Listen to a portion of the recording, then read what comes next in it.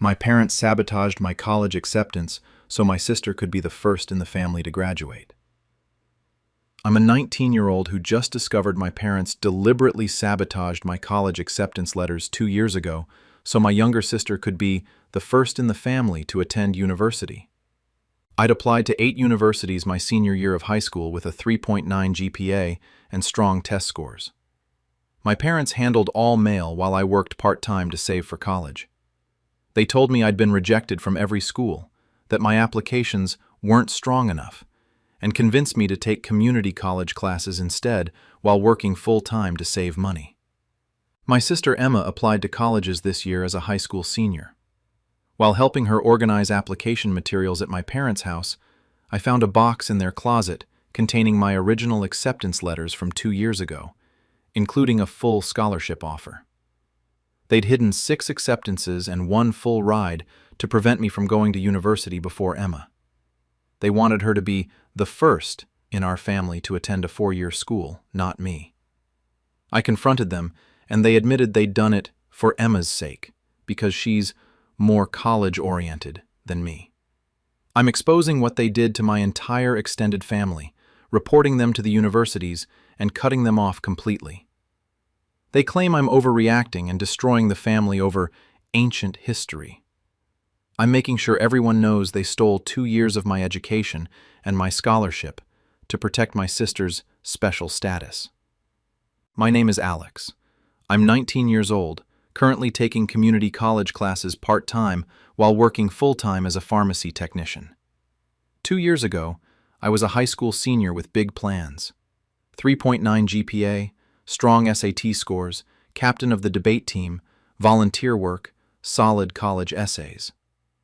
I'd applied to 8 universities, ranging from state schools to more competitive private institutions. I was confident about my chances. My guidance counselor had been encouraging, saying my profile was strong and I should expect multiple acceptances. I'd applied to schools with various financial aid packages and was hoping for scholarships that would make college affordable. My parents, both high school graduates who'd never attended college, were supportive throughout the application process. They'd helped me gather documents, talked about how proud they were, and made a big deal about me potentially being the first in our family to attend a 4-year university. My sister Emma was 16 at the time, a high school sophomore. She'd always been the academic one in the family, according to my parents. Obsessed with grades, talked constantly about college, had her entire educational future planned. She was already stressing about applications even though she was 2 years away. My parents loved talking about Emma's college plans. They'd discuss how she'd be perfect for university life and how proud they'd be when she attended a prestigious school. Sometimes it felt like they were more invested in Emma's future college career than mine, but I tried not to be jealous. Emma was their youngest, and parents often have different relationships with different kids. In March and April of my senior year, college decision letters started arriving. This was the crucial period. Acceptance or rejection notifications, financial aid packages, scholarship offers. My future hinged on what came in those envelopes. My parents insisted on handling all mail during this period. They said they didn't want me to get bad news while at school or work, that they'd let me know when letters arrived so we could open them together as a family. It seemed sweet. They wanted to share these important moments with me. Week after week, my parents would tell me, "Nothing yet," or "Just junk mail today." By late April, when most decisions should have arrived, they sat me down for a devastating conversation. They'd received responses from all 8 universities. Every single one was a rejection. I was crushed. How had I been rejected from all 8 schools? My guidance counselor had said my profile was strong. I'd applied to safety schools I should have easily gotten into. Something seemed wrong. But my parents showed me rejection letters from 3 schools. Form letters saying the applicant pool was competitive, and they regretted to inform me I hadn't been accepted. The letters looked official. I had no reason to doubt them. My parents were sympathetic but also somewhat dismissive. They said maybe college wasn't for everyone, that I could try community college and transfer later, that perhaps my applications hadn't been as strong as I'd thought. The subtext was clear. Maybe I wasn't college material like Emma would be. I was devastated and confused, but I accepted their narrative. Maybe I had overestimated my qualifications. Maybe the competition was fiercer than I'd realized. Maybe I just wasn't cut out for university. I enrolled in community college for the fall, taking a reduced course load while working full-time to save money. My parents suggested I focus on working and figuring out what I really wanted, rather than rushing into more education. They said Emma would be applying to colleges in 2 years, and maybe I could apply to transfer programs at the same time, make it a family college journey. The community college classes were fine. I maintained a 4.0 GPA in the few courses I took each semester. But I was working 40-plus hours a week at the pharmacy, exhausted, watching my high school classmates post about their exciting university experiences while I felt stuck. Meanwhile, Emma's college preparation became the family's central focus. By her junior year, my parents were obsessing over her applications. They hired a private college counselor. They took her on campus tours. They talked constantly about where Emma would go, what she'd study, how she'd be the first in the family to attend a real university. That last part stung. I'd been taking college classes for 2 years, but because they were community college courses, they didn't count as real university in my parents' eyes. Emma would be the first, their pride and joy, the one who made it to a 4-year school. This year, Emma's senior year, the college application process ramped up. She applied to 12 schools, including several I'd applied to 2 years earlier. My parents were even more involved than they'd been with me, helping with essays, tracking deadlines, managing every detail. Last month, Emma's acceptance letters started arriving. She got into 9 of her 12 schools. My parents were ecstatic, celebrating, posting on social media, calling relatives to share the news that Emma got into university. She's the first in our family. I felt happy for Emma, but also bitter. Why had she succeeded where I'd failed so completely? We had similar GPAs, similar test scores. What had she done differently in her applications? Emma asked me to help her organize her acceptance materials and financial aid packages. She was overwhelmed by all the paperwork and wanted my advice since I'd been through the process before, even though I'd failed at it, as she tactlessly mentioned. I went to my parents' house to help her. Emma had spread acceptance packets across the dining room table, thick envelopes from multiple universities, scholarship offers, financial aid breakdowns. I felt that old sting of rejection, seeing what I'd been denied. Emma said she'd stored some additional materials in my parents' bedroom closet: older documents, test score reports, recommendation letter copies. She asked me to grab the box while she made photocopies of financial forms. I went to my parents' closet, found the box Emma mentioned, opened it to look for her documents, and found my life's biggest betrayal sitting in a cardboard box hidden behind winter coats. Acceptance letters, addressed to me, from 2 years ago. My hands shook as I pulled them out, thick envelopes from 6 different universities. I opened them with trembling fingers, even though I already knew what they'd say. Congratulations. We are pleased to inform you of your acceptance to 6 acceptances. 6 schools I'd supposedly been rejected from. 6 universities my parents had told me had turned me down. But there was more. The 7th envelope was from the state university I'd most wanted to attend. I opened it. We are delighted to offer you admission to the honors program with a full 4-year academic scholarship covering tuition, room, and board. A full ride. A full scholarship to the honors program at a respected state university. Everything paid for: tuition, housing, books. The letter detailed the scholarship terms, congratulated me on my achievements, and welcomed me to their incoming freshman class of 2 years ago. I'd been offered a full scholarship to my dream school, and my parents had hidden it from me. I sat on my parents' bedroom floor, acceptance letters scattered around me, trying to process what I'd discovered. My parents had intercepted every acceptance letter, had hidden them in their closet, had lied to me about being rejected, had shown me fake rejection letters, or rejection letters from schools I hadn't even applied to, had convinced me I wasn't college material while keeping evidence of 6 acceptances and a full scholarship hidden in a box. Why? Why would parents sabotage their child's education this way? Then I remembered. Emma. Emma being the first in the family to attend university. Emma's special status as the college-bound child. My parents' obsessive focus on Emma being the first to achieve what I'd supposedly failed to achieve. They'd sabotaged me to protect Emma's position as the first.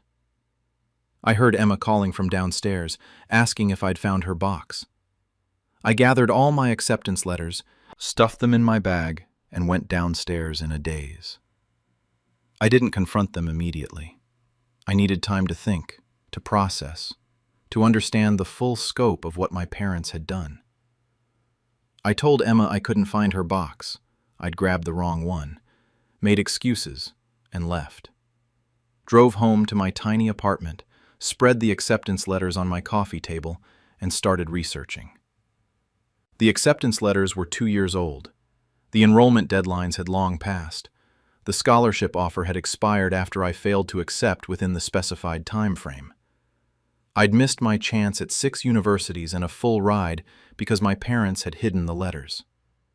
I contacted the university's admissions offices, explained I'd been accepted 2 years ago, but never received my acceptance letters due to family circumstances.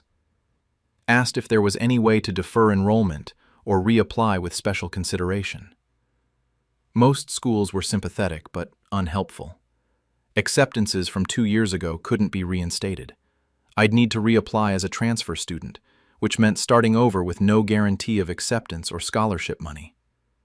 The full scholarship school was particularly regretful. That specific scholarship was for incoming freshmen only and couldn't be extended to transfer students. My parents had stolen 2 years of education, a full scholarship, and 6 university acceptances from me. And they'd done it deliberately, systematically, by intercepting mail and lying about the results. I knew I needed to confront them. But I also needed evidence and strategy. I photographed every acceptance letter, scanned them, and backed them up to cloud storage. Researched whether what my parents did was legal. It's mail fraud, technically, though prosecution would be unlikely. Contacted a family law attorney for a consultation about my options. The attorney confirmed that intercepting mail addressed to an adult child, I'd been 18 when the letters arrived, was illegal. That sabotaging college acceptances could potentially be grounds for a civil suit for educational damages. But he also cautioned that family law cases involving educational sabotage are rare and difficult to prove impact. I didn't care about suing. I cared about exposure. I wanted everyone to know what my parents had done. I planned my confrontation carefully, called my parents and said I needed to discuss something important about Emma's college plans. They invited me over for dinner, assuming I wanted to celebrate Emma's acceptances. I brought my acceptance letters. We sat down to dinner, my parents, Emma, and me. My parents were cheerful, talking about Emma's college options. Emma was excited, spreading out acceptance packets again to compare financial aid offers. I waited until they'd finished talking. Then I pulled out the acceptance letters from my bag and placed them on the table. I found something interesting while looking for Emma's documents, I said calmly. My acceptance letters from 2 years ago. The ones you told me never existed. The room went silent. My parents' faces went pale. Emma looked confused, picking up one of the letters and reading it. "Alex, where did you find those?"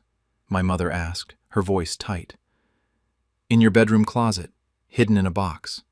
6 acceptances and a full scholarship. Every university I applied to accepted me, but you told me I'd been rejected from all of them." Emma was reading the scholarship letter, her eyes widening. Alex got a full ride? Mom, Dad, why didn't...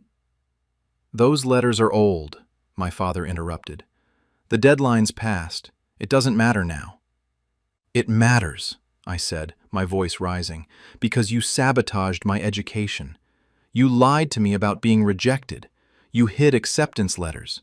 You let me think I wasn't college material when actually 6 schools wanted me, and 1 offered me a full scholarship. My mother tried to justify it. Alex, you need to understand. Emma is... She's always been more college-oriented than you. You're practical. You like working. You've done fine at community college. Emma needs university. She's meant for that environment. So you sabotaged me to protect Emma's status as the first, I said. You stole my acceptances so she could be the special one who attended a real university first. We did what was best for the family, my father said. Emma's opportunities needed protection. You were going to overshadow her. She's worked so hard for this. I worked hard too, I shouted. I had a 3.9 GPA. I got into the honors program with a full scholarship, but you hid it so Emma could be first. Emma was crying now, holding my scholarship letter. Mom, Dad, how could you do this to Alex? This says full tuition, room and board, everything paid for. You made Alex think, you let everyone think. Emma, you don't understand, my mother said. Your brother is fine. Look at him. He has a job, he's taking classes, he's doing well. He didn't need university like you do. You're the academic one. You're meant for college. We had to protect that for you. By destroying it for me? I said. By stealing my scholarship and lying about rejections? The argument escalated. My parents insisted they'd done what was necessary to protect family harmony and ensure Emma's opportunities. They claimed I'd been fine without university, that community college and work were good for someone like me, that Emma needed the identity of being first. Emma kept crying, apologizing to me, saying she'd never asked them to do this. I believed her. Emma hadn't known. But my parents had decided she was worth more than me, that her college experience mattered more than mine, and they'd been willing to sabotage my education to protect hers. I left that night with my acceptance letters and a plan for exposure. I wasn't going to let this stay hidden. Everyone needed to know what my parents had done. I started with extended family, sent emails to grandparents, aunts, uncles, cousins, everyone my parents had told about my rejections, and Emma being the first in the family to attend university. I attached photos of my acceptance letters and the scholarship offer, explained that my parents had hidden them, and detailed how I'd been lied to for 2 years. The family response was explosive. Most relatives were horrified. My grandmother called my parents immediately, demanding to know how they could sabotage their own child. My uncle, a college professor, sent a scathing email to my parents about educational sabotage. Cousins reached out to me with support and outrage. Some relatives defended my parents. My aunt, my mother's sister, said parents do what they think is best, and I was being dramatic about old letters. A few cousins thought I should have handled this privately instead of exposing family business, but most were appalled. The family group chat exploded with arguments. Holiday gatherings for the next decade would be uncomfortable at best. I also contacted the university that had offered me the full scholarship, explained what my parents had done, intercepted mail, hidden acceptances, lied about rejections, asked if there was any possibility of reconsidering the scholarship or offering special admission for transfer students given the circumstances. The university's response was sympathetic but limited. They couldn't reinstate a 2-year-old scholarship offer. However, they were disturbed by what my parents had done. They offered to flag my application if I chose to reapply as a transfer student, and they'd consider me for transfer student scholarships, though nothing as generous as the original full ride. It was something, but it wasn't justice. I'd lost 2 years of education, lived and worked under the assumption I wasn't college material, watched Emma prepare for the opportunities that had been stolen from me.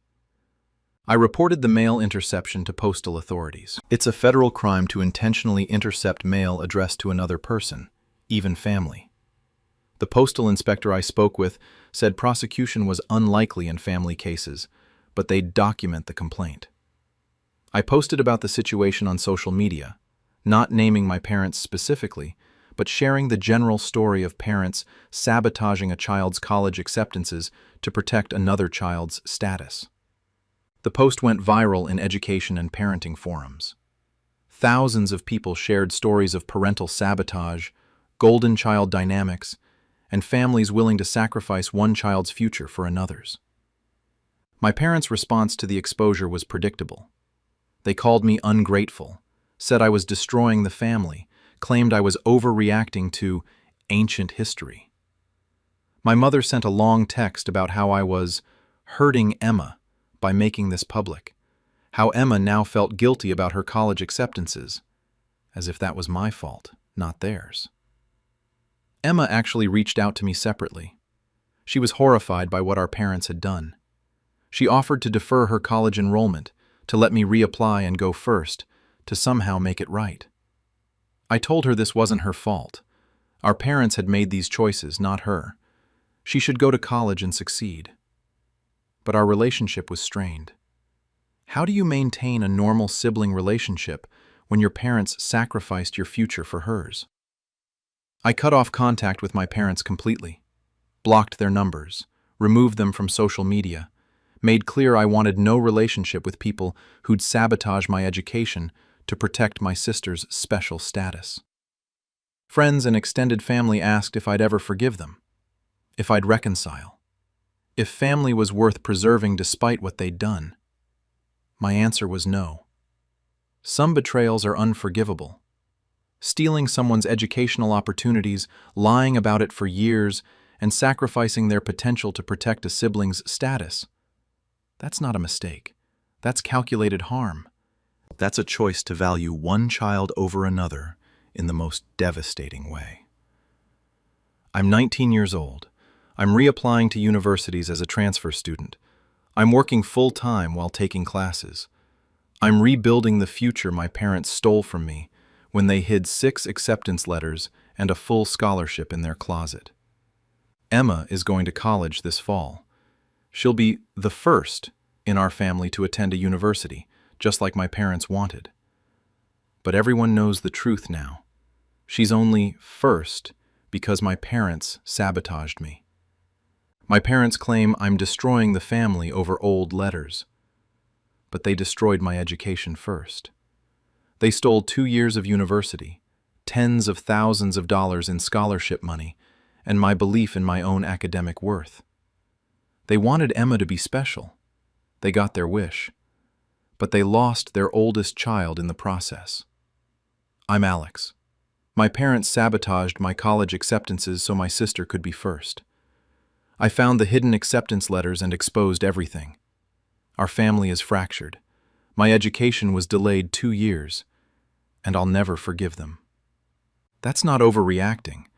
That's appropriate response to parents who valued one child's status over another child's future and were willing to commit mail fraud to protect it. They made their choice. Now they live with the consequences. Extended family knowing what they did, social exposure of their betrayal, and permanent loss of their relationship with me. Emma gets to go to college. I get to rebuild what they destroyed.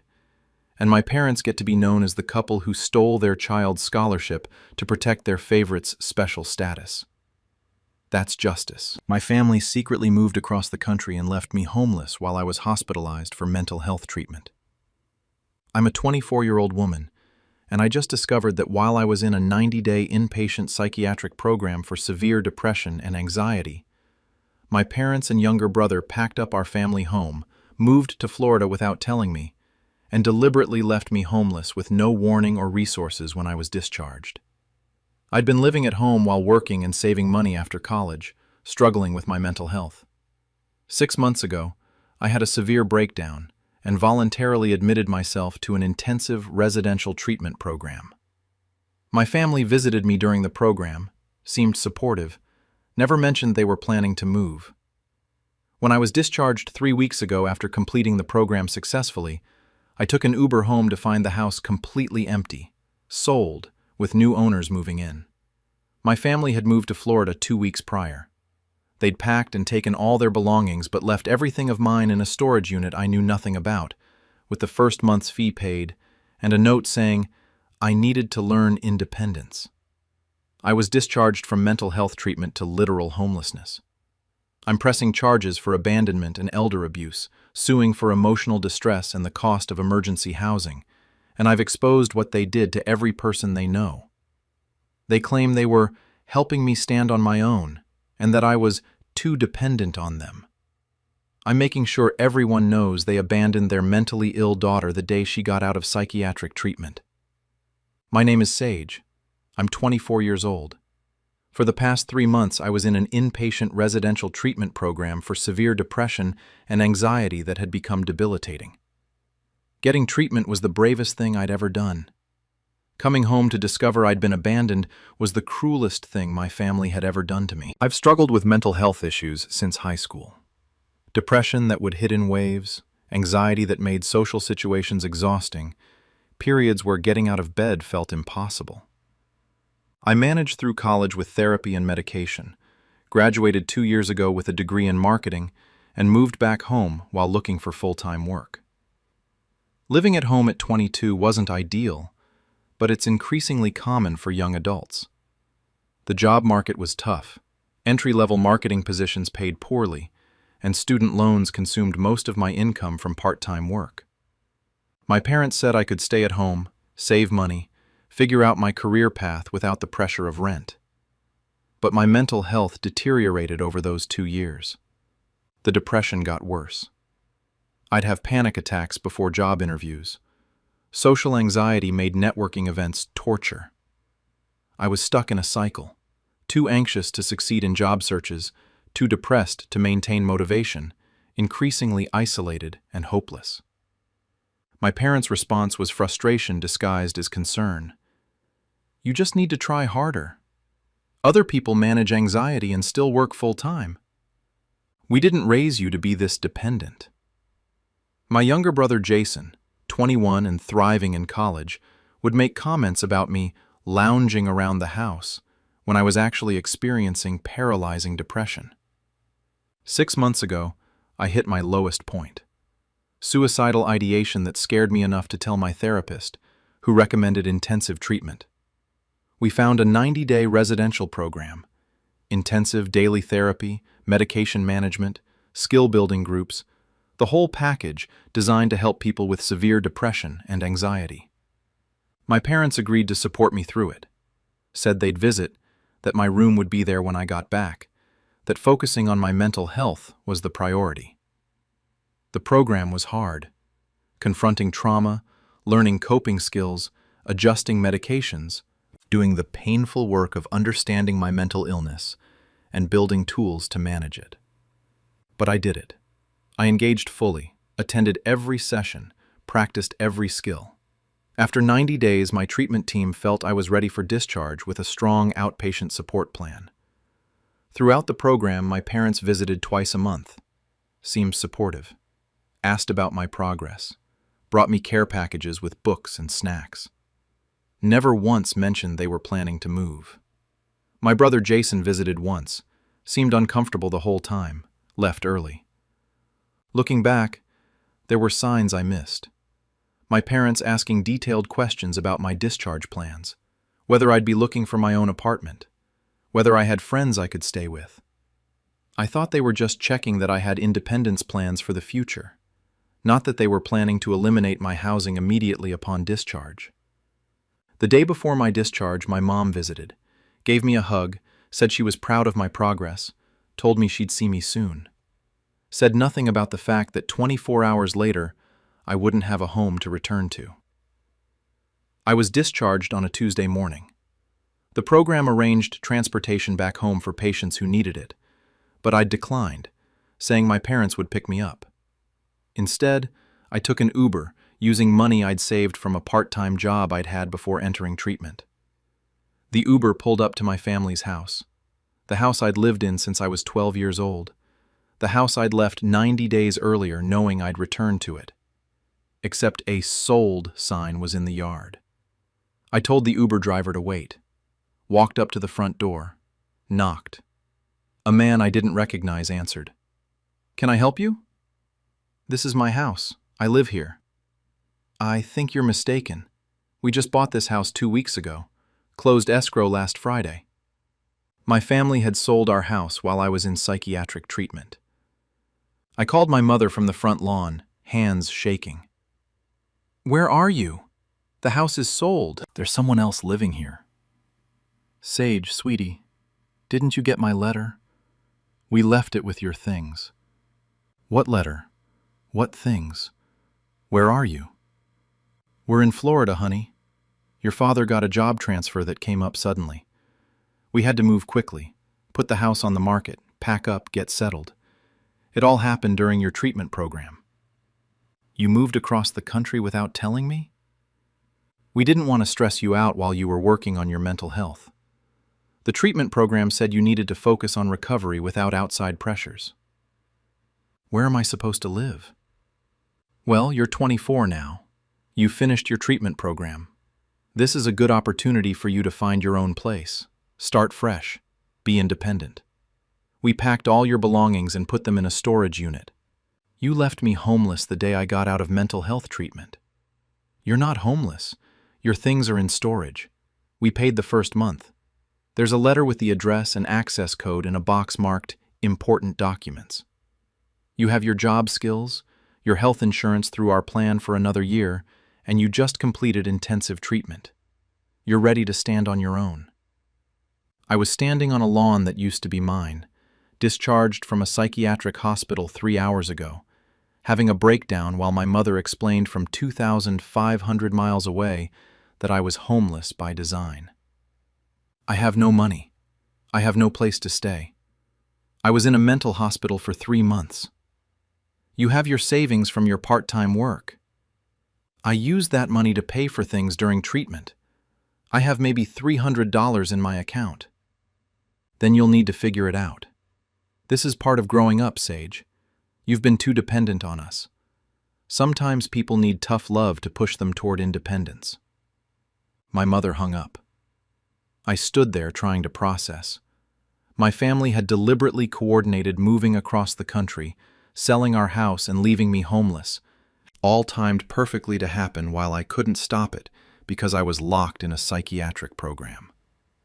The Uber driver was still waiting, meter running, using up my limited funds. "Where to?" he asked when I got back in the car. I had no answer. I pulled up my banking app, $347 in my checking account.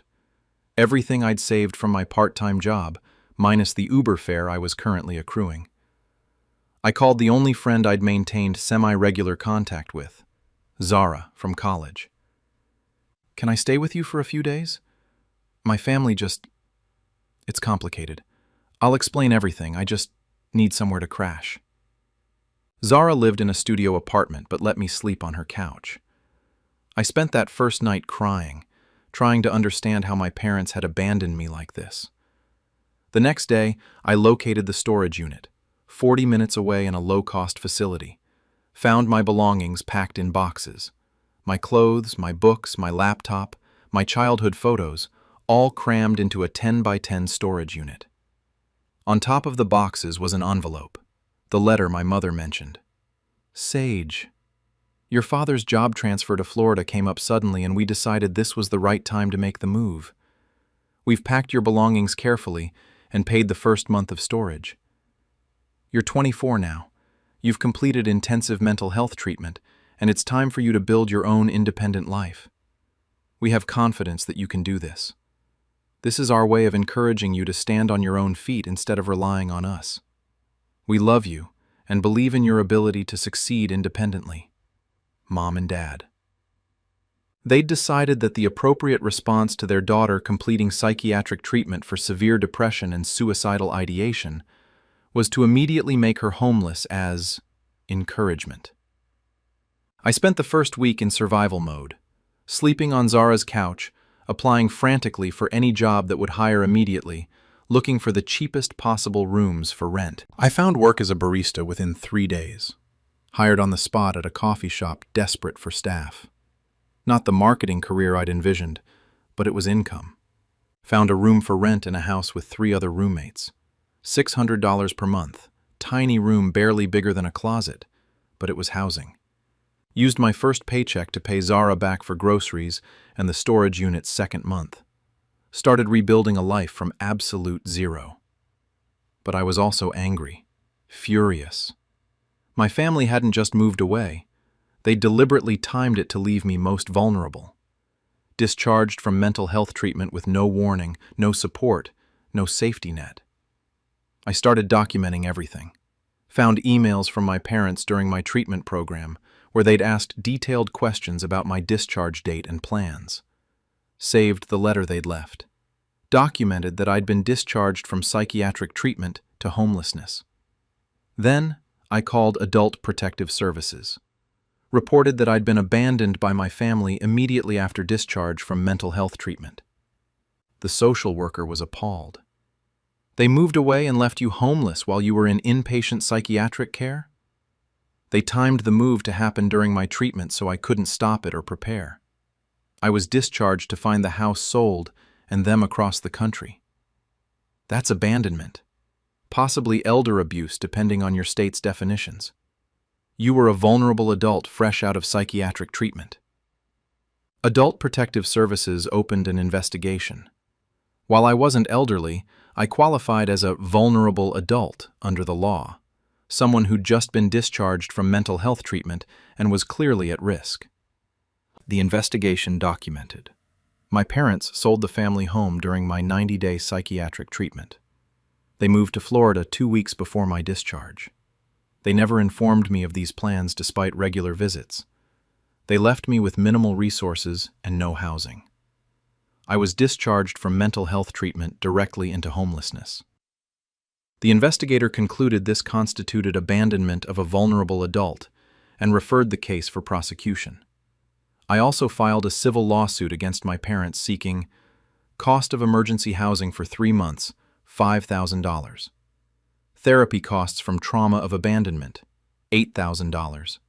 Moving and storage costs, $2,000. Emotional distress damages, $50,000.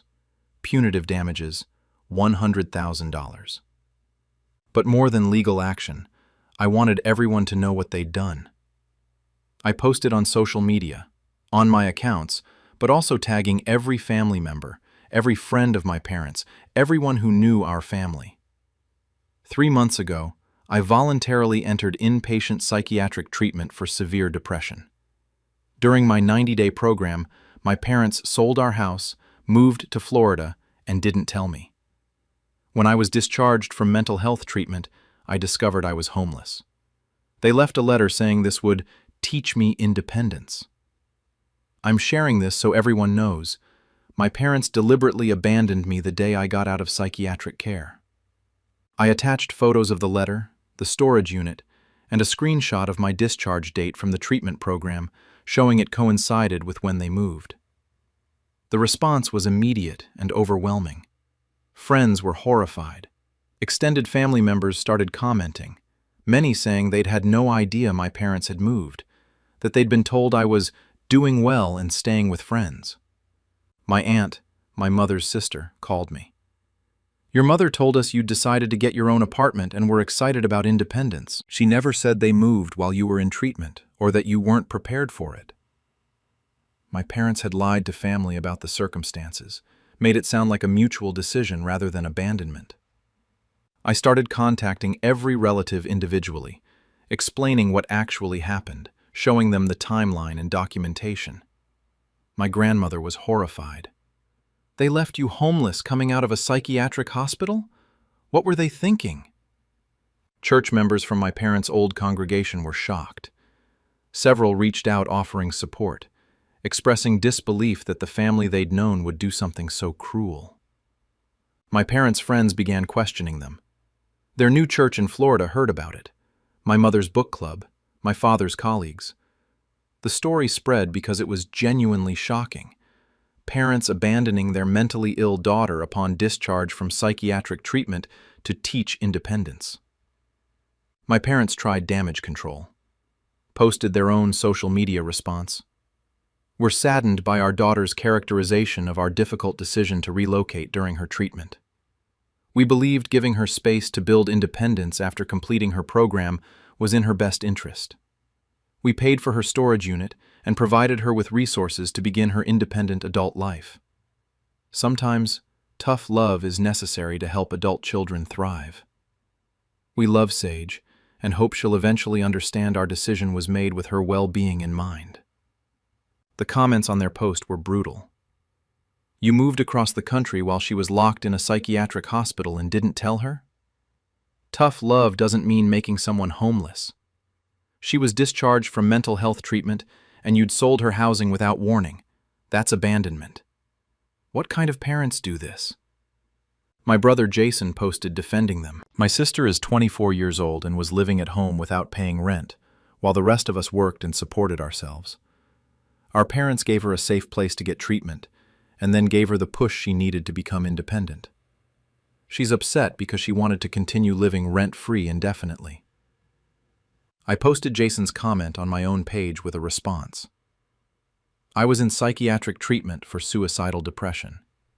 I was discharged 3 weeks ago to discover I was homeless because my family moved away in secret. I'm not upset about not living rent-free. I'm traumatized that my parents abandoned me when I was most vulnerable and call it tough love. The criminal case for abandonment of a vulnerable adult moved forward.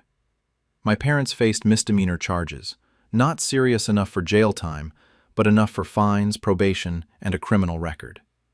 They hired a lawyer who tried to argue they'd provided me with resources, the storage unit, 1 month paid, and that as an adult, I wasn't entitled to ongoing housing. The prosecutor countered that timing mattered. The defendants waited until their daughter was in a locked psychiatric facility, unable to prepare or respond, to sell her housing and move across the country. They visited her regularly and never mentioned these plans. Upon discharge from mental health treatment, a vulnerable period for anyone, she had no housing. That's abandonment of a vulnerable adult. They pleaded guilty to reduced charges. Both received probation, fines, and were required to pay restitution of $10,000 for immediate housing costs I'd incurred. The civil lawsuit settled for $75,000. My parents liquidated savings to pay it rather than go to trial and have more publicity about what they'd done. That money allowed me to get a decent apartment, buy a reliable car, pay off some debt, and build an emergency fund. But money didn't fix the betrayal. My parents had decided that rather than support their daughter through a difficult period after intensive mental health treatment, they'd abandon her as motivation. Extended family fractured over it. My grandmother stopped speaking to my parents. Several aunts and uncles sided with me. Others believed my parents' narrative about tough love. My brother Jason maintained that I'm playing victim and that I should be grateful I was forced to become independent. But I'm not grateful. I'm traumatized. I spent the first 3 months after psychiatric discharge in crisis mode, barely surviving, working a minimum wage job, living in a tiny room, having panic attacks about money and housing. The skills I'd learned in treatment barely held up under the stress my parents had deliberately created. My therapist, who'd worked with me during the program and continued seeing me after, was appalled when she heard what happened. Discharge from intensive treatment is a vulnerable transition period.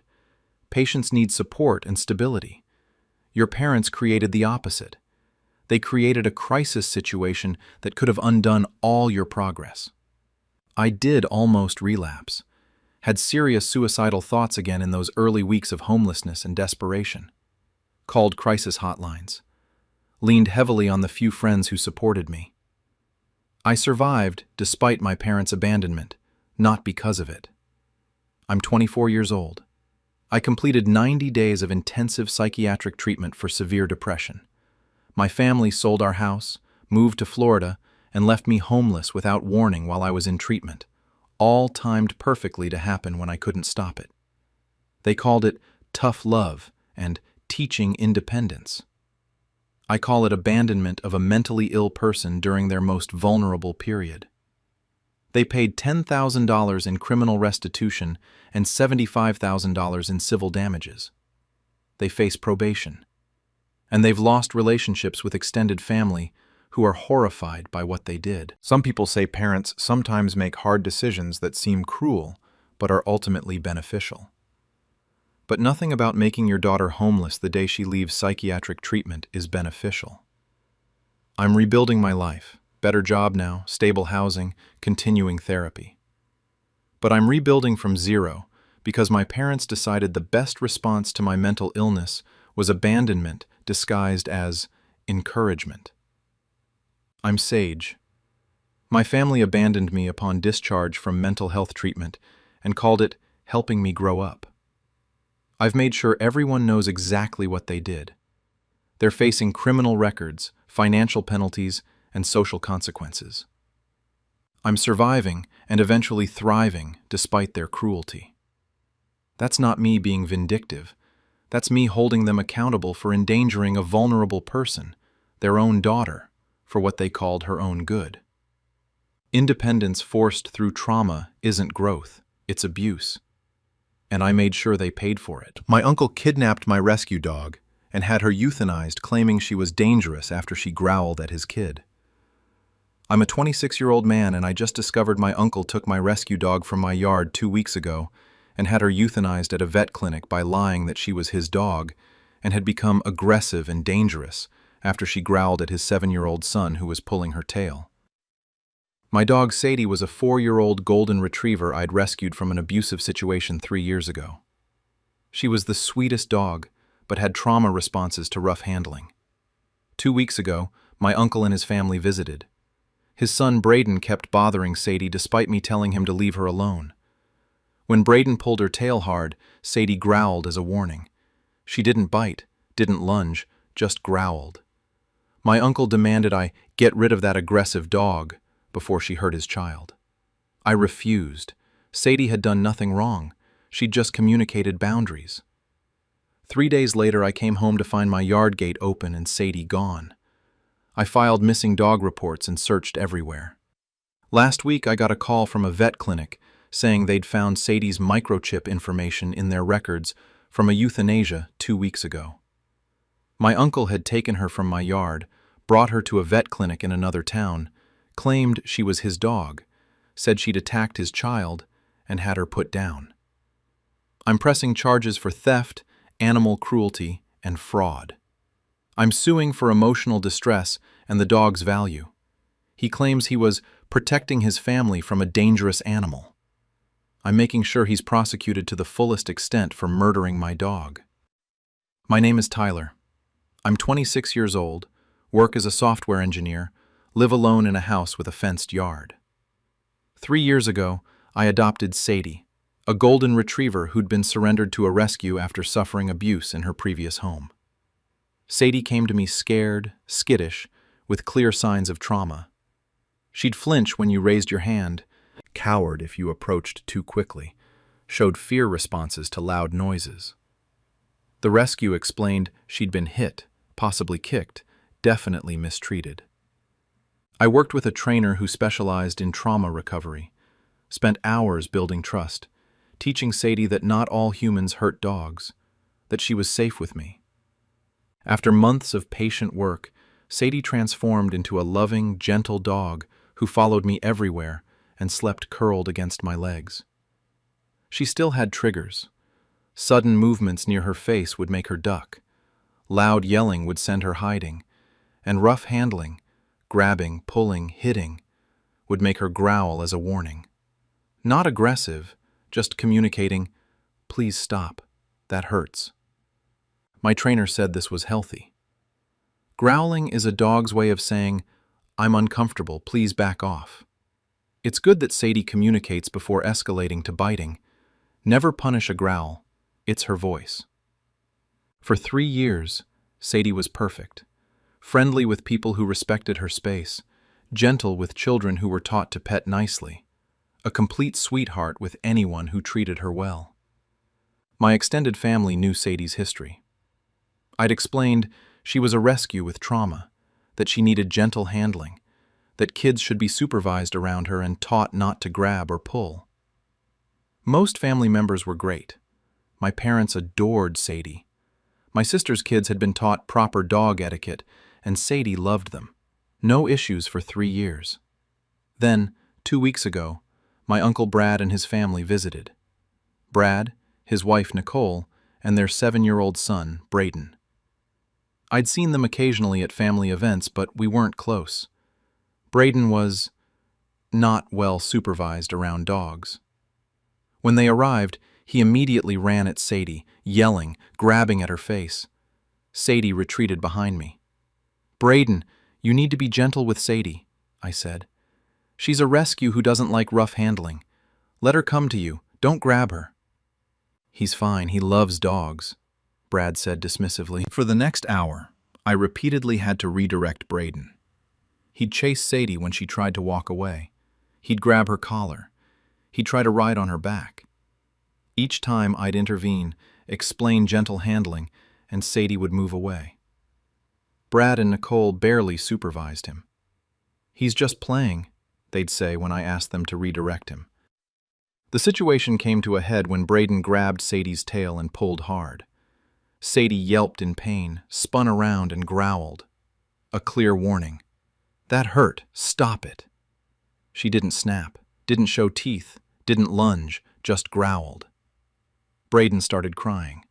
Brad jumped up, furious. "Your dog just attacked my son." She didn't attack anyone.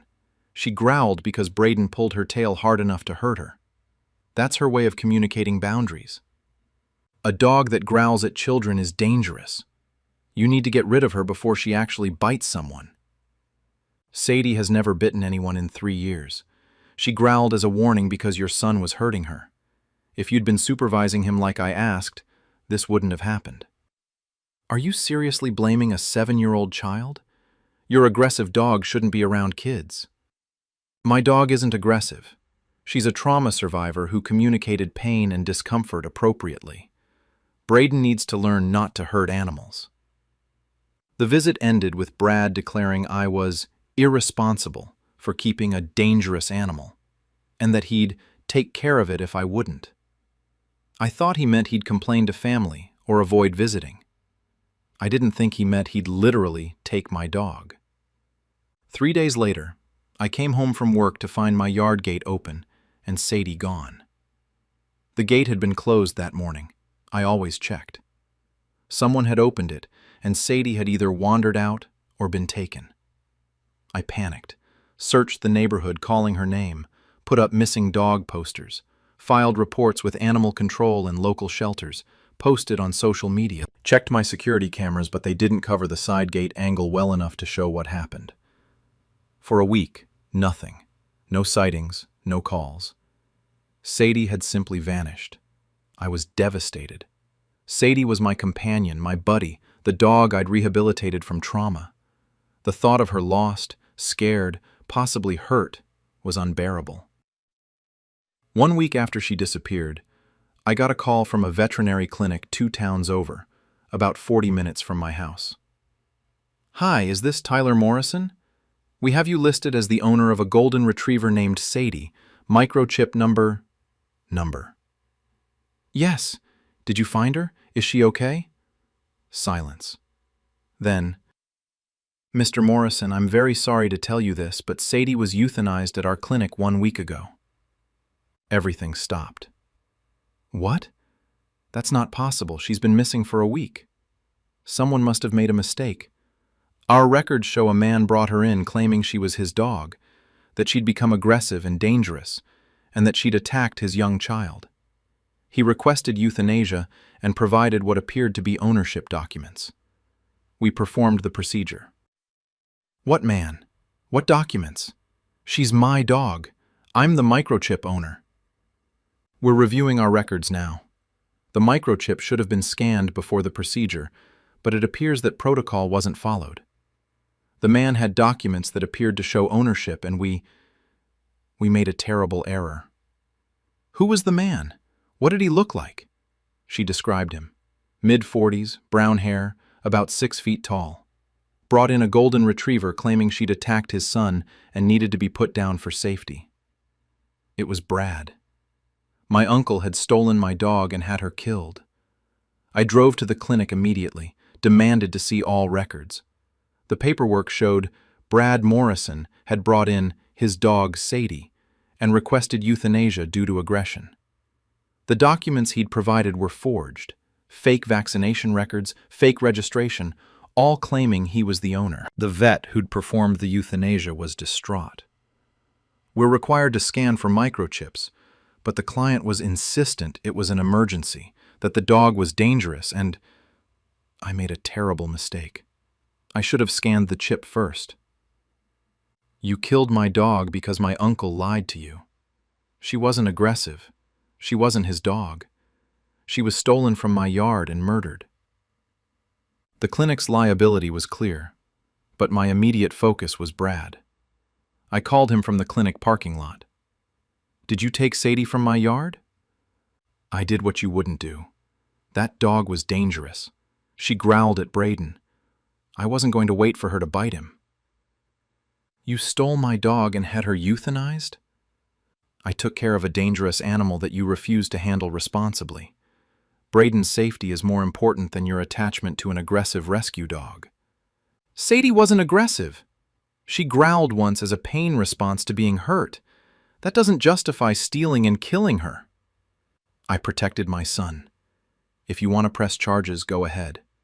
Any court will understand that a father protecting his child from a dangerous dog is justified. I went straight to police, filed reports for theft, animal cruelty, and fraud. Provided my ownership documentation and microchip registration. Vet clinic records showing Brad had Sadie euthanized under false ownership claims. Security camera footage showing my gate had been closed in the morning before Sadie disappeared. Testimony from the vet clinic about Brad's false claims. Recording of Brad admitting he took Sadie and had her taken care of. The police took it seriously. Pet theft is a crime. Fraudulently euthanizing someone else's animal is animal cruelty.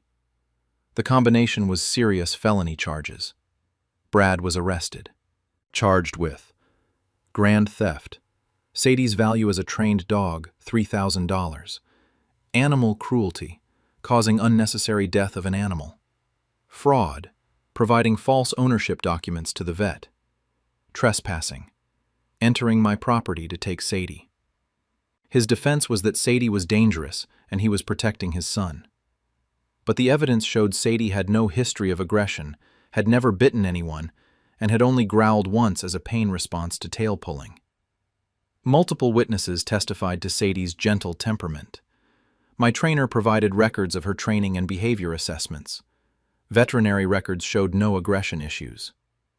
The prosecution argued that even if Brad genuinely believed Sadie was dangerous, which was unreasonable given one growl in response to pain, his remedy was to report concerns to animal control, not steal the dog and have her killed under false pretenses.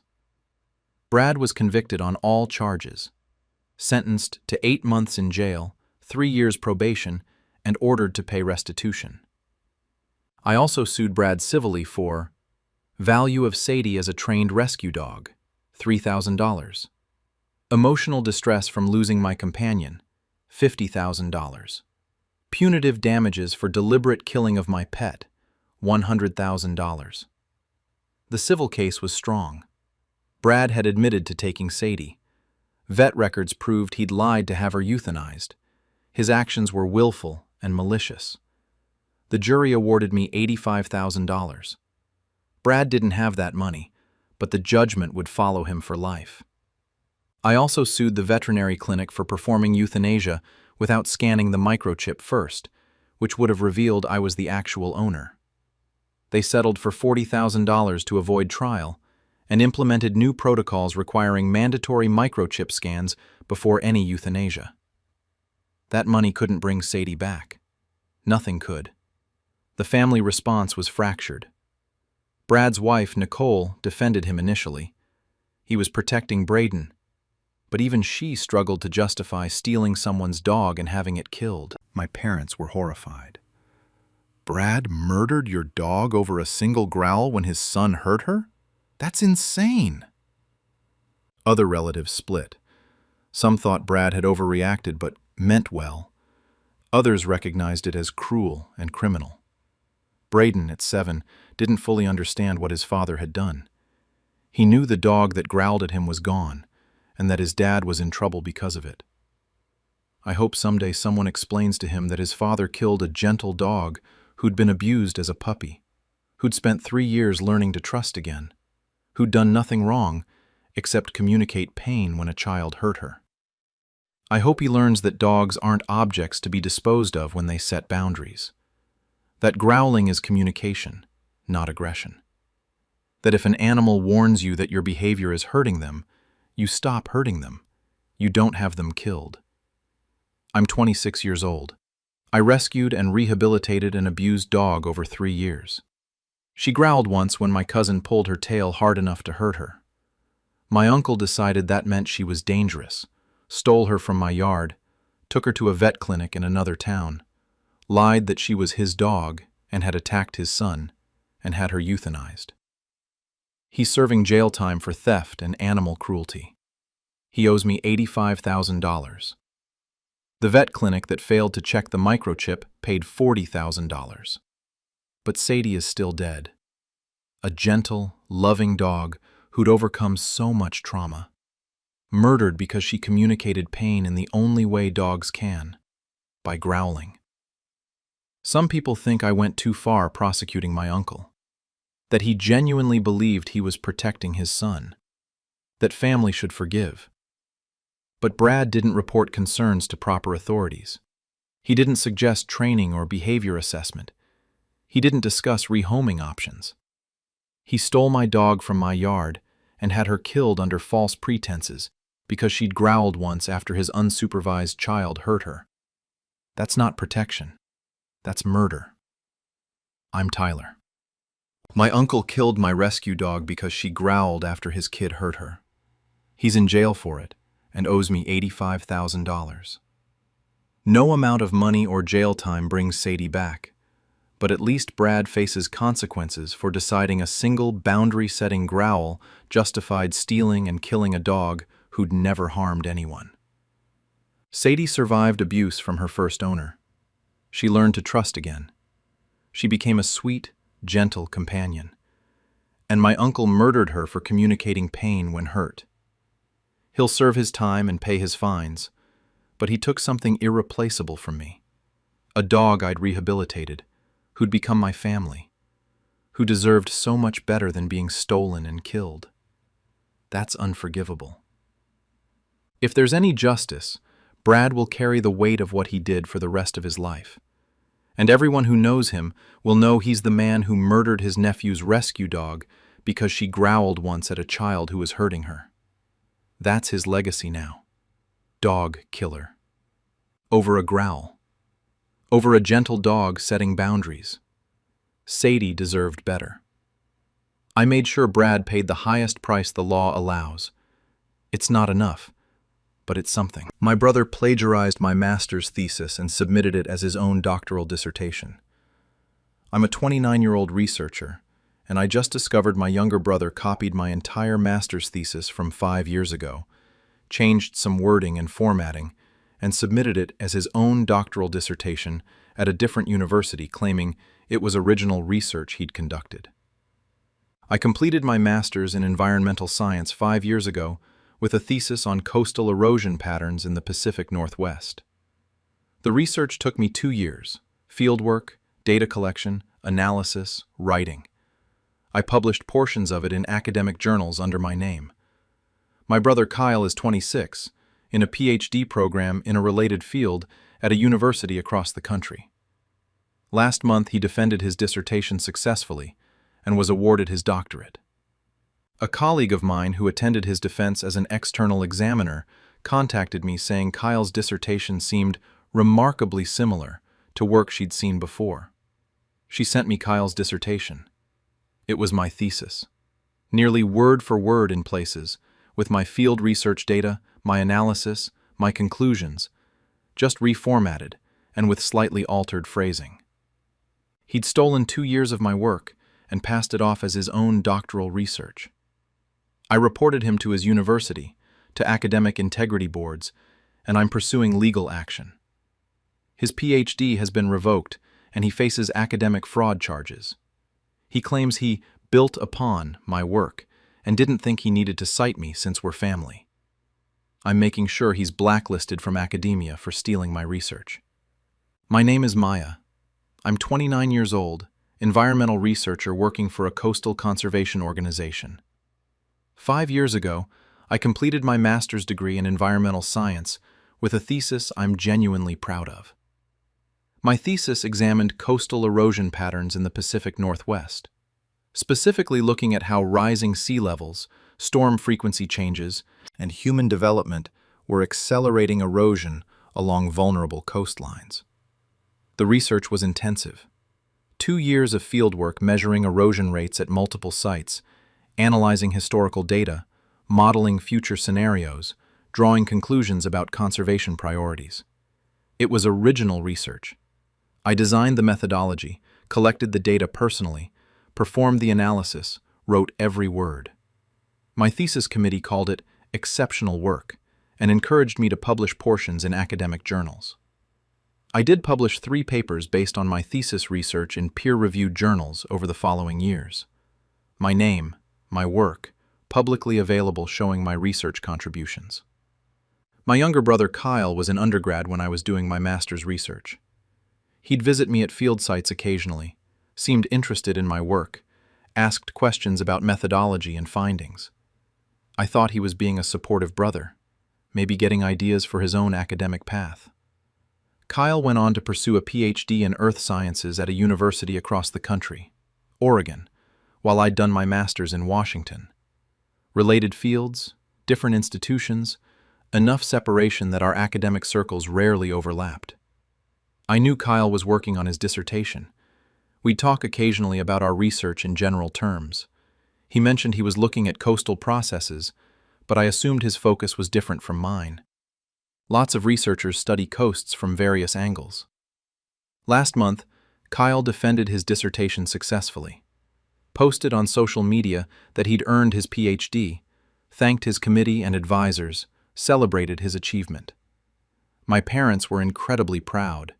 Their son, Dr. Kyle Chen, the first person in our family to earn a doctorate. I congratulated him, happy for his success even though I felt a twinge of jealousy. My master's had been a stepping stone to working in conservation, not academia, so I'd never pursued a doctorate. Seeing Kyle achieve that level felt like he'd surpassed me academically. Then I got an email from Dr. Rebecca Norton, a colleague I'd met at conferences over the years. She's a professor at a different university than Kyle's, but had served as an external examiner on his dissertation committee. Maya, I attended a dissertation defense yesterday for Kyle Chen. The work seemed remarkably familiar, and when I got home I realized why. It's nearly identical to your master's thesis and published papers. I thought you should know.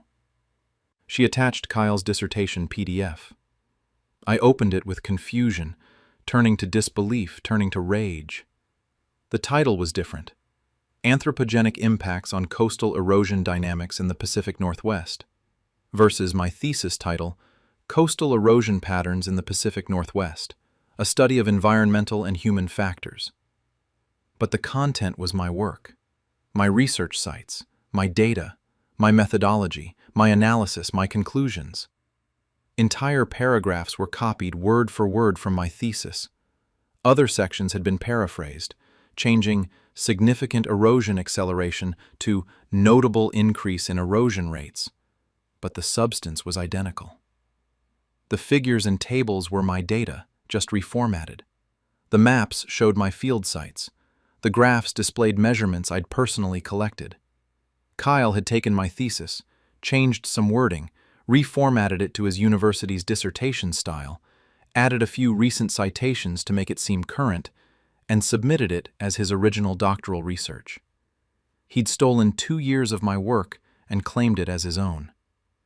I read through the entire 200-page dissertation, documenting every instance of plagiarism. Found sections that were word-for-word copies, sections that were lightly paraphrased, and data that was directly lifted from my research. Most damningly, Kyle's dissertation included data from field sites I'd personally measured, on dates when I'd documented being there. He claimed to have conducted this field research himself, but the dates and locations matched my research logs exactly. He'd even included some measurement errors that I'd caught and corrected in my published papers, errors that appeared in my original thesis draft but were fixed before publication. If Kyle had actually conducted independent research, he wouldn't have the exact same measurement errors. This wasn't inspiration or building on my work. This was wholesale theft. I contacted Kyle immediately. I read your dissertation. You plagiarized my master's thesis. What? No. We worked in similar areas. There's bound to be overlap. Kyle, you copied entire paragraphs word for word. You used my exact field data, claiming you collected it yourself. You stole my research. Silence. Then, Maya, look, I was struggling with my dissertation. I was behind schedule, my advisor was pressuring me, and I knew your work was solid. I thought since we're family, it wasn't really plagiarism to build on your research. Build on? You didn't build on anything. You copied my thesis, changed some words, and claimed you did the research. That's academic fraud. I didn't think you'd care. You already got your master's degree. You're not even in academia anymore. The research was just sitting there and I needed to finish my dissertation. So you stole my work? 2 years of field research that I did? I didn't steal it, I just used it as a foundation. And I didn't cite you because I thought it would be weird citing my sister. People might think there was bias or collaboration that wasn't properly disclosed. The bias is you stealing my research. You were supposed to cite me because it's my work. You're overreacting. Lots of family members collaborate on research. We didn't collaborate. I did the research 5 years ago. You took it without permission and claimed it as your own. Kyle tried to minimize it, claimed he'd consulted my work as one of many sources, that the overlap was unintentional, that I was being dramatic. I hung up and immediately contacted his university, sent a formal complaint to the university's Office of Academic Integrity. Provided my master's thesis from 5 years ago, Kyle's recently defended dissertation, side-by-side comparison showing word-for-word plagiarism, my published papers showing the research was publicly attributed to me, my field research logs proving I'd collected the data Kyle claimed was his, timeline showing my research predated his by 5 years. The university took it seriously. Academic integrity violations at the doctoral level, especially in a successfully defended dissertation, are extremely serious. They launched a formal investigation. Kyle's dissertation was pulled from the university's digital repository. His PhD was placed on hold pending investigation. The investigation was thorough. They compared every page of Kyle's dissertation to my thesis and published papers, brought in plagiarism detection experts, interviewed Kyle's dissertation committee about whether they'd known of any connection to prior work. Kyle's committee was mortified. They'd had no idea Kyle's dissertation was plagiarized. One committee member said, "If we'd known this research had been previously conducted and published by his sister, we never would have approved the dissertation." Original research is the fundamental requirement for a doctorate. The investigation concluded that Kyle had committed serious academic misconduct. Extensive plagiarism of my master's thesis. Fraudulent claims of having conducted original field research. Failure to cite or acknowledge prior work. Misrepresentation of research as his own. The university's decision was harsh, but appropriate. Kyle's PhD was revoked. His dissertation was formally retracted. He was expelled from the program with academic dishonesty noted on his permanent record. He would never be able to claim a doctorate from that institution. But the consequences spread beyond his university. Academic communities are small and interconnected. Word spread quickly about a doctoral candidate whose degree was revoked for plagiarizing his sister's master's thesis. I also reported the plagiarism to the journals where I'd published papers based on my thesis research. Academic journals take plagiarism seriously. It undermines the entire peer review system. The journals issued formal statements that Kyle's dissertation had plagiarized previously published research, and they blacklisted him from ever submitting to their publications. I reported him to academic professional organizations we both belonged to. They revoked his memberships and flagged his record for academic fraud. I filed a lawsuit for intellectual property theft. While academic research is generally freely shared, claiming someone else's research as your own for professional gain, earning a doctorate, constitutes fraud and misappropriation. The lawsuit sought damages for harm to my professional reputation from his fraudulent use of my work, damage to the integrity of my original research, lost opportunities if Kyle's fraud had gone undetected, punitive damages for willful theft. We settled for $45,000. Kyle had to borrow from our parents to pay it, since he now had no job prospects and no degree. My parents initially tried to mediate. He made a huge mistake, but he's your brother. Do you really need to destroy his entire career over this?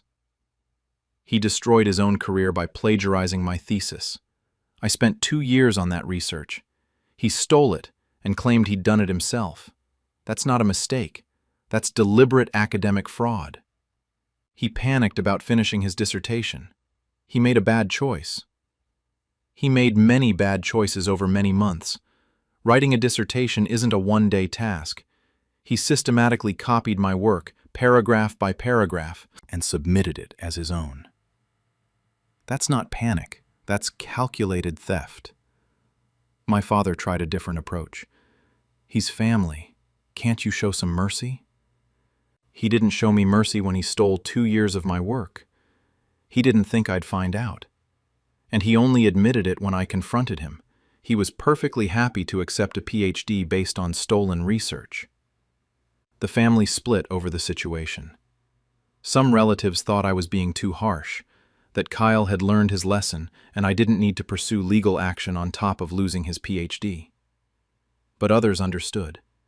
My aunt, a professor herself, was appalled by what Kyle had done. Academic integrity is everything. Maya's research was her contribution to the field. Kyle stole that and claimed it as his own. The consequences are appropriate. Kyle's academic career is over. No other PhD program will accept someone expelled for plagiarism. No research institution will hire someone who's been caught committing academic fraud.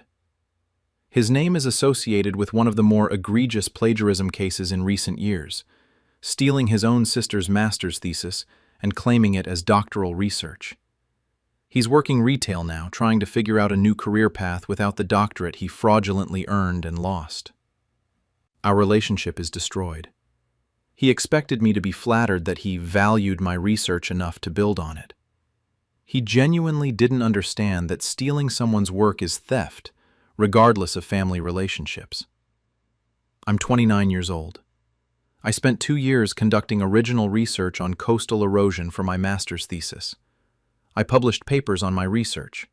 5 years later, my brother copied my entire thesis, submitted it as his doctoral dissertation, and successfully defended it, until a colleague recognized my work. His PhD was revoked. He was expelled with academic dishonesty on his record. I sued him for $45,000. He's blacklisted from academia. He claimed he didn't think he needed to cite me since we're family. But plagiarism doesn't have a family exception. Some people think I went too far, that I should have let his university handle it without also suing him, that destroying my brother's career was excessive. But Kyle didn't just copy a few paragraphs or take some inspiration. He stole my entire thesis, the field research I'd personally conducted, the data I'd collected, the analysis I'd performed, the conclusions I'd drawn. He claimed he'd done all of it himself and earned a doctorate based on that lie. That's not borrowing ideas, that's identity theft in academic form. I'm Maya. My brother plagiarized my master's thesis for his doctoral dissertation. I reported him, got his PhD revoked, sued him, and ensured he's unemployable in academia. That's not me being vindictive. That's protecting the integrity of academic research and my own professional contribution. He had every opportunity to do his own research. Instead, he stole mine because it was easier than doing the work. Now he faces the consequences. No doctorate, no academic career, $45,000 in debt to me, and a reputation as a plagiarist. My research stands as my contribution to environmental science. Kyle's dissertation exists only as a retracted example of academic fraud. He wanted the prestige of a doctorate without doing the work. He got exposure as a fraud instead. That's the price of plagiarism. Even when it's your sister's work. Even when you're family. Academic integrity doesn't have exceptions for convenience or family relationships. Kyle learned that the hard way. And I made sure everyone in academia knows. Dr. Kyle Chen's doctorate was revoked for plagiarizing his sister's master's thesis. That's his legacy now. My stepmother used my inheritance to pay for my step-siblings' weddings, claiming my late mother would have wanted it. I'm a 25-year-old woman, and I just discovered my stepmother has been draining my inheritance from my late mother. Money held in trust that I was supposed to receive at 25, by forging documents to access it early and using it to pay for my step-siblings' lavish weddings. My mother died when I was 8, leaving me $180,000 in a trust managed by my father, with instructions that I'd receive it at 25 to use for graduate school, a house down payment, or starting my life. My father remarried when I was 11 to Linda, who has 2 children from her first marriage, Derek, now 28, and Ashley, now 26. Derek got married last year and Ashley got married 3 months ago. Both had elaborate $60,000 plus weddings that seemed beyond what my stepfamily could afford. Last week I turned 25 and contacted the trust administrator to access my inheritance. They informed me the trust had been depleted over the past 2 years through withdrawals authorized by forged documents showing my consent to release funds early for family emergencies. My stepmother admitted she forged my signature to pay for both step-siblings' weddings, claiming my mother would have wanted her money to support family, and I was selfish for being upset about it. I'm pressing criminal charges for forgery and theft, suing to recover every dollar, and exposing what she did to the entire family. She claims I should be grateful I was included in a family after my mother died. My name is Morgan. I'm 25 years old, recent graduate school graduate in social work, currently working for a nonprofit while drowning in student loans. My mother died when I was 8 years old. Cancer.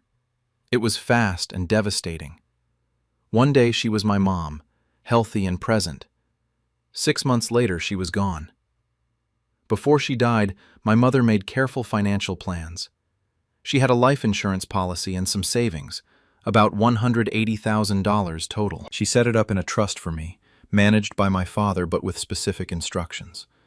The money was for me, to be held until I turned 25, to be used for education, buying a home, starting my life, whatever I needed to build my future. My father was trustee but couldn't use the funds except for my benefit, and only with approval from a third-party trust administrator. My mother's will was very clear. This money was her legacy to me, her way of taking care of me even after she was gone. My father honored that initially. The money sat in trust, earning modest interest, waiting for me to turn 25. Then, when I was 11, my father remarried.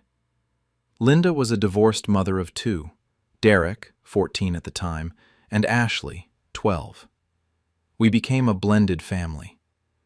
Linda was nice enough to me as a child. Not warm like my mother, but not cruel. She treated me like part of the family, though I always felt slightly separate from her biological children. Derek and Ashley were typical siblings, sometimes friendly, sometimes annoying, mostly indifferent to their younger stepsister. Growing up, money was often tight in our household.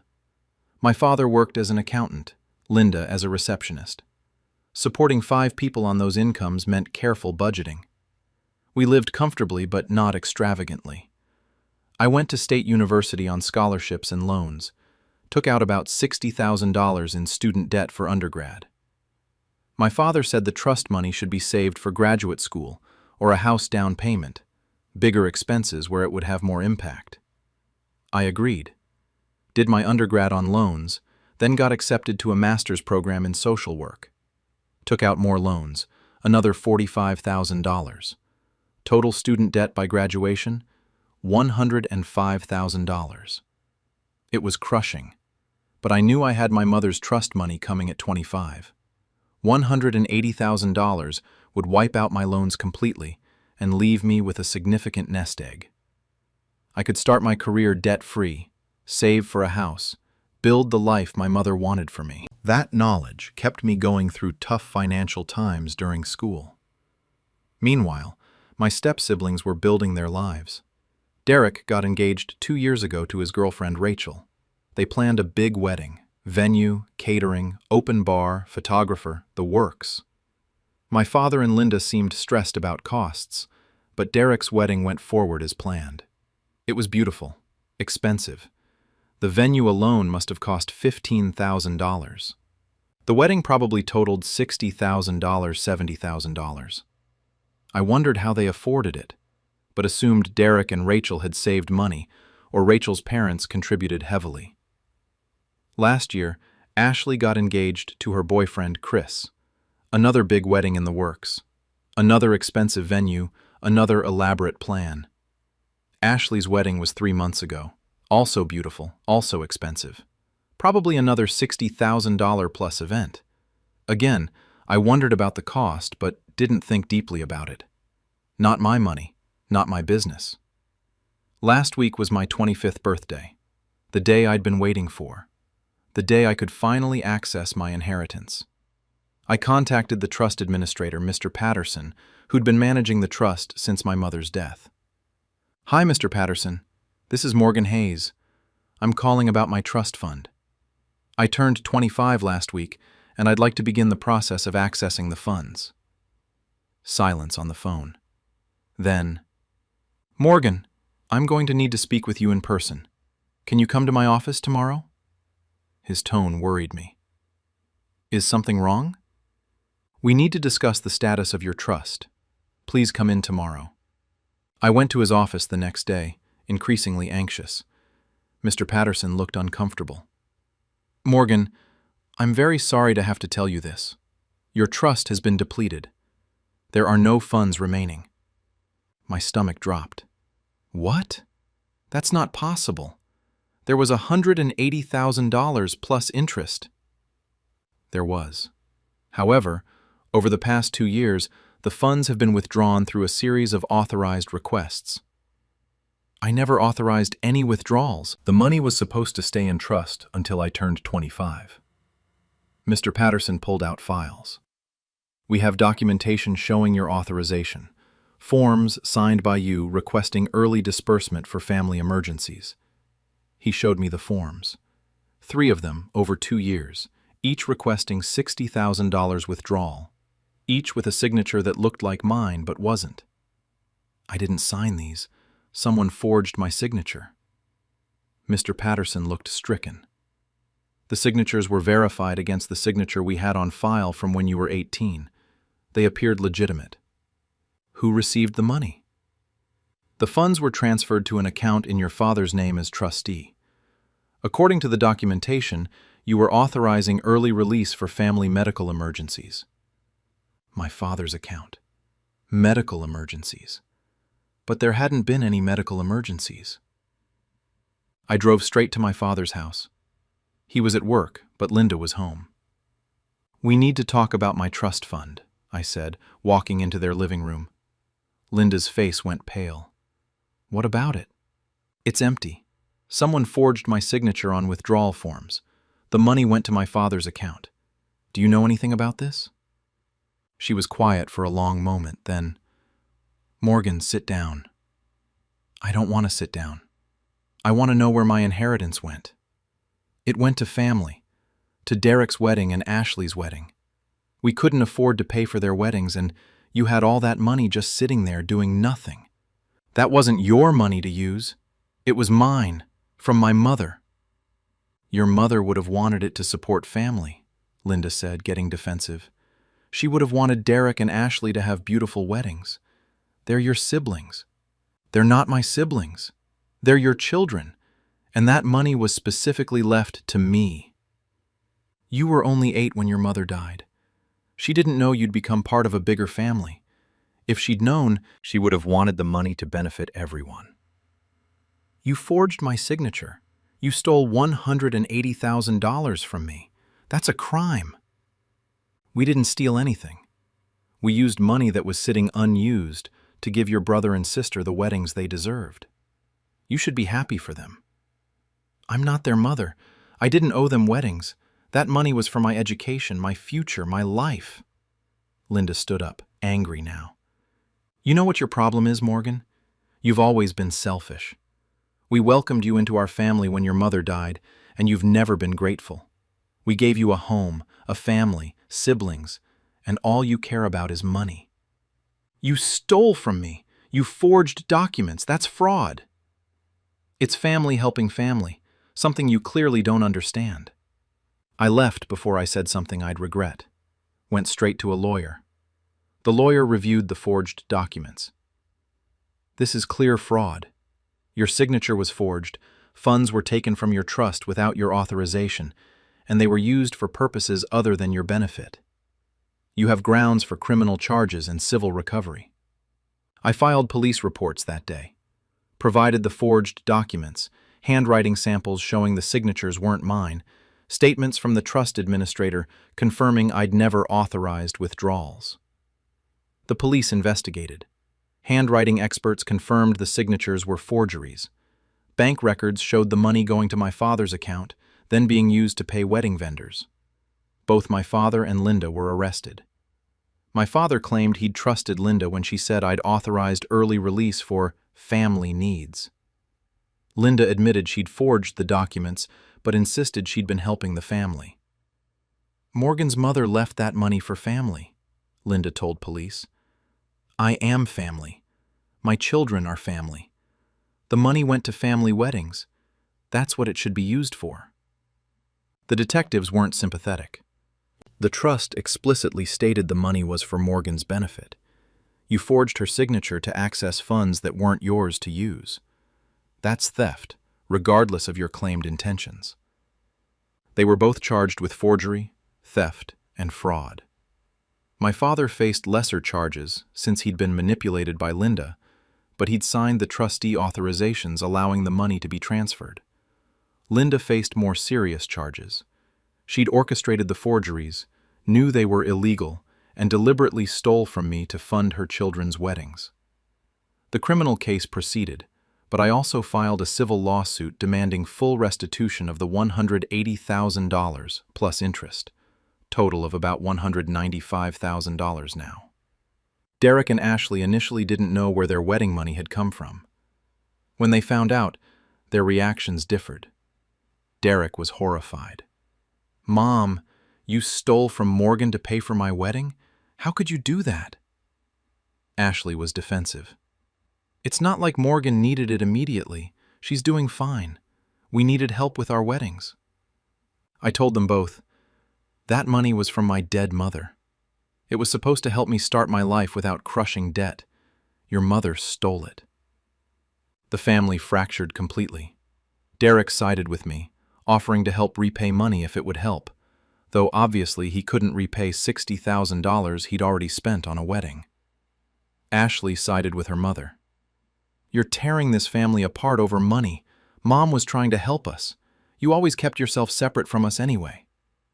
My father was caught between guilt and defending his wife. He'd enabled Linda by not verifying the authorizations properly, but he'd also been manipulated. Extended family, my mother's relatives, were furious when they learned what happened. My grandmother, my mother's mother, called Linda and told her she was despicable for stealing from her deceased daughter's child. That money was Sarah's legacy to Morgan, my grandmother said. You had no right to touch it. You stole from a dead woman's daughter. Linda's family defended her, said she'd been trying to help all her children, that blended families share resources, that I was being vindictive by pressing charges. But the evidence was clear. Linda had forged 3 sets of documents over 2 years. She'd stolen $180,000 from my trust. She'd used it to fund her biological children's weddings while I struggled with student debt. The criminal trial was straightforward. Handwriting experts testified the signatures were forged. The trust administrator testified I'd never contacted him about early withdrawals. Bank records showed exactly where the money went. Linda was convicted of forgery and theft, sentenced to 18 months in prison, 5 years probation, and ordered to pay full restitution. My father pleaded guilty to lesser charges for his role as trustee who didn't properly verify authorizations, got probation, and was also ordered to contribute to restitution. The civil judgment was $195,000. My father and Linda didn't have that kind of money. They'd spent it on weddings. Their assets were seized: home equity, retirement accounts, savings. Even liquidating everything, they could only pay about $80,000. The remaining $115,000 judgment would follow them for life, garnishing wages and any future assets. Derek felt terrible about the situation. He couldn't return the wedding since it had already happened, but he offered to contribute what he could to help repay me. He sent me $5,000 over several months, all he could afford as a young professional. Ashley refused to acknowledge any responsibility. I didn't know where the money came from. That's between you and my mother. But she'd benefited from stolen funds. Her dream wedding had been paid for with my inheritance. I'm 25 years old. My mother died when I was 8, leaving me $180,000 in trust for my future. My stepmother forged documents to drain that trust and used the money to pay for both her biological children's weddings. I had them arrested and convicted. They owe me $195,000, but have only been able to pay $80,000 even after liquidating assets. The remaining $115,000 will haunt them for life. I'm left with crushing student debt I could have eliminated if I'd received my inheritance as my mother intended. Instead, my step-siblings had lavish weddings funded by stealing from their stepsister's dead mother. Some people think I went too far, that family should forgive, that Linda was trying to help all her children, that I'm destroying people's lives over money. But that money represented my mother's love and her desire to help me start my life. It was her final gift, and my stepmother decided her children deserved it more than I did. She stole from a dead woman's child to fund weddings. That's not family helping family. That's theft. I'm Morgan. My stepmother stole my inheritance to pay for step-siblings' weddings. I had her convicted, and I'm collecting every dollar I can recover. My mother left that money to me, not to fund someone else's children's celebrations, not to be shared with a blended family, to me, for my future. Linda thought because my mother was dead, she could rewrite those wishes. She was wrong. She's in prison. I'm rebuilding my financial life with whatever restitution I can collect, and everyone knows she stole from her stepdaughter's dead mother to pay for her own children's parties. That's the price of thinking someone else's inheritance is yours to take. She paid $195,000 in judgments, served prison time, and destroyed her family relationships for 2 wedding receptions. Bad trade. But she made it when she forged my name and stole my mother's legacy to me. My siblings secretly filmed me in my own home and sold the footage to tabloids claiming I'm an addict. I'm a 27-year-old environmental scientist, and I just discovered my younger siblings have been secretly filming me in my own apartment for months using hidden cameras, then editing the footage to make me appear to be a drug addict and selling it to tabloids. I recently received significant media attention for my research on climate change mitigation. did a TED Talk, published papers, got interviewed on major news outlets. My siblings have always been jealous of my career success while they've struggled professionally. 3 weeks ago, a tabloid published an expose with video footage supposedly showing me using drugs, acting erratically, and living in squalor. The videos were taken inside my apartment from angles I'd never noticed. The footage was edited to make my prescription ADHD medication look like recreational drugs. My messy apartment after work looked like squalor. And me talking to myself while working looked like erratic behavior. My career suffered immediate damage. Interviews canceled, speaking engagements pulled. I hired a private investigator who found the hidden cameras my siblings had planted when they helped me move 6 months ago.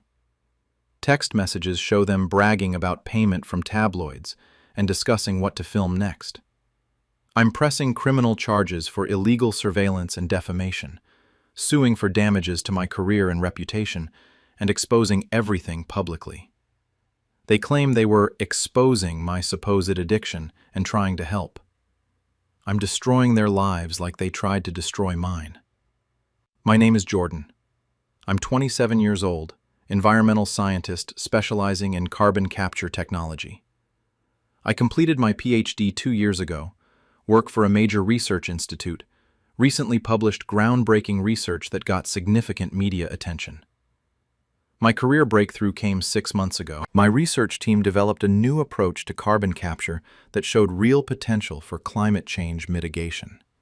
We published in Nature, got picked up by mainstream media. I was invited to give a TED Talk. Suddenly I was doing media interviews, speaking at conferences, being recognized as a rising expert in my field. It was exciting but overwhelming. I'm a scientist, not a public figure. I struggled with the attention. My family's response was mixed. My parents were proud but didn't fully understand the significance. My younger siblings, Aiden, 24, and Chloe, 22, seemed supportive but made passive-aggressive comments about my sudden fame and how lucky I was. Aiden works in sales, struggling to meet quotas. Chloe has bounced between retail and service jobs, never finding career direction. We've always had some sibling rivalry, but I thought we were close despite it. 6 months ago, I moved to a new apartment. Bigger place, better location, upgrade after my salary increase from the research institute. Aiden and Chloe offered to help me move. Spent a whole weekend helping me unpack, set up furniture, arrange the apartment. I was grateful. Thought it was sweet that they wanted to help despite any jealousy about my career. I didn't notice they were planting cameras. My life settled into a routine. Work at the research institute, writing papers, doing interviews, speaking engagements. I have ADHD, diagnosed in college, managed with prescription Adderall. I take it daily as prescribed by my psychiatrist. I live alone, work long hours, sometimes talk to myself while working through complex problems. My apartment gets messy when I'm deep in research. Papers everywhere, dishes piling up, laundry scattered. I clean up weekly, but during intense work periods, things get chaotic. Normal life for someone with ADHD working in demanding scientific research. Nothing unusual or concerning. 3 weeks ago, everything exploded. A tabloid, Scoop Nation, one of those sensationalist celebrity gossip outlets, published an article titled, "Climate Change Experts' Drug-Fueled Secret Life Exposed."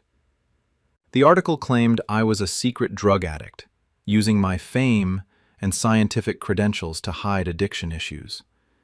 Included video footage supposedly showing me using drugs in my apartment, living in filthy, squalorous conditions, behaving erratically and talking to myself, neglecting basic self-care and hygiene. The videos were real footage of me in my apartment. I recognized my space, my belongings, but the framing and editing made everything look sinister. One video showed me taking pills from an orange prescription bottle. The caption claimed I was taking unknown drugs. Those were my prescribed ADHD medication that I take every morning. Another video showed my apartment during a particularly chaotic work week. papers scattered everywhere, dishes in the sink, clothes on furniture. The caption called it, "Living in Squalor," and suggested drug-induced inability to care for my space. A third video showed me talking while working at my desk, gesturing to empty space. The caption suggested I was hallucinating or having drug-induced episodes. I was talking through my research problems out loud, something I've always done to process complex ideas. The article concluded that my research credentials were questionable, that my judgment was impaired by drug use, that my recent media attention should be reconsidered. The impact was immediate. Media outlets that had scheduled interviews canceled. A speaking engagement at a major university conference was postponed indefinitely. Colleagues started looking at me differently. My research institute called me in for a meeting. "We need to discuss these allegations. They're affecting the institute's reputation." I explained the videos were misleading. The pills were prescribed medication. The mess was normal work chaos. The talking was just how I process ideas, but the damage was done. I hired a crisis management firm and a lawyer. We issued statements denying the allegations, explaining the misleading editing, threatening legal action against Scoop Nation. But we needed to figure out where the footage came from.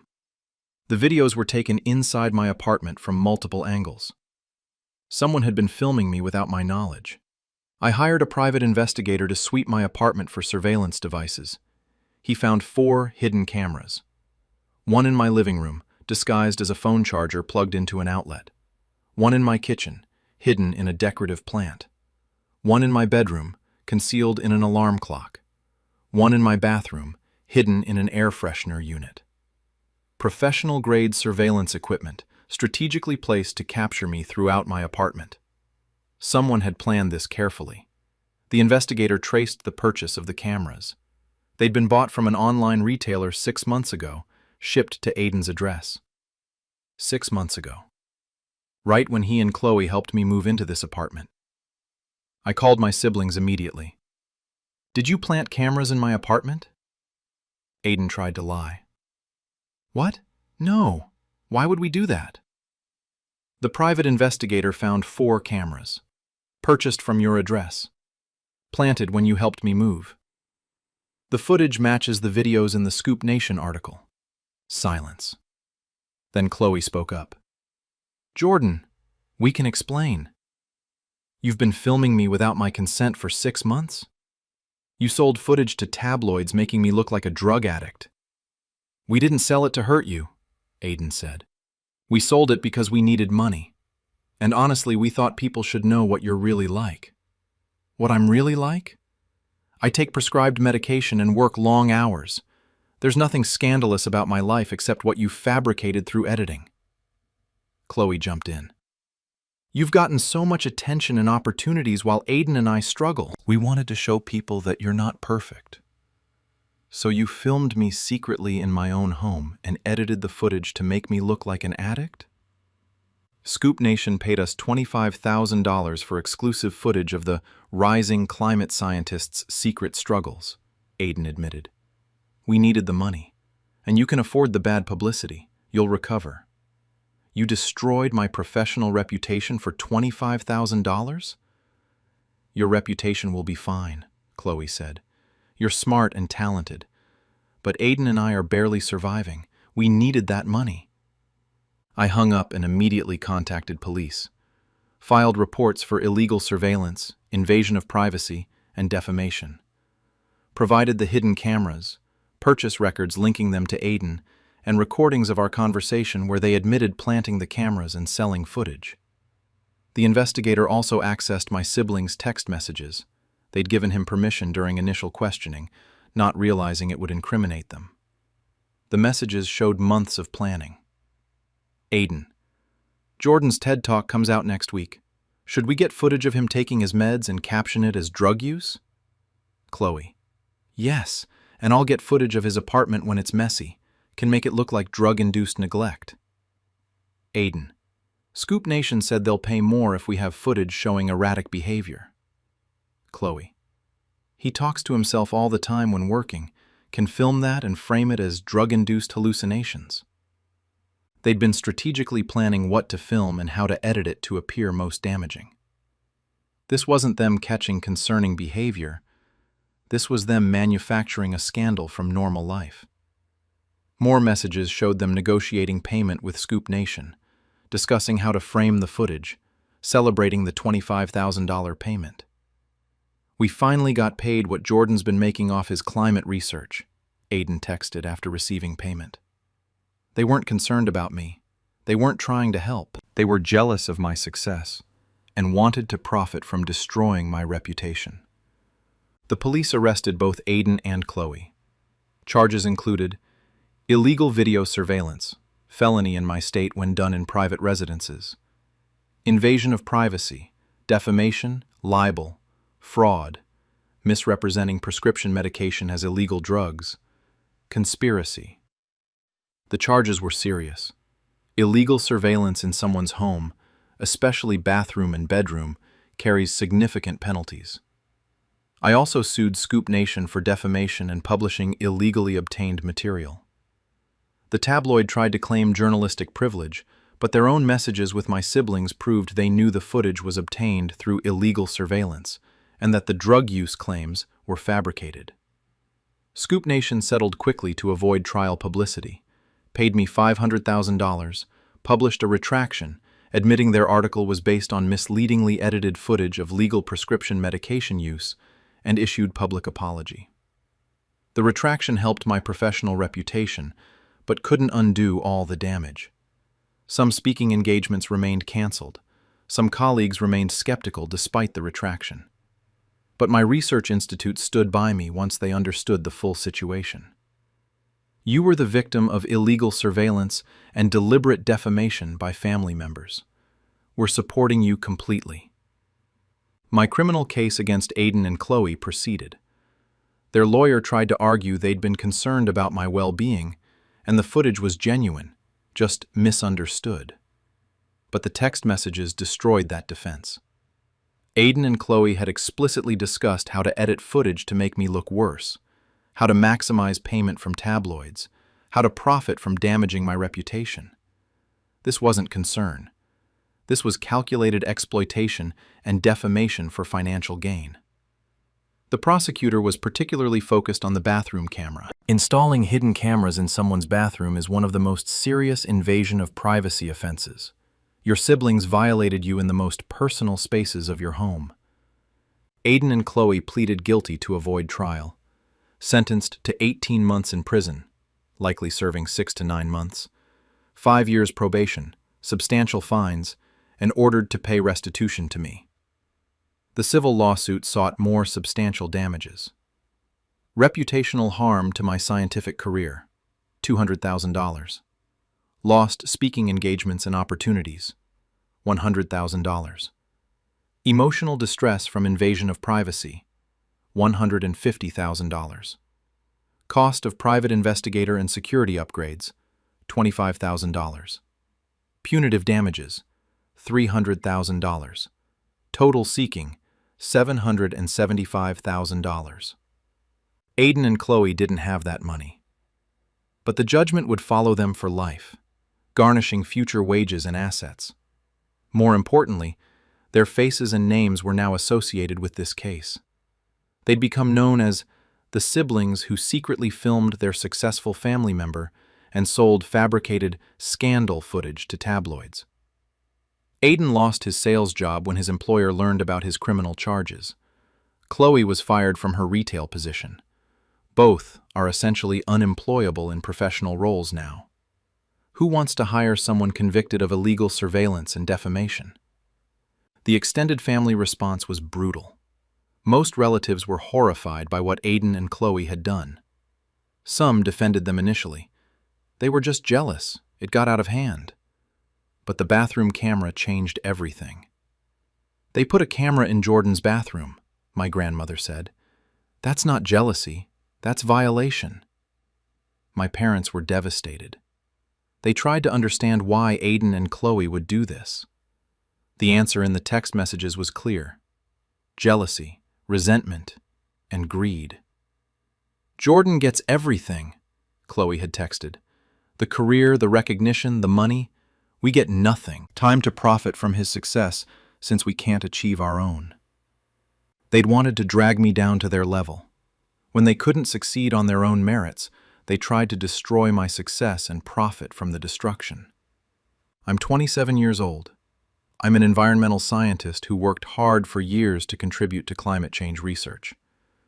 My siblings planted hidden cameras in my apartment, filmed me for months, edited footage to make me look like a drug addict, and sold it to tabloids for $25,000. They damaged my professional reputation, violated my privacy in the most intimate spaces, and nearly destroyed my career. They're convicted criminals serving time in prison.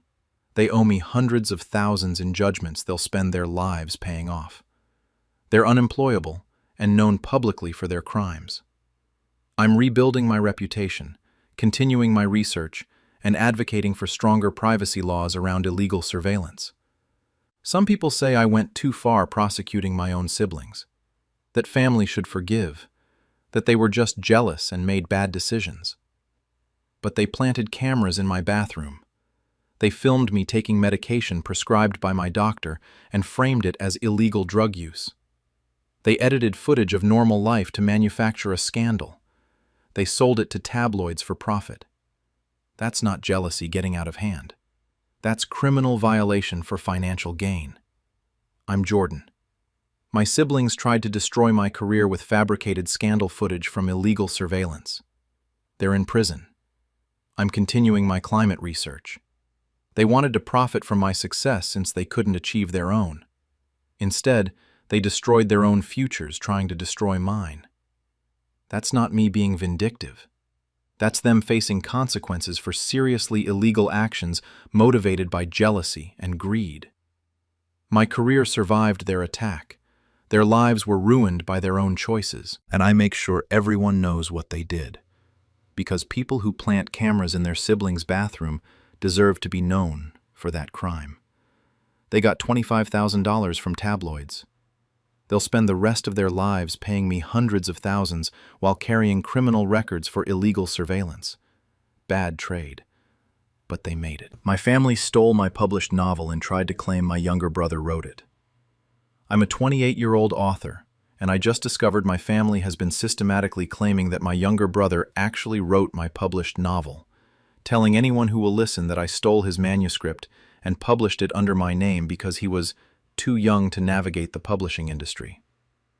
I spent 5 years writing my debut novel, a fantasy epic that I started in college and finished last year.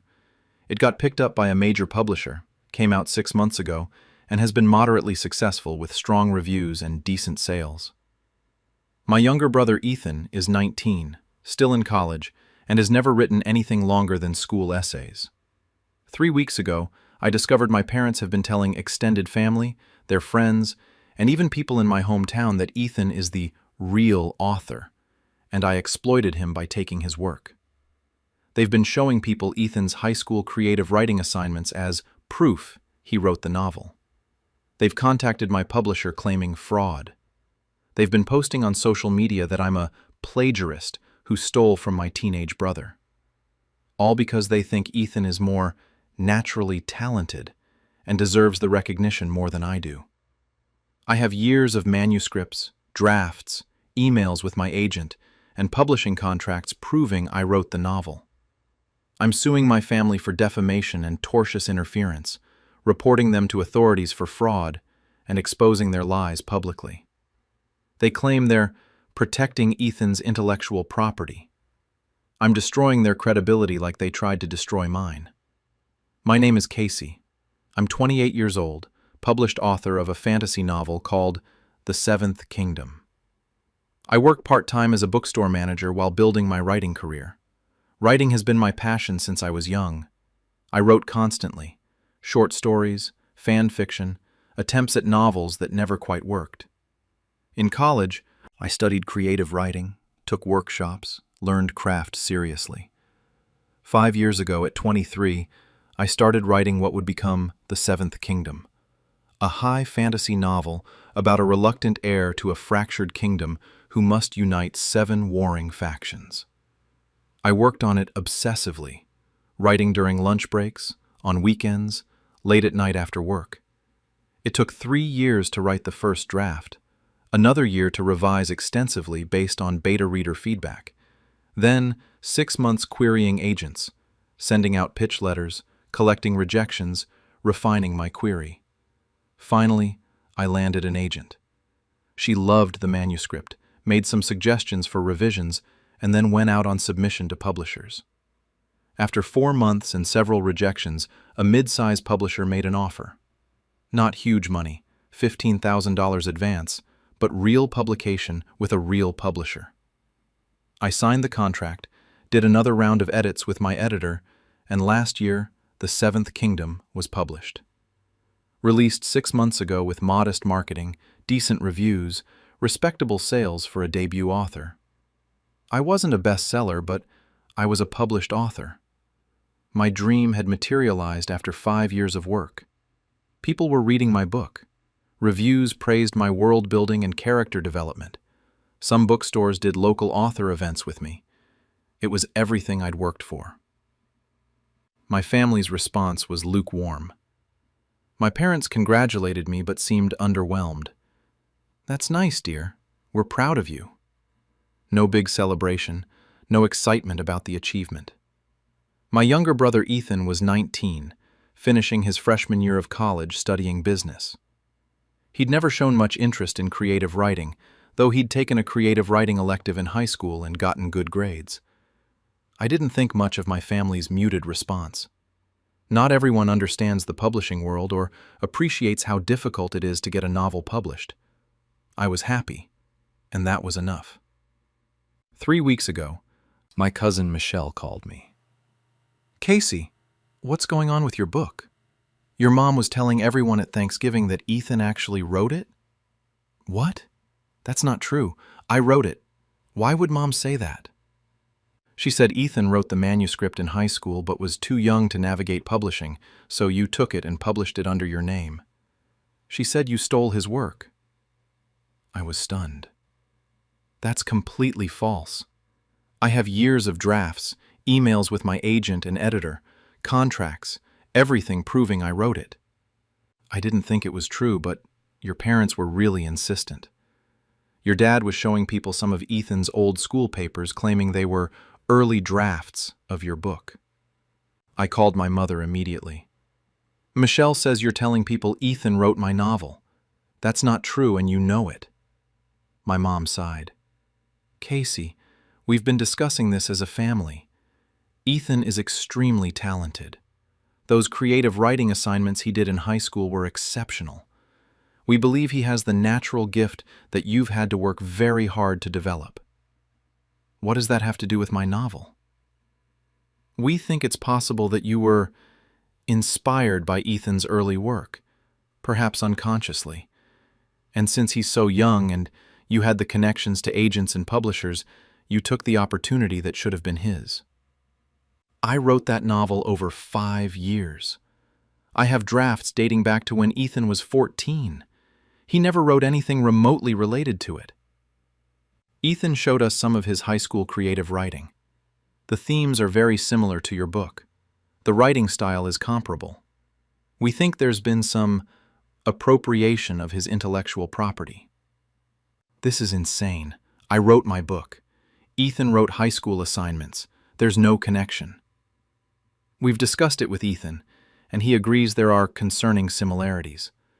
We're going to look into legal options for protecting his work. I immediately contacted my agent and publisher, explained that my family was making false claims about authorship of my novel. My agent was furious. "This is insane. We have years of correspondence with you about this manuscript. Revisions, edits, contracts, all with you. There's no question you're the author." My publisher's legal department sent a cease and desist letter to my parents, demanding they stop making false authorship claims. The letter detailed the extensive evidence of my authorship: dated manuscript drafts, email correspondence, editorial notes, contracts, financial records of advance payments to me. My parents ignored the cease and desist. Instead, they escalated. They contacted my publisher directly claiming fraud, saying they had evidence that Ethan had written the novel and I'd stolen it. The evidence was Ethan's high school creative writing assignments. A short story about a prince who didn't want to be king, some poetry with medieval themes, an essay about fantasy world building. Generic high school creative writing that bore superficial similarity to my novel in the same way that all fantasy literature shares common tropes. My publisher reviewed the evidence and dismissed it immediately. These are high school assignments written after your manuscript was already in draft form. There's no similarity beyond common genre elements. Your family's claims are baseless. But my parents didn't stop. They started posting on social media, on their personal Facebook pages, in local community groups, even in fantasy book discussion forums I was part of. My son Ethan is the real author of The Seventh Kingdom. His older sister Casey took advantage of his youth and inexperience to steal his manuscript and publish it under her name. Please share so people know the truth. They posted photos of Ethan's high school creative writing assignments alongside my book cover, drawing imaginary connections between them. Look at the themes. Look at the writing style. These are clearly early drafts that Casey stole. Extended family members started seeing these posts. Some believed my parents, some reached out to me confused, some dismissed it as family drama. But the damage was spreading. People in my hometown were talking about it. Some bookstores where I'd done author events heard the rumors. Online reviews of my book started including comments like, "I heard the author actually stole this from her brother?" My literary reputation, fragile as a debut author, was being damaged by my own family's false claims. I hired a lawyer specializing in defamation and intellectual property, showed him everything, my manuscript drafts with dates, emails with my agent spanning years, editorial correspondence, contracts, and my parents' false claims. The lawyer was clear. Your parents are committing defamation and tortious interference. They're making false statements that damage your professional reputation and interfere with your publishing contracts. You have strong grounds to sue. We filed a lawsuit against my parents seeking damages for defamation, damages for tortious interference with business relationships, injunction ordering them to stop making false authorship claims, punitive damages. We also reported them to authorities for fraud. They'd contacted my publisher making false claims, which could be considered attempted fraud. I also decided to go public, posted on my author social media accounts with a detailed explanation. Recently, my parents have been claiming that my younger brother Ethan wrote my novel, The Seventh Kingdom. This is completely false. I have extensive documentation proving I wrote this book over 5 years, including manuscript drafts dating back 5 years, well before Ethan graduated high school, years of email correspondence with my agent and editor, publishing contracts in my name, editorial notes and revision letters, financial records of advance payments to me. My family's claims are based on Ethan's high school creative writing assignments that share common fantasy genre elements with my book, but have no actual connection to it. I'm addressing these false claims legally through defamation lawsuits. I attached photos of dated manuscript pages, email headers showing correspondence years ago, and my signed publishing contract. The response was overwhelming. Other authors rallied around me, sharing stories of people trying to claim credit for their work. Readers who'd enjoyed my book expressed support. Industry professionals condemned my parents' false claims. My parents doubled down, posted their own response. Casey is trying to silence the truth about stealing her brother's work. We have evidence, and we're not backing down. But their evidence fell apart under any scrutiny. Ethan's creative writing assignments were dated, and the dates proved they were written after I'd already completed my manuscript. The themes they claimed were stolen were generic fantasy tropes used by hundreds of authors. The legal case proceeded quickly. My lawyer subpoenaed Ethan's high school records, proving the dates of his assignments, submitted my manuscript drafts with metadata showing creation dates years before Ethan's assignments, provided testimony from my agent, editor, and beta readers who'd worked with me on the novel. The evidence was overwhelming. I'd written the novel. Ethan had written completely separate high school assignments. There was zero connection between them. My parents' lawyer tried to argue that Ethan had discussed ideas with me that I'd incorporated into my novel without crediting him. But there were no records of such discussions, and Ethan himself couldn't provide any specific examples beyond vague, "I remember talking about kingdoms and heirs." The judge ruled in my favor decisively. The evidence clearly demonstrates that Ms. Casey is the sole author of The Seventh Kingdom. The defendant's claims of plagiarism are completely unfounded and constitute defamation. My parents were ordered to pay $85,000 in damages for defamation and tortious interference, issue public retractions of all false authorship claims, post court-ordered corrections on all social media where they'd made false claims, cease and desist from making any further false authorship claims. They were also referred to prosecutors for filing false fraud claims with my publisher, though criminal charges were ultimately not pursued. The financial judgment devastated my parents. They didn't have $85,000. They had to take out loans and would be paying for years. But the public retraction was worse. They had to post on all the platforms where they'd claimed Ethan wrote my book. We falsely claimed that our son Ethan wrote the novel The Seventh Kingdom, published by Casey, last name. This was untrue. Casey is the sole author of the novel, as proven by extensive documentation. We apologize for our false claims and any harm caused to Casey's reputation.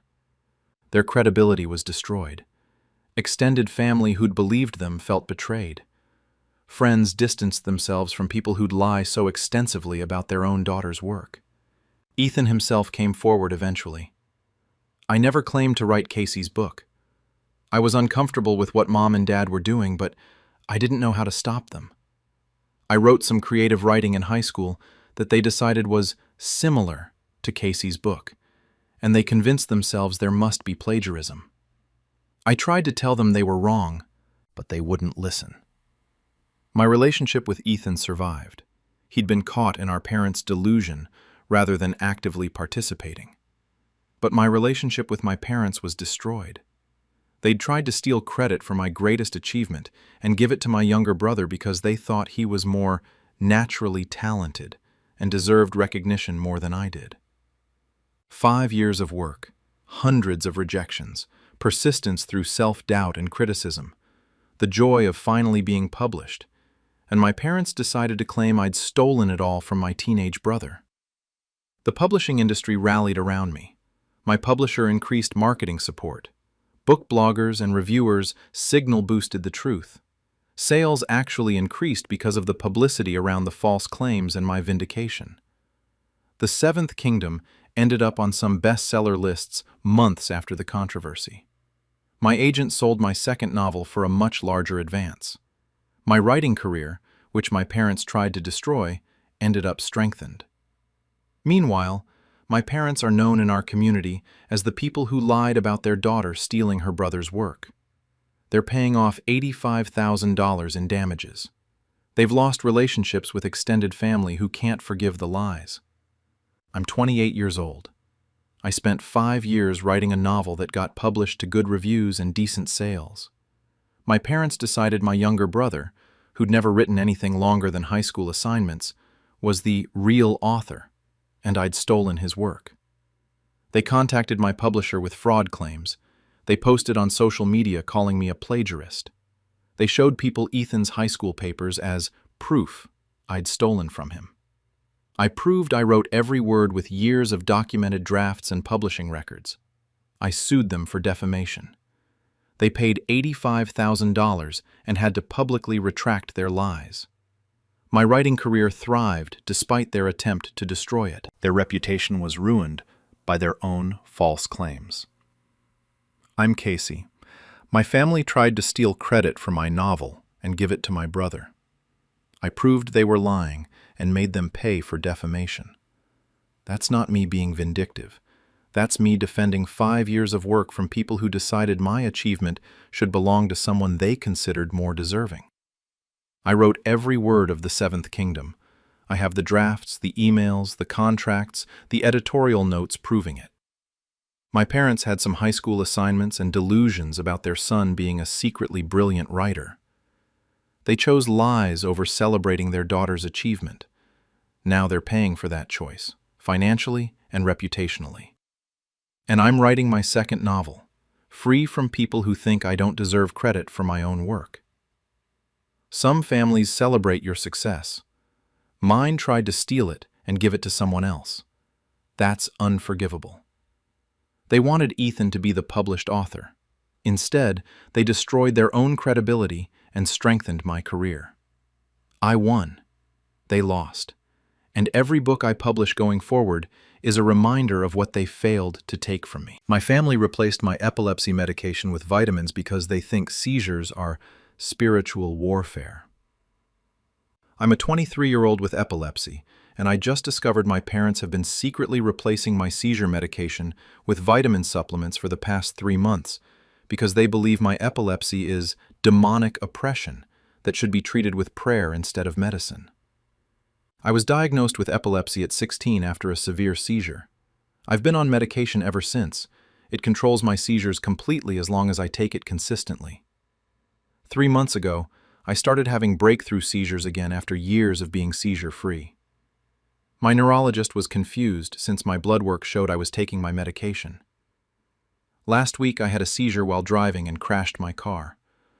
While recovering at my parents' house, I found my actual prescription medication hidden in their bathroom cabinet and discovered the pills in my prescription bottle were generic multivitamins. They'd been systematically replacing my epilepsy medication with vitamins, convinced that my seizures were spiritual attacks that medication was masking instead of treating. Their faith-healing approach nearly killed me. I'm pressing charges for assault, reckless endangerment, and tampering with medication. I'm suing for medical expenses and the totaled car.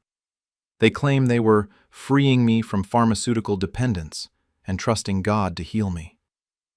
I'm making sure they face every consequence for medical abuse that could have killed me. My name is Riley. I'm 23 years old, work as a dental hygienist. I have epilepsy. Specifically, I was diagnosed at 16 with generalized tonic-clonic seizures after collapsing during gym class. The diagnosis was terrifying.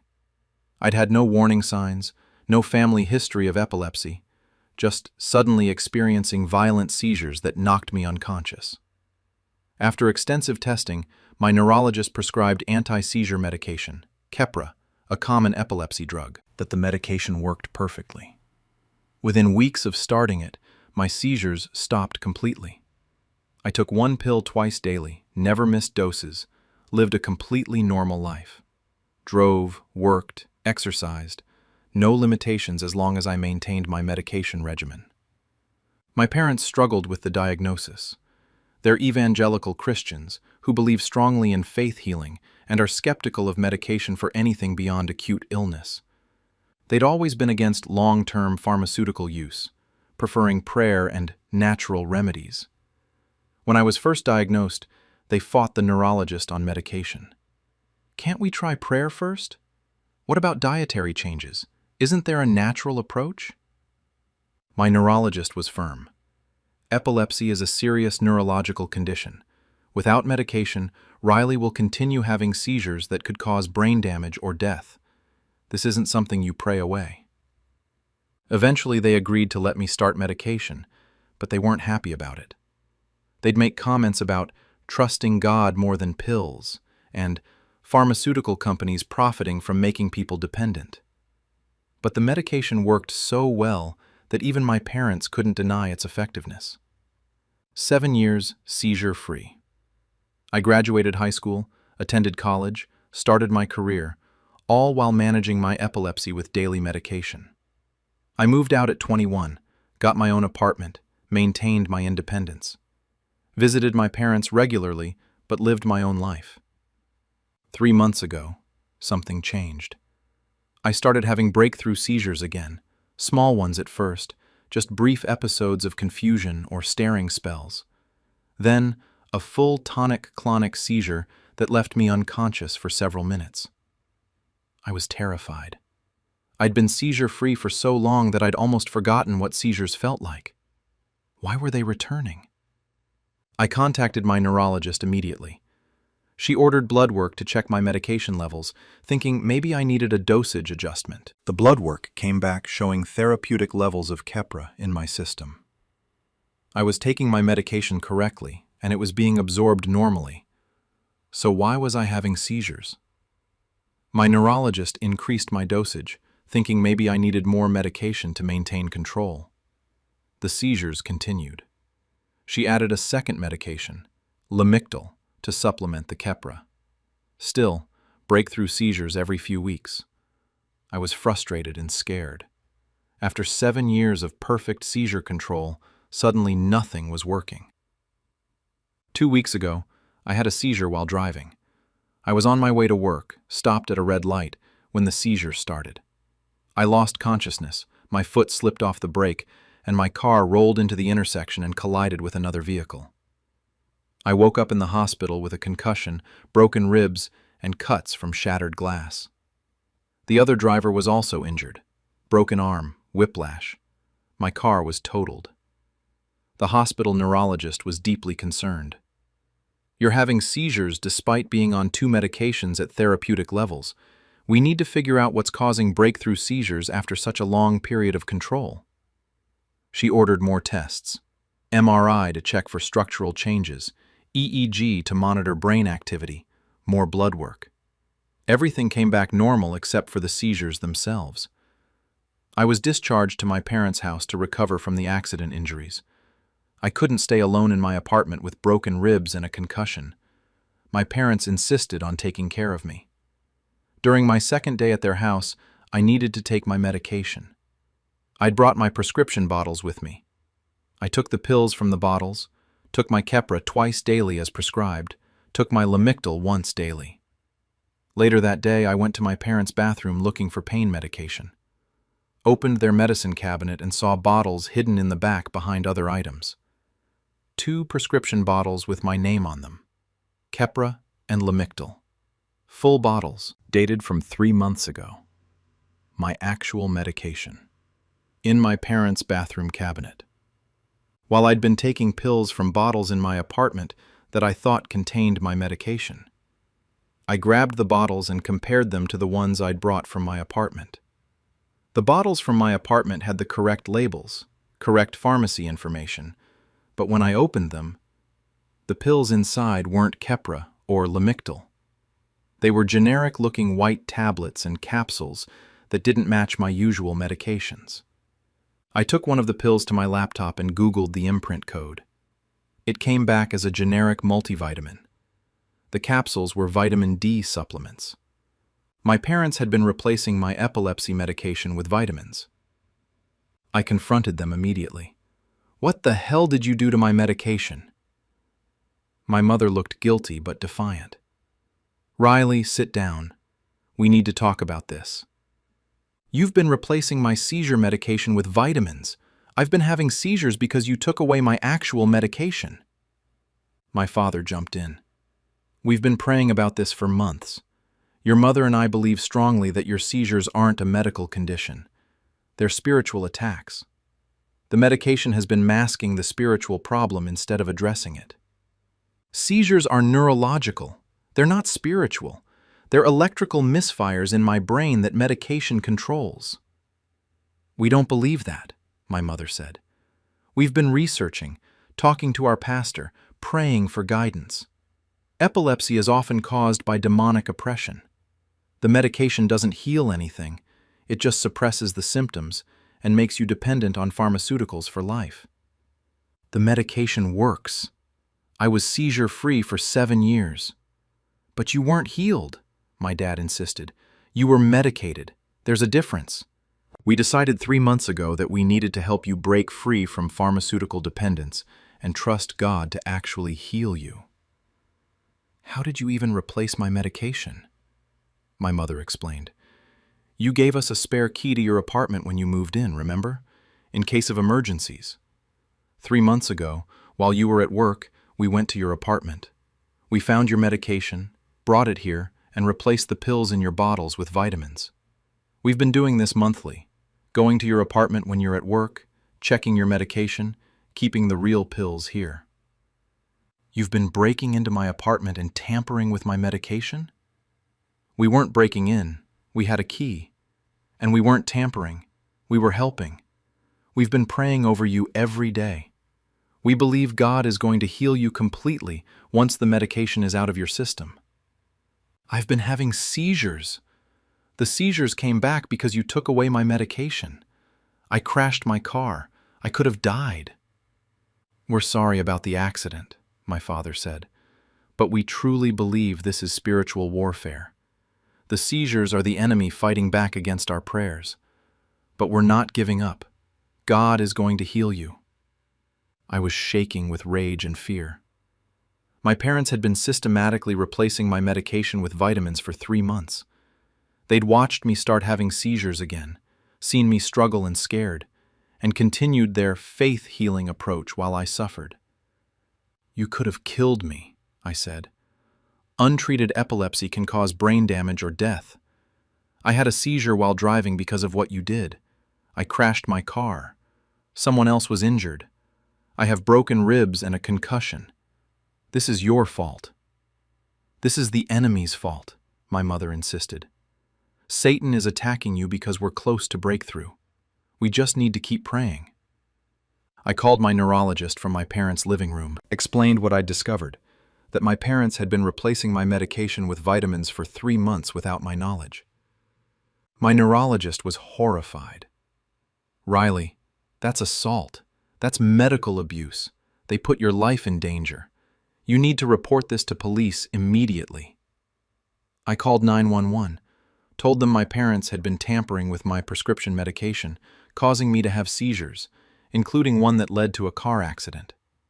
Police arrived within 20 minutes. I showed them the medication bottles from my parents' cabinet with my name on them, the vitamin pills that had been in my bottles at home, explained the timeline of when seizures returned after 7 years of perfect control. My parents admitted everything to police. We replaced her medication with vitamins because we believe her seizures are spiritual, not medical. We were trying to help her. The officers were shocked. You understand that tampering with someone's medication is a crime? That you caused her to have seizures that resulted in a car accident? We were trusting God to heal her, my mother said. The police arrested both my parents for assault, reckless endangerment, and tampering with medication. They were charged with felonies. The car accident with injuries elevated charges from misdemeanors to serious crimes. I moved out of my parents' house immediately, stayed with a friend while recovering from my injuries, changed the locks on my apartment, made sure my parents had no access, restarted my actual medication, the bottles that had been hidden in my parents' cabinet. My neurologist monitored me closely, adjusting dosages back to my previous regimen. Within weeks, the breakthrough seizures stopped. I was back to complete seizure control, proof that the seizures had been caused by lack of medication, not spiritual warfare. The criminal case moved forward. My parents faced assault, causing bodily harm through medication tampering, reckless endangerment, creating risk of death or serious injury, criminal tampering with a consumer product, breaking and entering my apartment without permission to tamper with medication. Their lawyer tried to argue they'd acted in good faith based on religious beliefs, that they genuinely thought they were helping me. The prosecutor wasn't sympathetic. Religious beliefs don't give you the right to tamper with someone's life-saving medication. Their daughter has a serious medical condition that's controlled by medication. They took away that medication without her knowledge, causing her to have seizures that nearly killed her. Good intentions don't excuse felony assault. Medical experts testified about epilepsy, about how anti-seizure medication works, about the dangers of suddenly stopping medication. My neurologist explained that sudden withdrawal from epilepsy medication can cause status epilepticus, continuous seizures that can be fatal. Riley's parents put her life in immediate danger. my neurologist testified.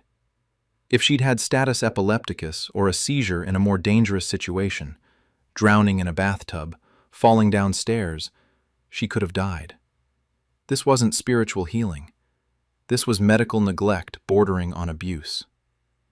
The other driver from my accident testified about her injuries: broken arm requiring surgery, ongoing physical therapy, medical bills. She'd filed her own lawsuit against me for the accident, but redirected it to my parents once she learned they'd caused my seizure by tampering with medication. My parents were convicted on all charges, sentenced to 2 years in prison, suspended to probation, massive fines, and ordered to pay restitution to me and the other driver. I also filed a civil lawsuit seeking medical expenses from the accident, $15,000, cost of totaled car, $12,000, compensation for injuries and suffering, $50,000, punitive damages, $100,000, total seeking, $177,000. The civil trial was scheduled for next month, but my parents' lawyer negotiated settlement to avoid publicity. My parents agreed to pay $90,000, covering my medical bills, car loss, and partial damages. They had to liquidate retirement savings and take loans to pay it. Financial ruin on top of criminal convictions. The extended family response was split. Some relatives, mostly from my mother's side, defended my parents' intentions. They were trying to heal you through faith. They didn't mean for you to get hurt. But most were horrified. My grandmother, my dad's mother, called my parents and told them they were dangerous and delusional for tampering with medication. Several aunts and uncles supported my decision to prosecute. My church community, the same church my parents attended, was deeply divided. Some members supported my parents' faith-healing beliefs, but the pastor himself spoke out against what they'd done. Faith and medical treatment aren't mutually exclusive, he said in a sermon that everyone knew was about my parents. God gave us medical knowledge and treatments for a reason. Refusing medication for a serious condition isn't faith, it's recklessness. And tampering with someone else's medication without their knowledge is wrong, regardless of intentions. I've cut off all contact with my parents. No visits, no calls, no relationship. They endangered my life because of their religious beliefs about medication and spiritual warfare. They've tried apologizing through relatives. We're sorry about the accident, but we still believe we were doing the right thing trying to free you from pharmaceutical dependence. Not sorry about what they did. Sorry about the consequences. Some people think I went too far prosecuting my parents criminally and suing them. That parents sometimes make mistakes out of love, that I should forgive and rebuild the relationship. But this wasn't a mistake.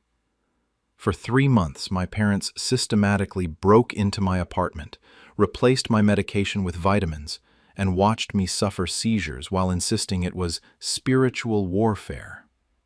They continued even after I crashed my car and ended up hospitalized.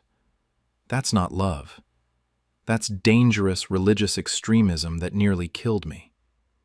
I'm 23 years old. I have epilepsy controlled by medication.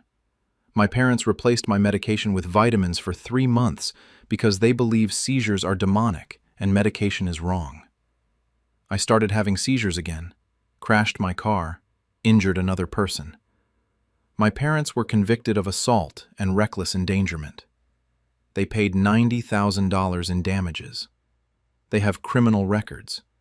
And I'm alive, seizure-free again on proper medication, and grateful I discovered their tampering before they killed me. I'm Riley. My parents nearly killed me through medical abuse disguised as faith healing. They're convicted criminals. I'm thriving on the medication they tried to deny me. That's not me being vindictive. That's me holding people accountable for endangering my life because they valued their religious beliefs over my medical needs. My epilepsy is a neurological condition, not spiritual warfare. The medication that controls it is life-saving, not pharmaceutical dependence. My parents chose to reject medical reality in favor of faith healing. They chose to tamper with my medication without my knowledge. They chose their beliefs over my safety. They're living with those choices now. Criminal records, financial ruin, and permanent loss of relationship with their daughter.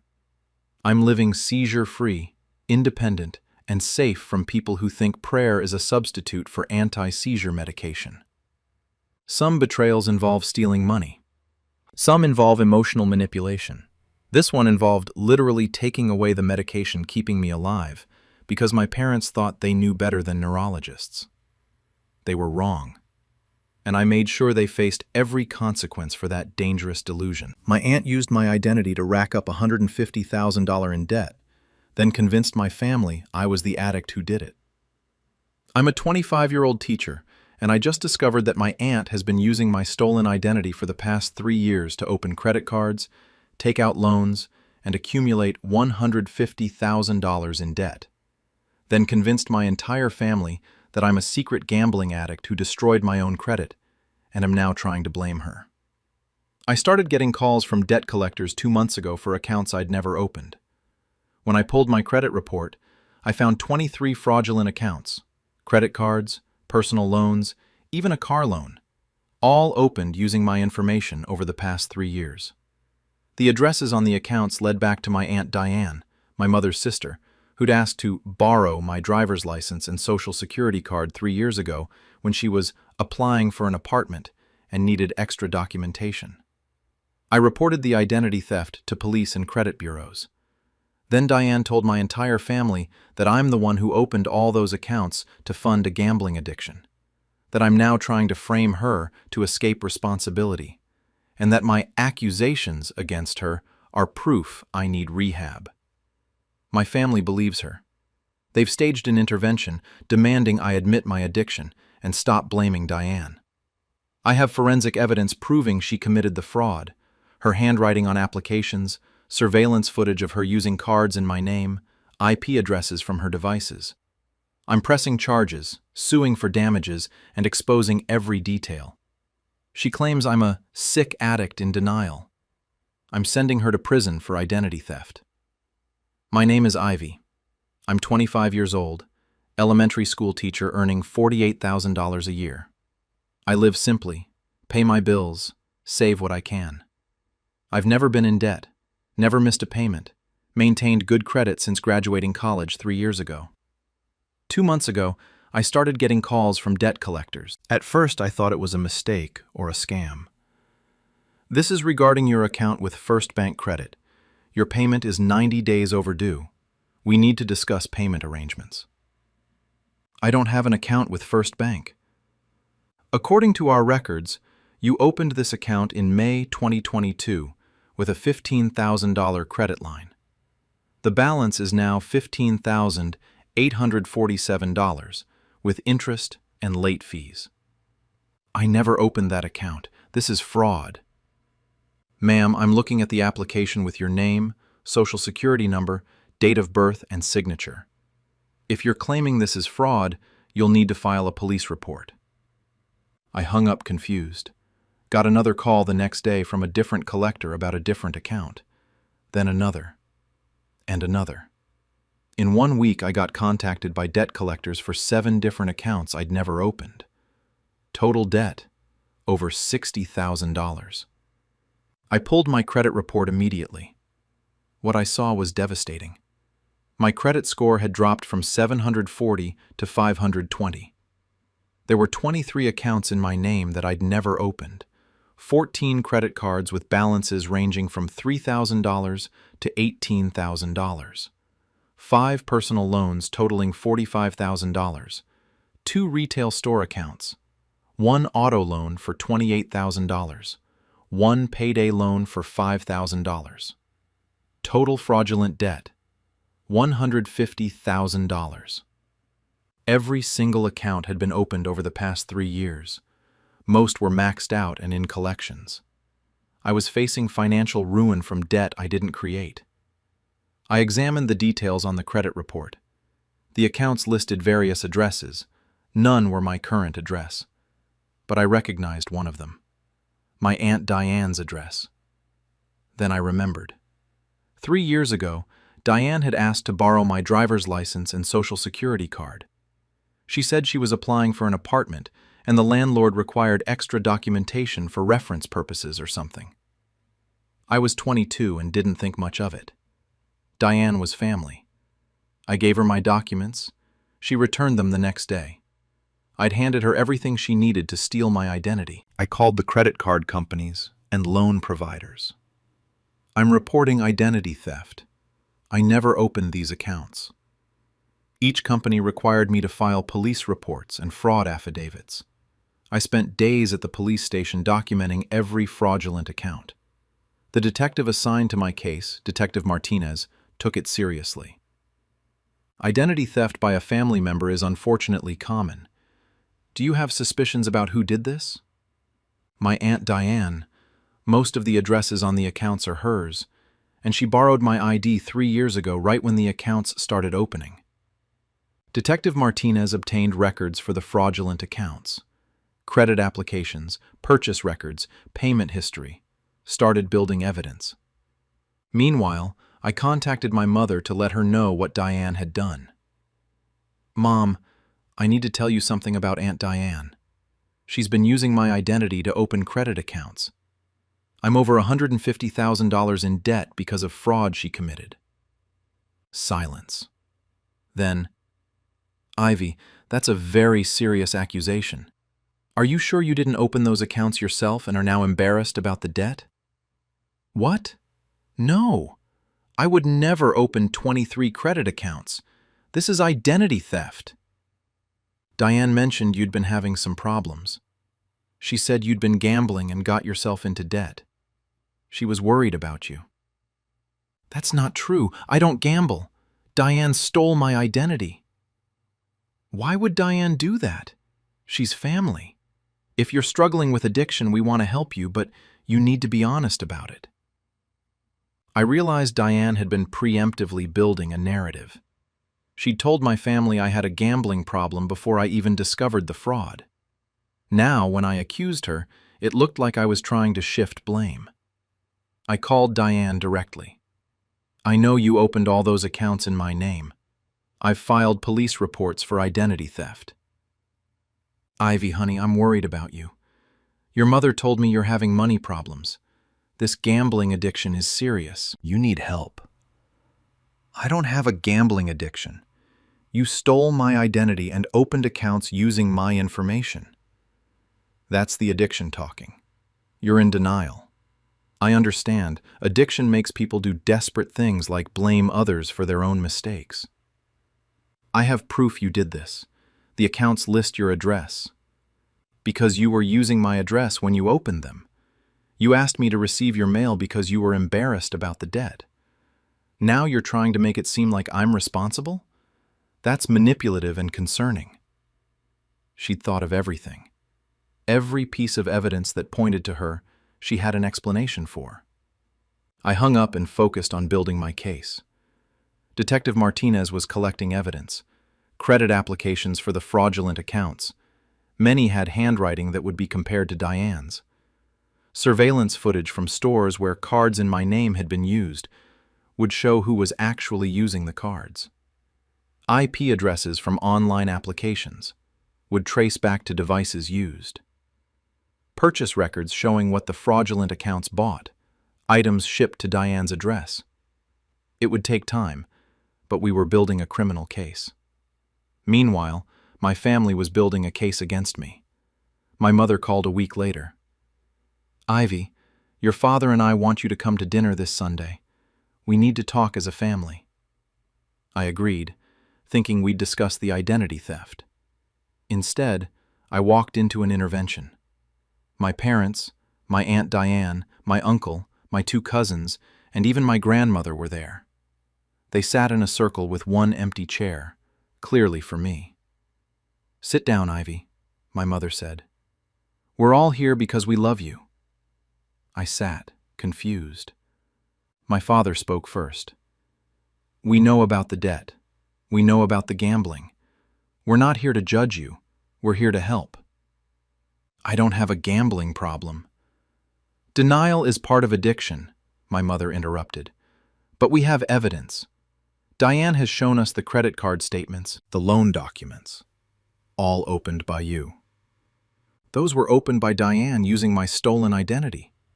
Diane looked sad. Ivy, I know it's hard to admit, but blaming me won't solve your problem. You need professional help. I'm not blaming you falsely. The police are investigating you for identity theft. Ivy, enough, my father said. The police involvement is concerning. You're so deep in addiction that you're willing to make false criminal accusations against your own family to escape responsibility. My grandmother chimed in. Sweetheart, gambling addiction is treatable, but you have to admit you have a problem first. They'd all bought Diane's story completely. In their minds, I was a gambling addict in denial, and my accusations against Diane were desperate attempts to avoid facing my addiction. I have never gambled. I don't have any addiction. Diane stole my identity and opened accounts using my personal information. Why would she do that? My uncle asked. What possible motive would Diane have? Because she has financial problems. She's been struggling for years. She saw an opportunity to open accounts in my name. So your theory is that I, who's been managing my finances fine, suddenly decided to commit serious federal crimes against my own niece, Diane said. That makes less sense than you having an addiction problem and not wanting to face it. The intervention continued for an hour. My family begged me to admit I had a problem, to seek treatment, to stop accusing Diane. They'd even researched rehab programs for gambling addiction. I left without admitting anything, drove home crying, feeling completely alone. My own family believed I was an addict criminal rather than a victim of identity theft. But Detective Martinez was still investigating, and the evidence was building. 2 weeks after the intervention, Detective Martinez called. We've got solid evidence. I'm ready to present the case to the district attorney for charges. The evidence package was comprehensive. Handwriting analysis. Credit applications in my name had handwriting matching Diane's samples, not mine. Surveillance footage. Store security cameras showed Diane using credit cards in my name at multiple retailers over 3 years. IP address tracking. Online applications were submitted from Diane's home computer and phone. Purchase records. Fraudulent accounts bought luxury items, electronics, furniture, all shipped to Diane's address or picked up by her in person. Financial analysis. Diane had significant financial problems, behind on mortgage, defaulted on her own credit cards, facing repossession of her car. She had clear motive. Timeline. Fraud started immediately after Diane borrowed my identification documents. The district attorney charged Diane with identity theft, 23 counts, fraud, forgery, theft, computer crimes. She was arrested at her home. Bail set at $50,000, which she couldn't afford. She sat in jail waiting for trial. When my family found out, they were furious. At me. My mother called, screaming, "How could you do this? You had your own aunt arrested rather than deal with your addiction." Mom, the evidence proves she did it. Handwriting analysis, surveillance footage, computer records. Evidence can be faked. You've gotten so deep into your addiction that you fabricated evidence against Diane. The police investigated for weeks. The district attorney reviewed everything before filing charges. This is real. You're sick, Ivy. You need help. And instead of getting help, you're destroying Diane's life with false accusations. My father refused to speak to me. My grandmother wrote me out of her will. My cousins posted on social media about their addicted cousin who's falsely accusing their mother to avoid responsibility. My family completely disowned me for prosecuting Diane. But the criminal trial proceeded. Diane's defense was that I'd opened the accounts myself while in the throes of gambling addiction, then blamed her when the debt became unmanageable. Her lawyer tried to create doubt. Show us evidence of Ivy gambling. Show us casino records, online betting accounts, anything proving she has the addiction that supposedly drove this debt. The prosecution couldn't show gambling evidence because it didn't exist. I've never gambled. But they could show Diane using the fraudulent accounts. Surveillance footage of Diane at stores using credit cards in my name. Diane's handwriting on applications.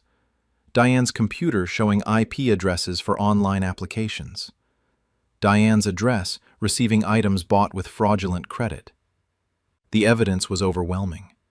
Diane had stolen my identity, opened 23 fraudulent accounts, and accumulated $150,000 in debt in my name over 3 years. The jury convicted on all counts.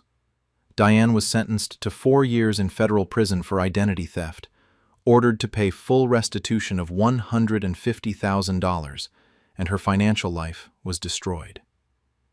I also filed a civil lawsuit seeking damages beyond the debt, compensation for destroyed credit, emotional distress, legal fees, and punitive damages. Civil court awarded me $275,000 total. Diane didn't have that money.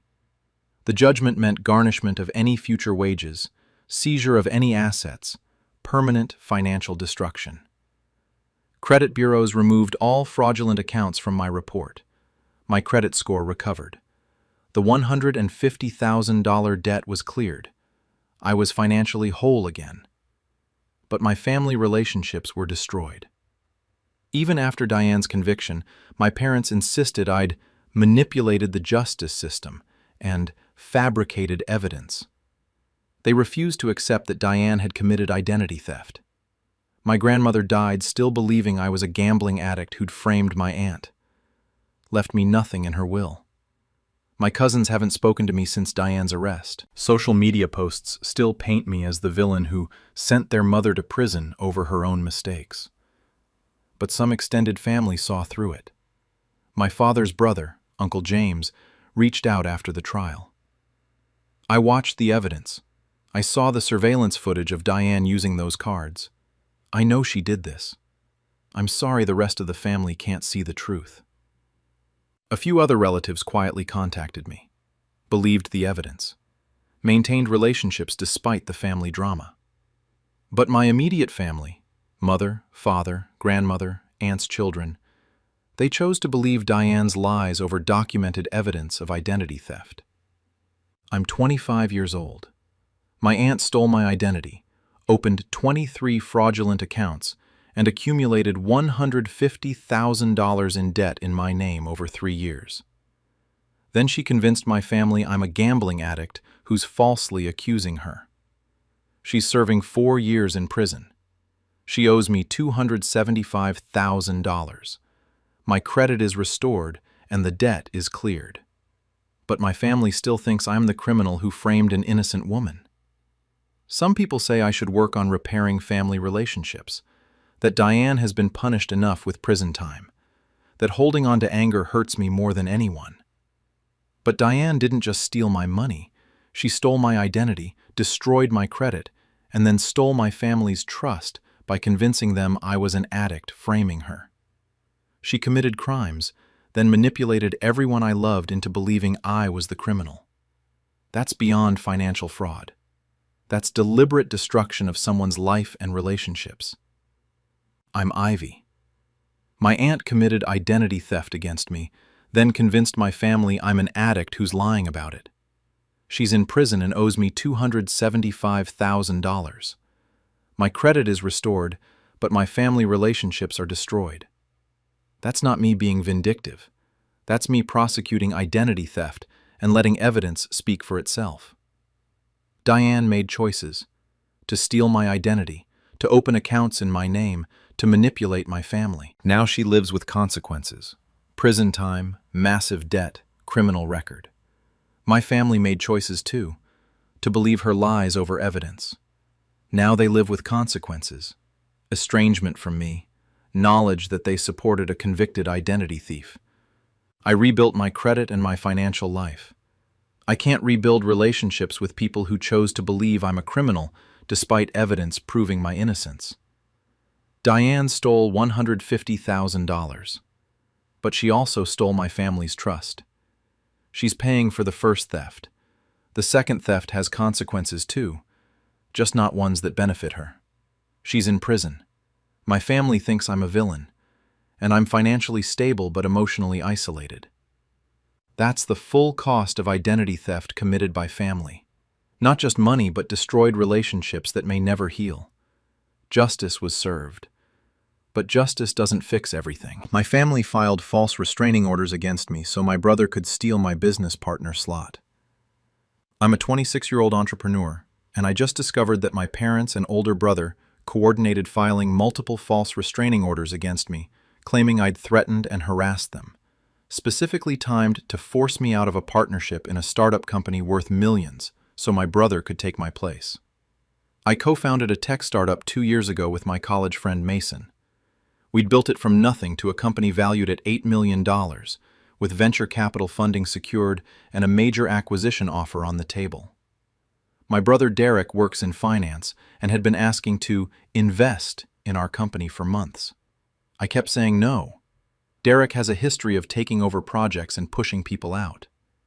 3 weeks ago, my parents, brother, and his wife all filed restraining orders against me on the same day, claiming I'd been sending threatening messages, showing up at their homes uninvited, and engaging in a pattern of harassment.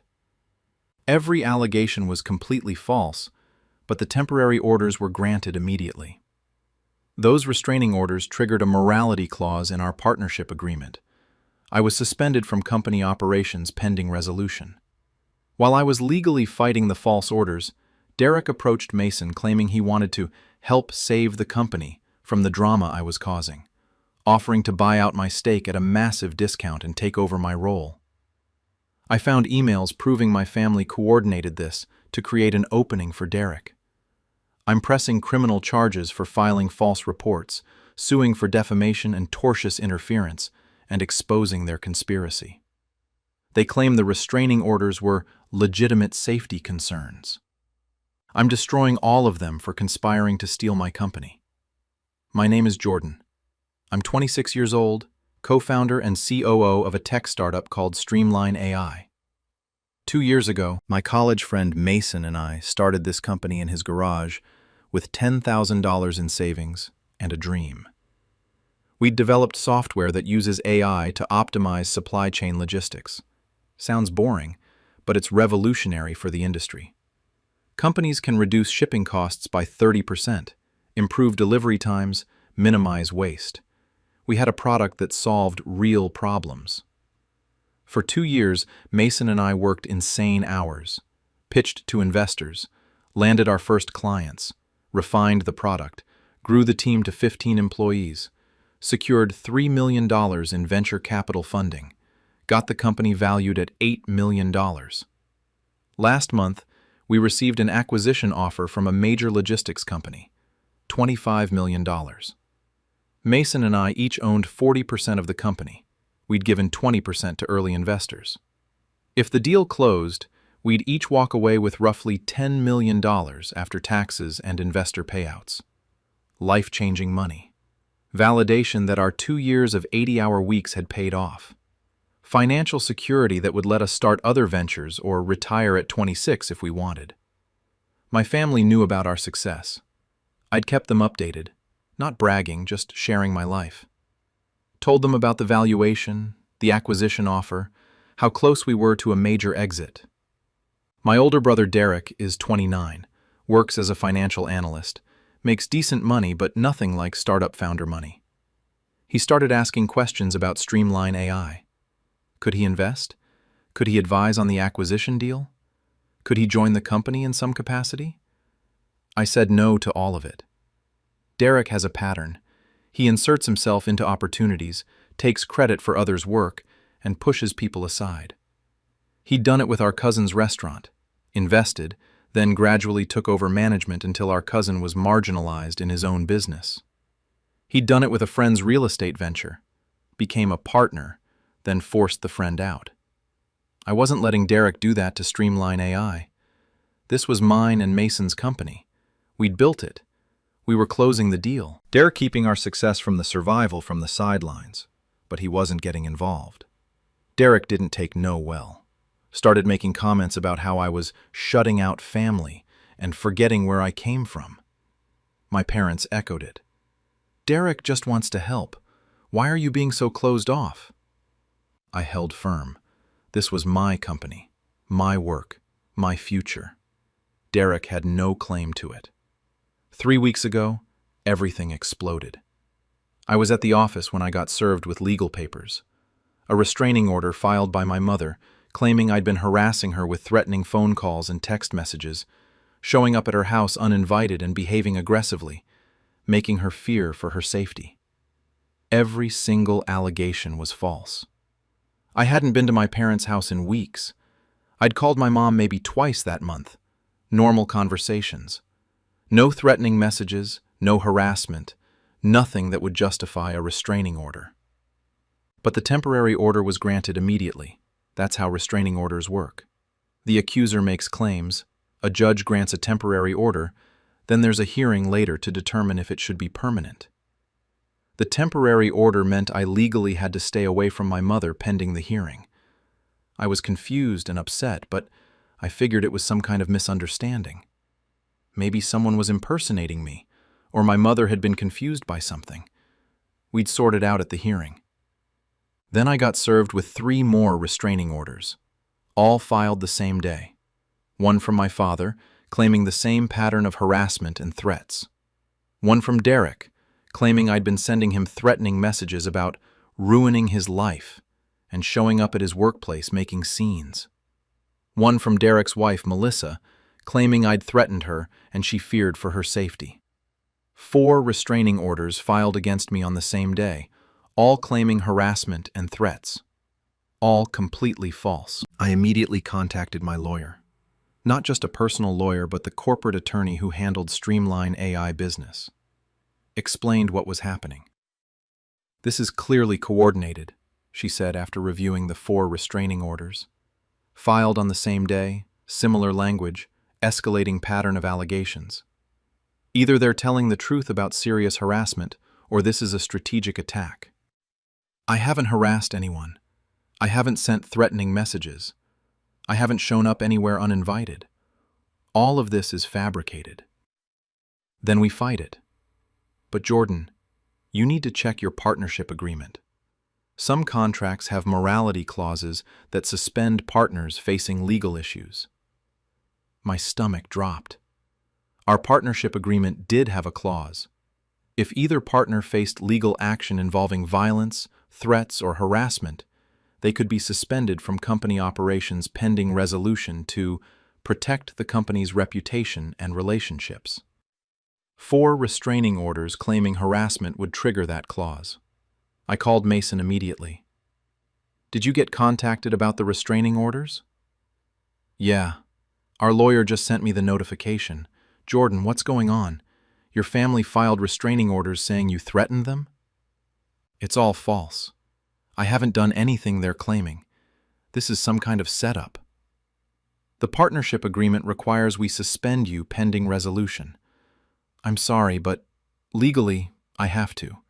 You're suspended from company operations until the restraining orders are resolved. You can't attend meetings, can't communicate with clients, can't access company accounts." "Mason, the acquisition closes in 6 weeks. I need to be involved." "I know, and hopefully we'll resolve this fast. But until then, I have to follow the partnership agreement." I was effectively locked out of my own company. 2 weeks before the biggest deal of our lives, I couldn't participate in negotiations, couldn't sign documents, couldn't do my job as COO. And my family had orchestrated it. I started investigating, pulled my phone records. No calls to my parents except the 2 normal ones that month. No text messages to Derek or Melissa except basic family chat stuff, all friendly. Pulled security footage from my apartment building, showing I'd been home during times my family claimed I was showing up at their houses, uninvited. Gathered evidence proving I'd been at work during the alleged incidents at Derek's workplace. Everything showed the restraining orders were based on false allegations. But proving that would take time I didn't have with the acquisition closing in weeks. Then Mason called with worse news. "Derek contacted me. He said he heard about the restraining orders and the suspension. He's offering to buy out your stake in Streamline AI at $2 million and take over your COO role temporarily until the legal situation is resolved. He's offering $2 million for a stake worth $10 million?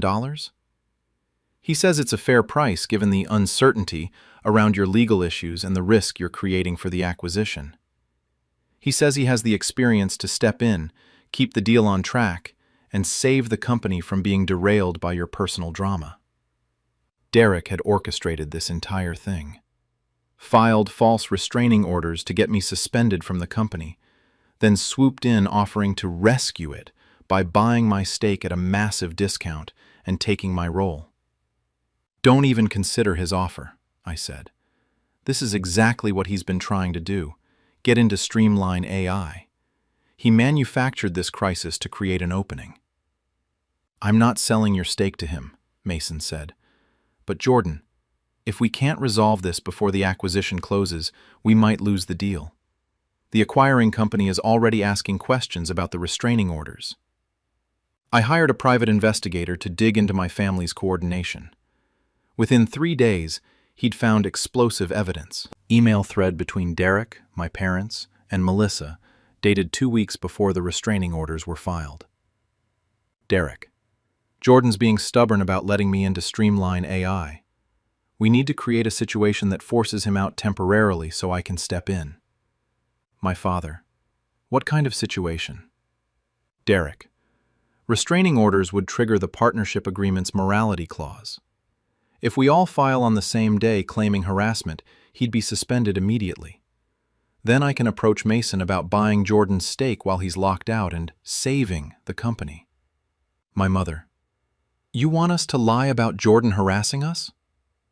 Derek, we'd be protecting his long-term interests. He's not thinking clearly about this opportunity. Sometimes family has to make hard decisions.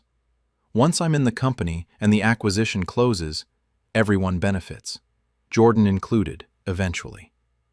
Melissa, how much would you buy his stake for? Derek, market value is around $10 million, but given the crisis, I'd offer maybe $2 to $3 million. He'd be motivated to accept to resolve the legal situation quickly. They'd planned the entire conspiracy in writing. Derek had convinced my parents and his wife to file false restraining orders, explicitly to trigger my suspension from Streamline AI so he could buy in at a massive discount. I took the emails to the police immediately, filed criminal complaints against all 4 of them for filing false police reports, conspiracy to commit fraud, and making false statements in legal proceedings. Also took them to my corporate lawyer. This is tortious interference. They deliberately interfered with my business relationship to Derek's benefit. The criminal investigation moved quickly once police saw the emails. Filing a false restraining order is a crime. It's making false statements to law enforcement and to the court. Doing it as part of a conspiracy to steal someone's business made it worse. All 4 were arrested. Charged with filing false police reports, making false statements in legal proceedings, conspiracy to commit fraud, tortious interference with business relationships. The evidence was overwhelming. Their own emails laid out the entire plan. Derek had explicitly written, restraining orders would trigger the partnership agreement's morality clause, and I can approach Mason about buying Jordan's stake while he's locked out. Premeditated conspiracy to steal my company through false legal claims. I also filed emergency motions to dismiss the restraining orders based on the proven conspiracy and false allegations. Provided the emails, my evidence proving I wasn't anywhere near the claimed incidents, and phone records showing no harassment. The judge was furious. The defendants filed coordinated false restraining orders as part of a conspiracy to interfere with the petitioner's business interests. These orders are dismissed immediately with prejudice. I'm referring this matter to the district attorney for prosecution. All 4 restraining orders dismissed. I was immediately reinstated to full status at Streamline AI. Mason apologized profusely. I should have questioned the timing more. Your entire family filing on the same day should have been a red flag. You were following the partnership agreement. I don't blame you. I blame Derek for orchestrating this whole thing. The acquisition moved forward. With me reinstated, we closed the deal 6 weeks later, $25 million. Mason and I each walked away with approximately $10 million. Derek had tried to steal my stake for $2 million. Instead, he got criminal charges and destroyed relationships. The criminal case resulted in convictions for all four. Derek, 8 months in jail, 3 years probation, $25,000 fine, ordered to pay restitution. My parents, 6 months jail, suspended to probation, $10,000 fines each, restitution. Melissa, 6 months jail, suspended to probation, $10,000 fine, restitution. The restitution covered my legal fees, $75,000 fighting the false restraining orders. I also sued all four civilly for tortious interference and defamation. The emails proved they deliberately interfered with my business for Derek's benefit and damaged my reputation with false allegations. Civil court awarded me $500,000 in damages. Derek didn't have that money. He'd been fired from his finance job after the criminal convictions. The judgment will follow him for life. More valuable than the money was the public exposure.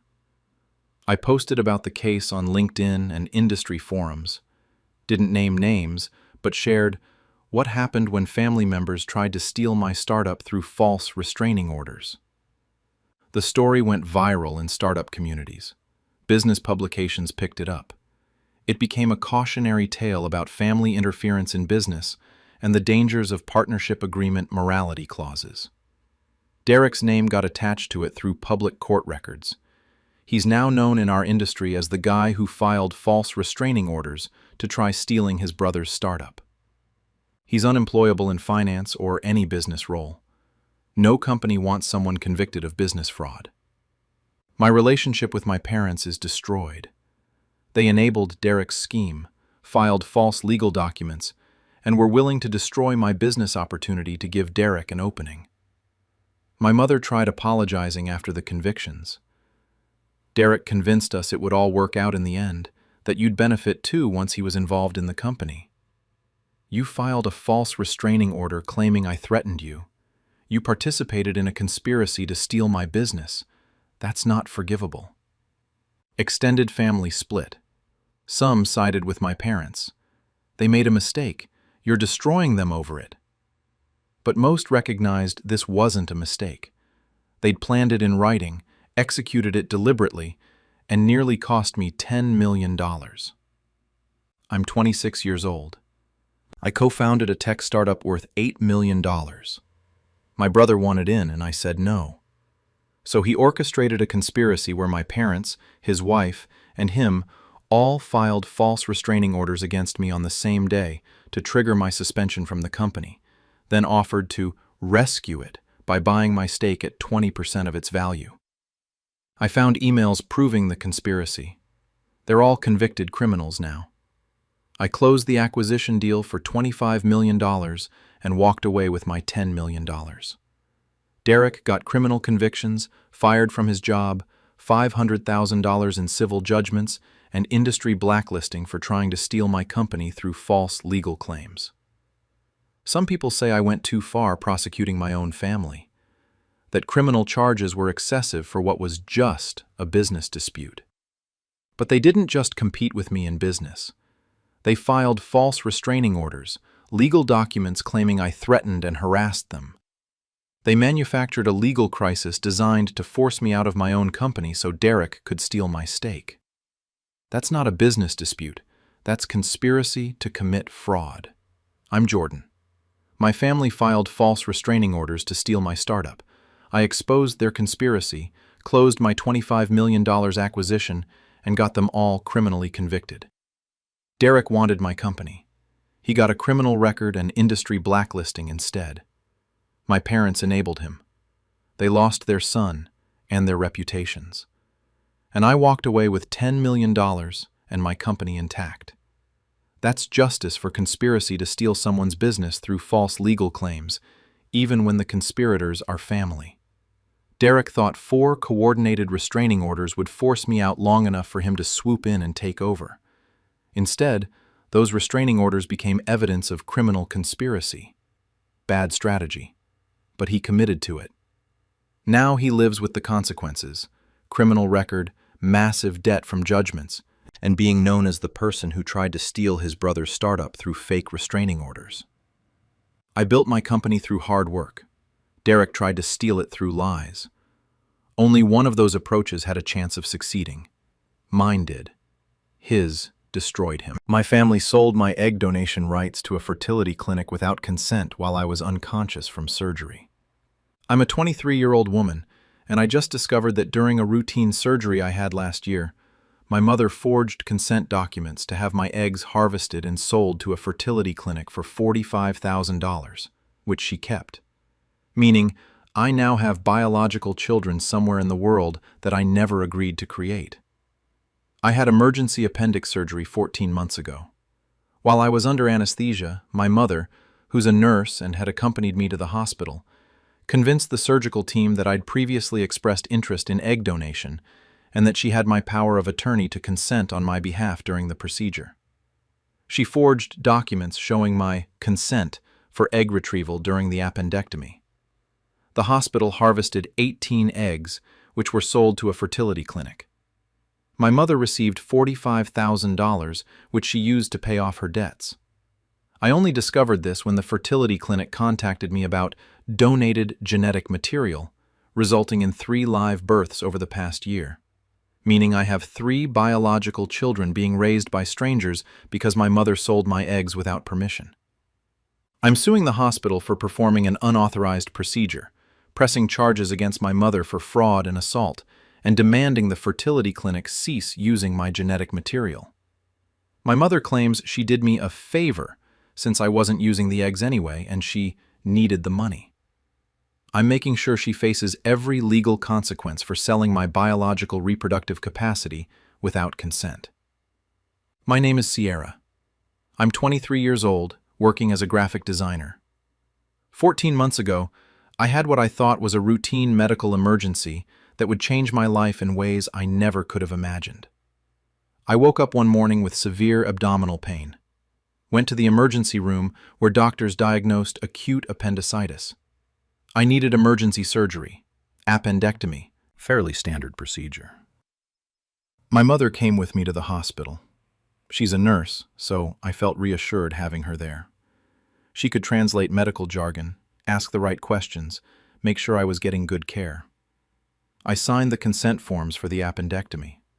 Standard surgical consent, permission to remove my appendix, administer anesthesia, perform the necessary procedure.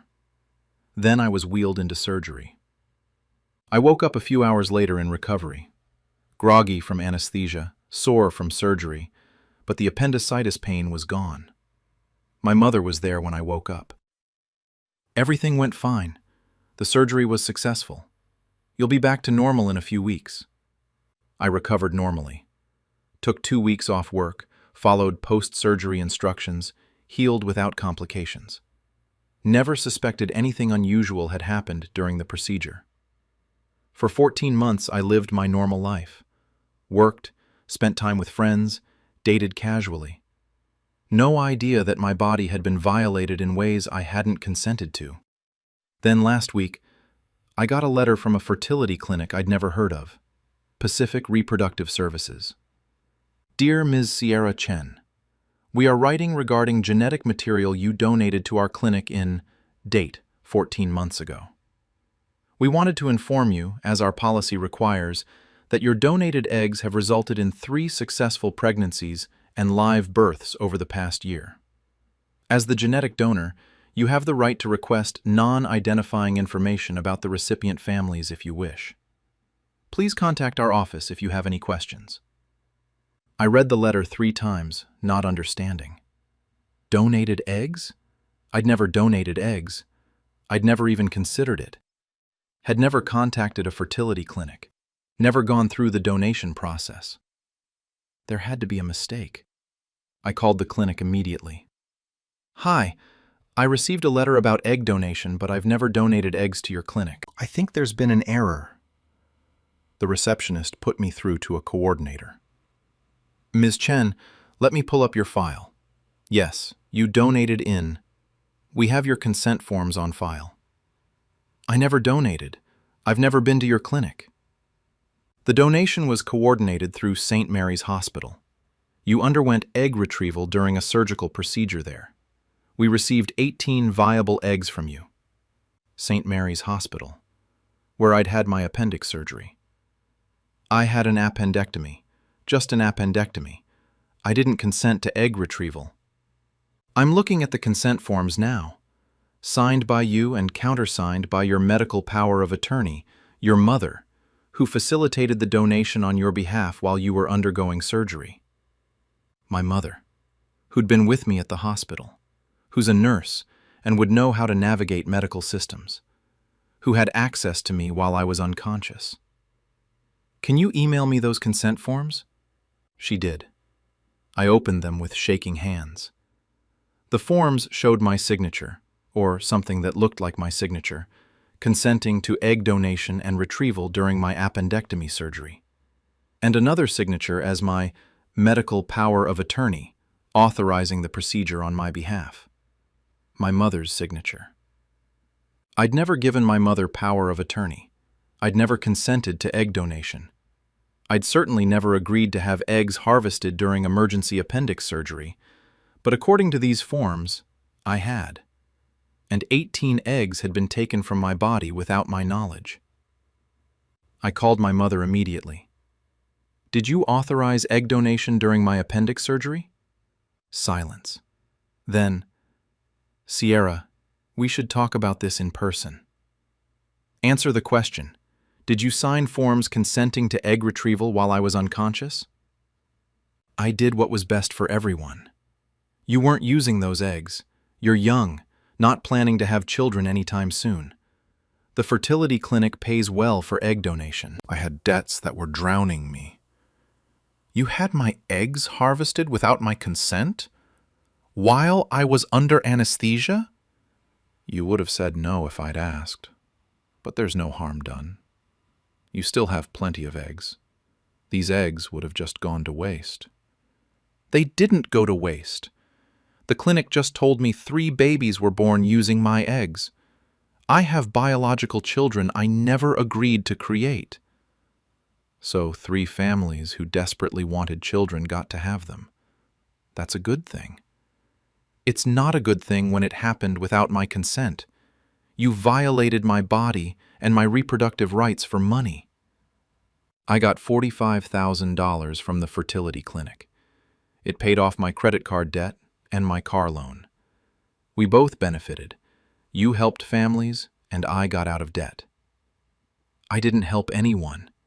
You stole my genetic material and sold it. How is that even legal? The hospital and clinic thought you'd consented. I signed the forms as your power of attorney. I never gave you power of attorney. I may have implied that I had it. But Sierra, you were unconscious. Someone had to make decisions. I made a decision that benefited everyone. I hung up and immediately contacted a lawyer specializing in medical malpractice and reproductive rights. The lawyer, Jennifer Martinez, was horrified. Your mother forged consent documents to have your eggs harvested during emergency surgery? That's assault. That's fraud. That's unauthorized medical procedure. That potentially violates federal reproductive rights laws. Can I sue the hospital? Absolutely. They performed a procedure you didn't consent to based on fraudulent documents. Can I see the consent forms? I sent her everything the fertility clinic had provided. She reviewed them carefully. These signatures are forgeries. Your actual signature looks nothing like this. And the power of attorney your mother signed as, did you ever grant her that authority? Never. I've never signed any power of attorney documents. Then she fabricated legal authority to consent to a medical procedure on your behalf. She committed fraud against you and the hospital. The hospital is liable for failing to verify the power of attorney documentation before performing an elective procedure on an unconscious patient. Jennifer filed multiple legal actions. Medical malpractice lawsuit against St. Mary's Hospital for performing unauthorized egg retrieval surgery. Criminal complaint against my mother for fraud, forgery, and assault. Unauthorized medical procedure constitutes assault. Lawsuit against Pacific Reproductive Services for accepting and using genetic material obtained through fraud. Demand that the fertility clinic cease using any remaining genetic material and destroy unfertilized eggs. The hospital's initial response was defensive. We received appropriate consent documents and had no reason to doubt their validity. But Jennifer's response was devastating. You performed an elective egg retrieval procedure on a patient who was unconscious for emergency appendix surgery based solely on consent forms presented by a family member who claimed to have power of attorney. You never verified that POA existed. You never confirmed the patient wanted egg donation. You extracted genetic material from an unconscious woman who'd consented only to an appendectomy. That's unauthorized surgery and assault. The hospital's lawyers reviewed the case and immediately shifted to settlement discussions. They knew they were liable. The fertility clinic was equally exposed. You purchased and used genetic material obtained through fraud. The consent documents were forged. The donor never agreed to donate. You facilitated the creation of 3 children using stolen genetic material. Pacific Reproductive Services argued they'd relied on the hospital's verification of consent, but they'd also failed to do their own due diligence. Never interviewed me directly, never confirmed I understood the implications of donation, just accepted the hospital's referral and the money. The criminal case against my mother was straightforward. She'd admitted in our phone call, which I'd recorded, legal in my one-party consent state, that she'd forged consent documents and falsely claimed to have power of attorney. She'd committed fraud to authorize a medical procedure on my unconscious body, then sold the results for $45,000, which she used for her personal debts. Detective Sarah Williams handled the case. This is one of the most disturbing things I've investigated. Your mother essentially harvested and sold your reproductive capacity without consent. The violation is profound. My mother hired a lawyer who tried to minimize the charges. Her daughter still has full reproductive capacity. No permanent harm was done. This was a family misunderstanding about medical decisions, but the prosecutor wasn't buying it. The defendant forged legal documents, lied to medical professionals to authorize an invasive procedure on her unconscious daughter, and profited $45,000 from selling her daughter's genetic material. This isn't a misunderstanding. This is fraud, forgery, and assault. The case proceeded on multiple fronts: the criminal charges, the hospital malpractice suit, the fertility clinic lawsuit, each one uncovering more disturbing details. Hospital records showed my mother had approached the surgical team before my appendectomy, explaining that I'd always wanted to donate eggs, but hadn't had the opportunity. She suggested that since I'd be under anesthesia anyway, it would be convenient to do egg retrieval during the appendectomy. She'd presented forged documents showing my consent and her power of attorney. The surgical team, taking her at her word, she was a nurse after all and the patient's mother, had agreed. They'd extended my surgery time, performed the egg retrieval, and harvested 18 eggs. I'd been under anesthesia an extra 90 minutes for a procedure I never consented to.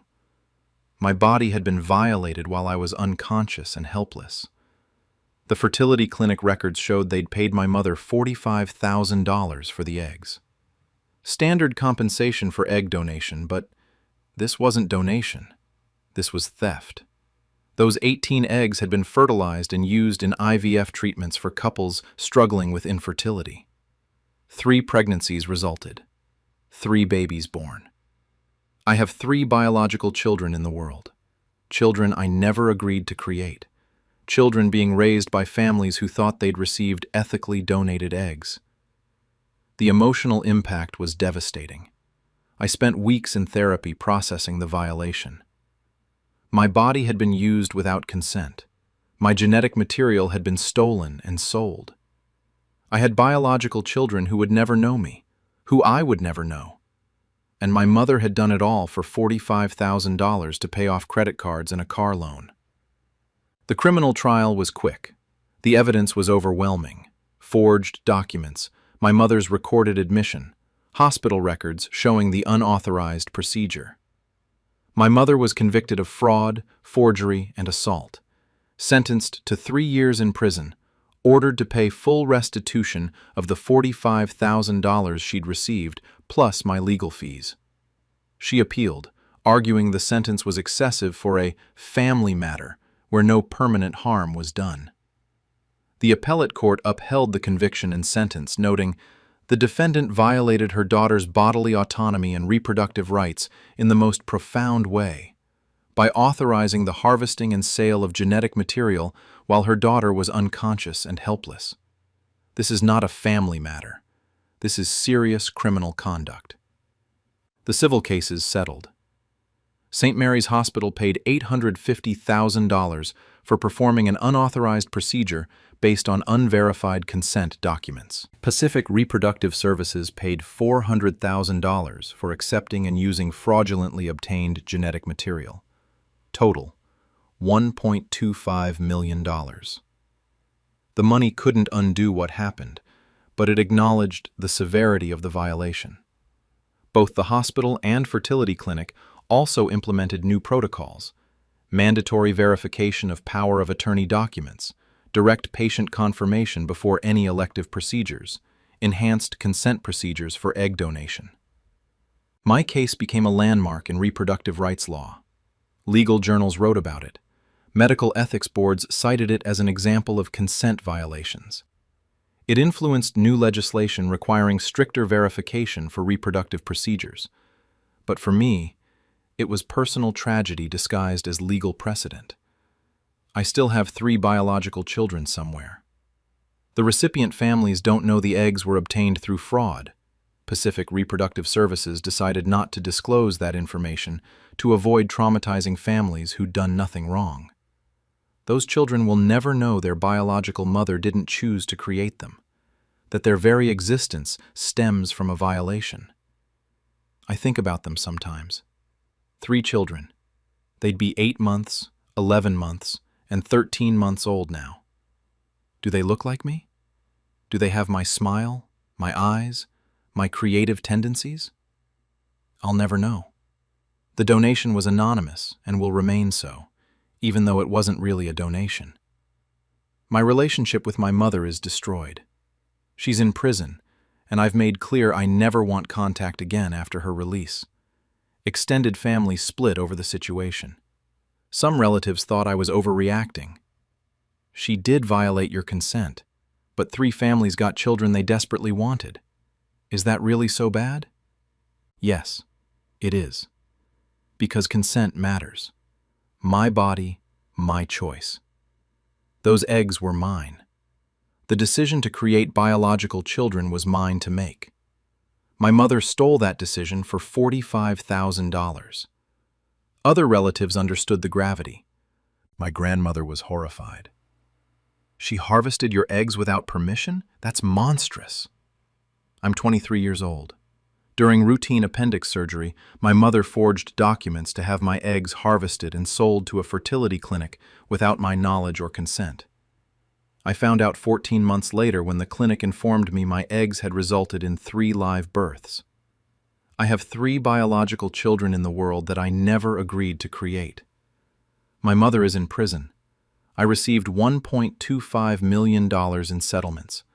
New laws were created because of my case. But I'll never recover what was stolen. My right to decide when and how my genetic material would be used to create life. Some people say I should be grateful 3 families got children, that my eggs weren't being used anyway, that prison time for my mother is too harsh. But my reproductive capacity isn't community property. My body isn't available for others to use without permission just because I'm not currently using it myself. My mother violated me in the most profound way by stealing my reproductive rights while I was unconscious and helpless. That's unforgivable. And I made sure she and the institutions that enabled her faced maximum consequences. I'm Sierra. My mother sold my eggs without consent while I was unconscious, resulting in 3 biological children I never agreed to create. She's in prison. I have $1.25 million, and I live with the knowledge that somewhere out there are 3 children who share my DNA, who I'll never meet, who exist because of a profound violation. Justice was served. But some violations can't be undone. Some choices can't be unmade. 3 children exist because my mother valued $45,000 over my right to consent to creating life. That's the price she paid. Prison time, financial ruin, permanent estrangement. That's the price I paid. Violated bodily autonomy, biological children I didn't choose, permanent trauma. The law said I won. But what did I really win? My family held a fake intervention to trick me into signing over power of attorney, then emptied my accounts. I'm a 27-year-old software developer, and I just discovered that 6 months ago, my family staged an elaborate fake intervention where they hired actors to pretend to be therapists and addiction counselors, convinced me I was having a mental breakdown that I didn't remember, and manipulated me into signing power of attorney documents so they could help manage my affairs during my supposed crisis, then immediately used that authority to drain my savings and investment accounts totaling $280,000. I'm a successful developer who'd been saving aggressively and investing well since graduating 5 years ago. I have no addiction issues, no mental health crisis, no memory problems. But my parents and older sister orchestrated this intervention with hired professionals who had fake credentials, showed me evidence of my supposed erratic behavior that was completely fabricated, and convinced me in a moment of confusion and fear that I needed to let them help me. I signed papers I thought were for temporary assistance. Instead, they immediately accessed my bank accounts, my investment portfolio, and liquidated everything. My mother used it to pay off her house. My sister bought a new car. My father invested in a business venture. When I discovered what happened and confronted them, they claimed I really was having a crisis and they'd saved me from myself. I'm pressing criminal charges for fraud and elder abuse, suing to recover every dollar and exposing their elaborate scheme. They say I'm ungrateful and proving I'm unstable by overreacting. My name is Devin.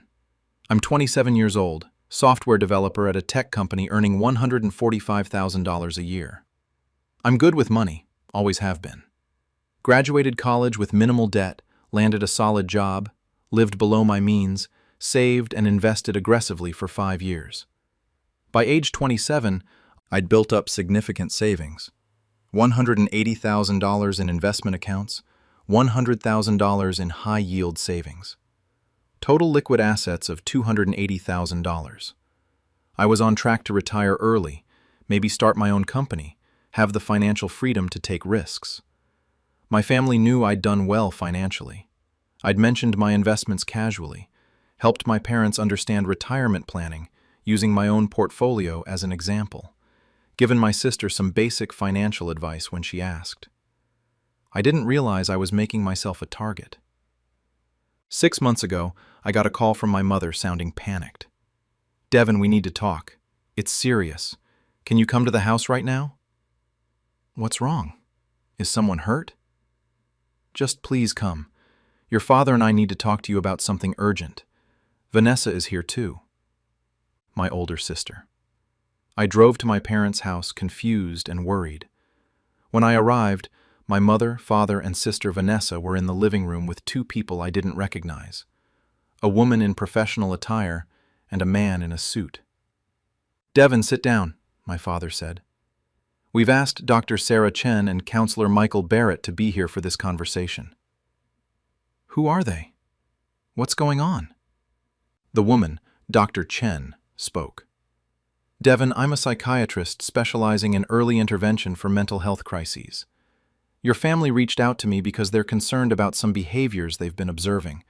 They want to help you get the support you need." "What behaviors? I'm fine." My mother started crying. "Devin, honey, you haven't been fine. We've been noticing things for months. Erratic behavior, memory problems, mood swings. You've been calling us at odd hours saying things that don't make sense, forgetting conversations we've had." "I haven't been doing any of that." "That's part of the concerning pattern," the man, Counselor Barrett, said. "People experiencing certain types of mental health episodes often don't remember their erratic behavior. Your family has documented several incidents." My sister pulled out her phone. "Devin, I have voicemails from you, texts that are completely incoherent, photos of damage you did to your apartment that you don't remember." She played me a voicemail. My voice, slurring words, rambling about something I couldn't follow. "See? You called me at 3 a.m. last Tuesday saying this stuff." I didn't remember making that call, but it sounded like me. She showed me texts that appeared to be from my number. Gibberish, random words strung together, nothing coherent. Showed me photos of what looked like my apartment with furniture knocked over, broken dishes, walls with holes punched in them. "I didn't do any of that," I said, but I was starting to feel uncertain. The evidence was in front of me. That was my voice on the voicemail. Those texts were from my number. That looked like my apartment. "Devin, this is what we're concerned about," Dr. Chen said gently. "You're not remembering significant periods of time. The gaps in memory, combined with the erratic behavior your family has documented, suggest you're experiencing something serious that needs immediate attention." I felt panic rising. Was I having some kind of breakdown I didn't remember? Was I blacking out and doing things I couldn't recall? "What do I need to do?" I asked. "First, we need to ensure you're safe and get you proper evaluation," Dr. Chen said. "Your family wants to help. They're suggesting that temporarily, while we figure out what's happening, you allow them to help manage certain practical matters so you can focus on your health." "What practical matters?" My father spoke up. "Son, we're worried about your finances. If you're having these episodes, we want to make sure your bills are paid, your accounts are protected, that nothing falls through the cracks while you get help." "I can manage my own finances." "Can you?" Vanessa asked. "You've been forgetting conversations, missing work meetings according to your texts. What if you forget to pay rent or accidentally transfer money somewhere? We just want to help protect what you've worked so hard to build." Looking back, I can see all the manipulation clearly. In the moment, surrounded by my family, these professionals, and evidence that seemed to show I was having episodes I didn't remember, I was scared and confused. "What exactly are you asking me to do?" "We'd like you to grant temporary power of attorney to your parents," Counselor Barrett explained. "Just for financial matters, just while you get evaluated and treated. It's a precaution. They won't need to use it unless you're truly unable to manage things yourself, but having it in place means if there's an emergency, they can help." "This is temporary?" "Completely," my mother assured me. "Just until we figure out what's going on and get you the help you need. We love you. We want to protect you." Dr. Chen had paperwork ready. "I've prepared the power of attorney documents. They're standard forms, giving your parents limited authority to manage financial accounts if necessary. You can revoke them at any time once you're feeling more stable." I read through the documents. They looked official. Legal language about granting authority to manage bank accounts, investments, property. The word temporary appeared multiple times. In that moment, surrounded by family and what I believed were medical professionals, convinced I was having mental health episodes I couldn't remember, I signed. My biggest mistake. The moment I signed, my parents had legal authority over my financial accounts, and they wasted no time using it. Within 48 hours of signing those documents, my mother accessed my savings account and transferred $95,000 to her mortgage company, paying off her house completely. My sister accessed my investment account and liquidated $45,000, buying herself a new Tesla.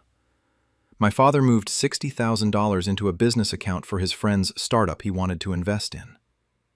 Various other transfers totaling another $80,000 went to their accounts. In 2 days, they drained $280,000 from my accounts. I didn't know immediately. I'd signed the power of attorney on Saturday. Monday and Tuesday I was at work, functioning normally, not experiencing any of the mental health crisis symptoms I'd been told I had. Wednesday, I checked my bank account to pay bills and saw the balance. $3,247, down from $100,000. I pulled up my investment account. Balance, $0. Everything liquidated. My retirement accounts were untouched. The POA didn't extend to those because they're in different legal structures. But my accessible savings and investments were gone. I called my bank immediately. There's been fraud. Someone drained my accounts. The bank reviewed the transactions. These transfers were authorized by power of attorney. Your parents are listed as having financial authority. The transfers are legitimate under that authority. I didn't authorize them to take my money. You authorized them to manage your accounts. They exercised that authority. If you believe they're misusing the POA, you'll need to revoke it and pursue legal action. But the bank can't reverse authorized transactions. I called my mother, furious. You took all my money. Devin, honey, we're managing your finances during your crisis like we discussed. We're paying off debts, securing assets. You paid off your mortgage with my money. Vanessa bought a car with my money. We're family. We're helping each other. You weren't in a stable state to make good decisions, so we made them for you. I signed that POA thinking it was temporary protection, not permission to steal my savings. You're being erratic again. This anger and paranoia is exactly what we were worried about. Maybe you need to check back in with Dr. Chen. I hung up and immediately started researching. Looked up Dr. Sarah Chen, psychiatrist, in our area. No results.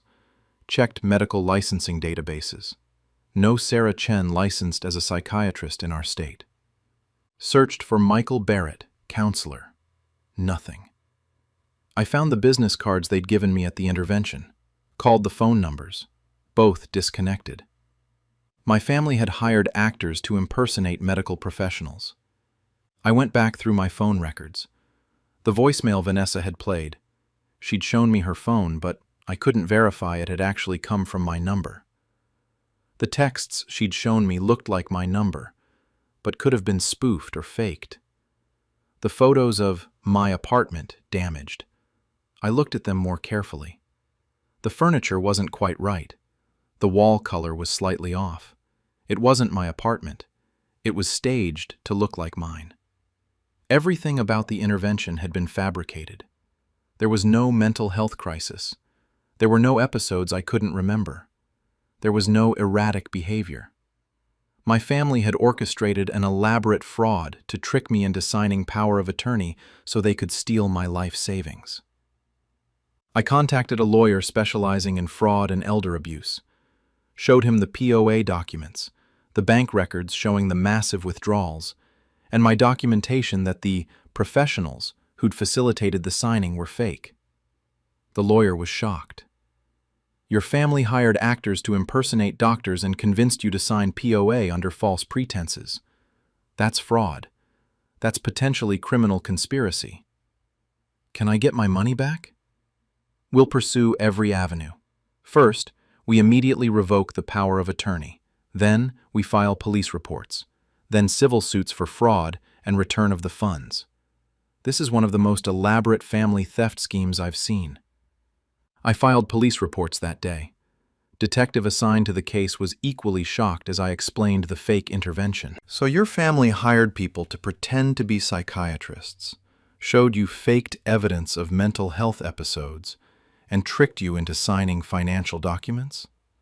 Then drained your accounts the next day?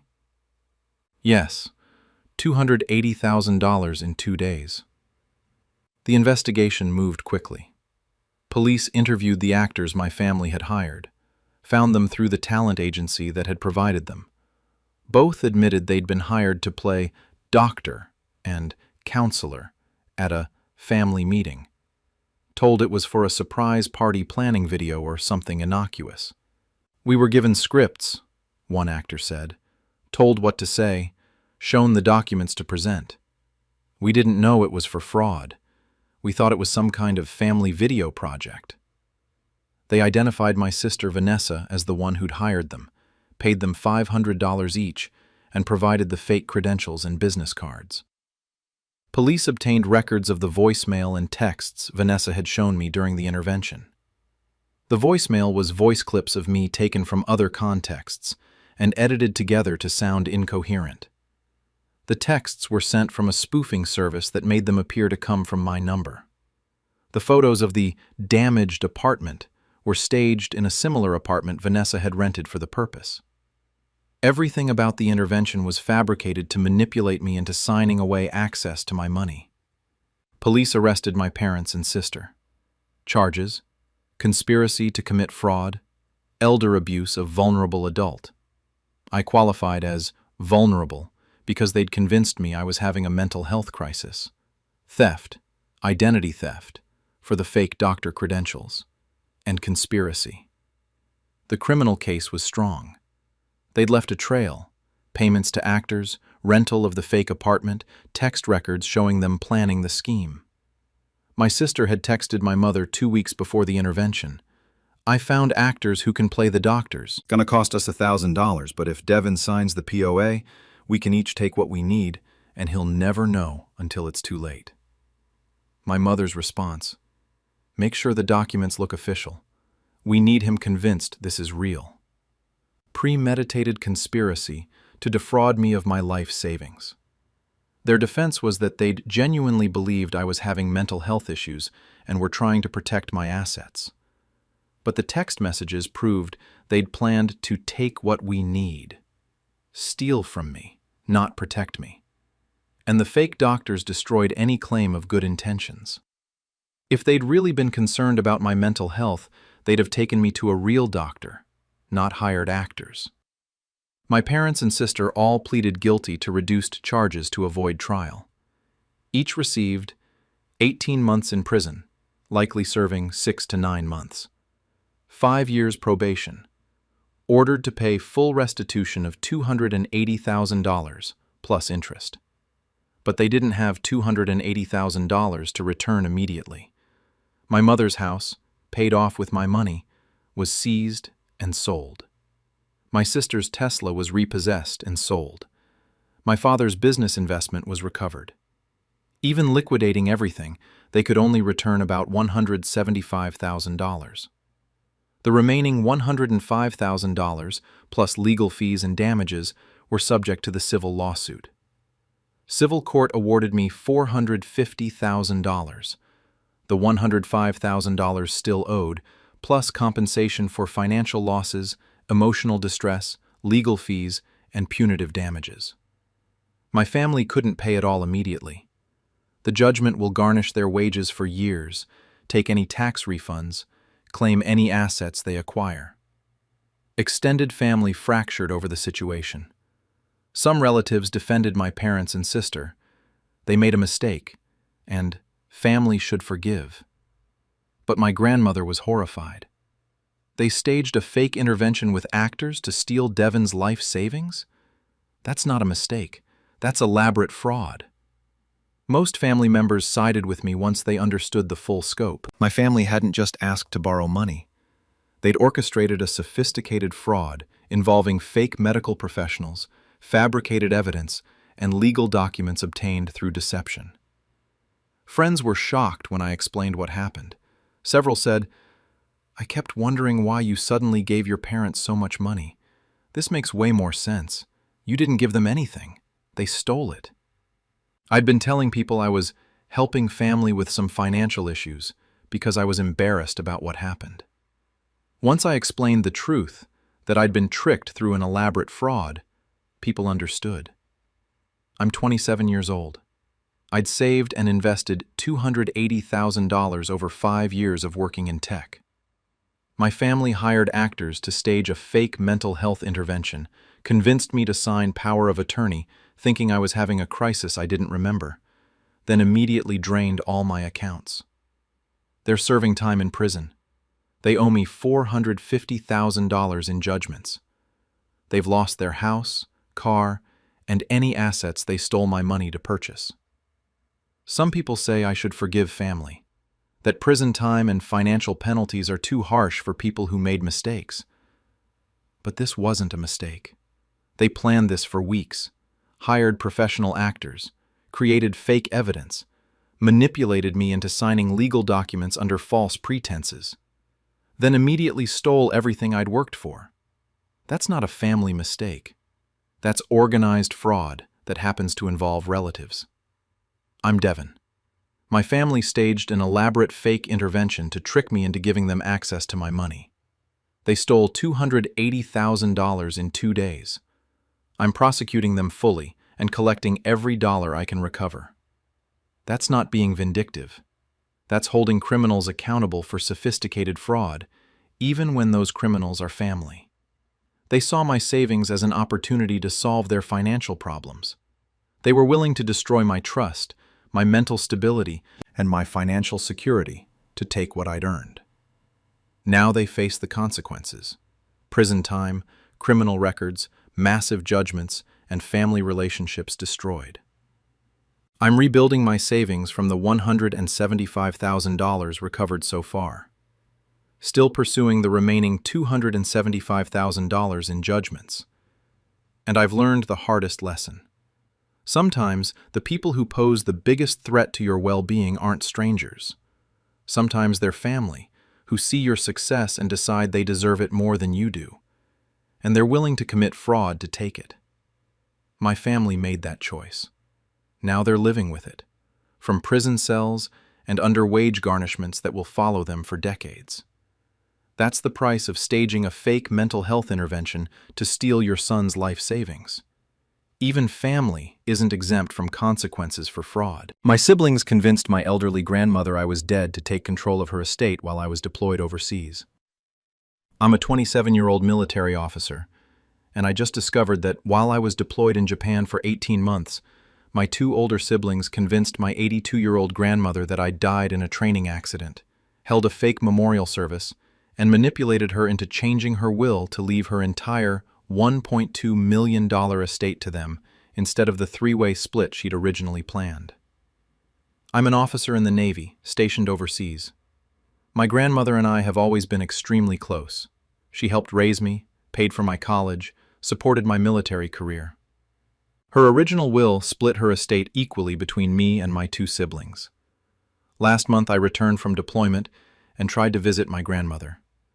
My siblings claimed she'd moved to a nursing home and didn't want visitors.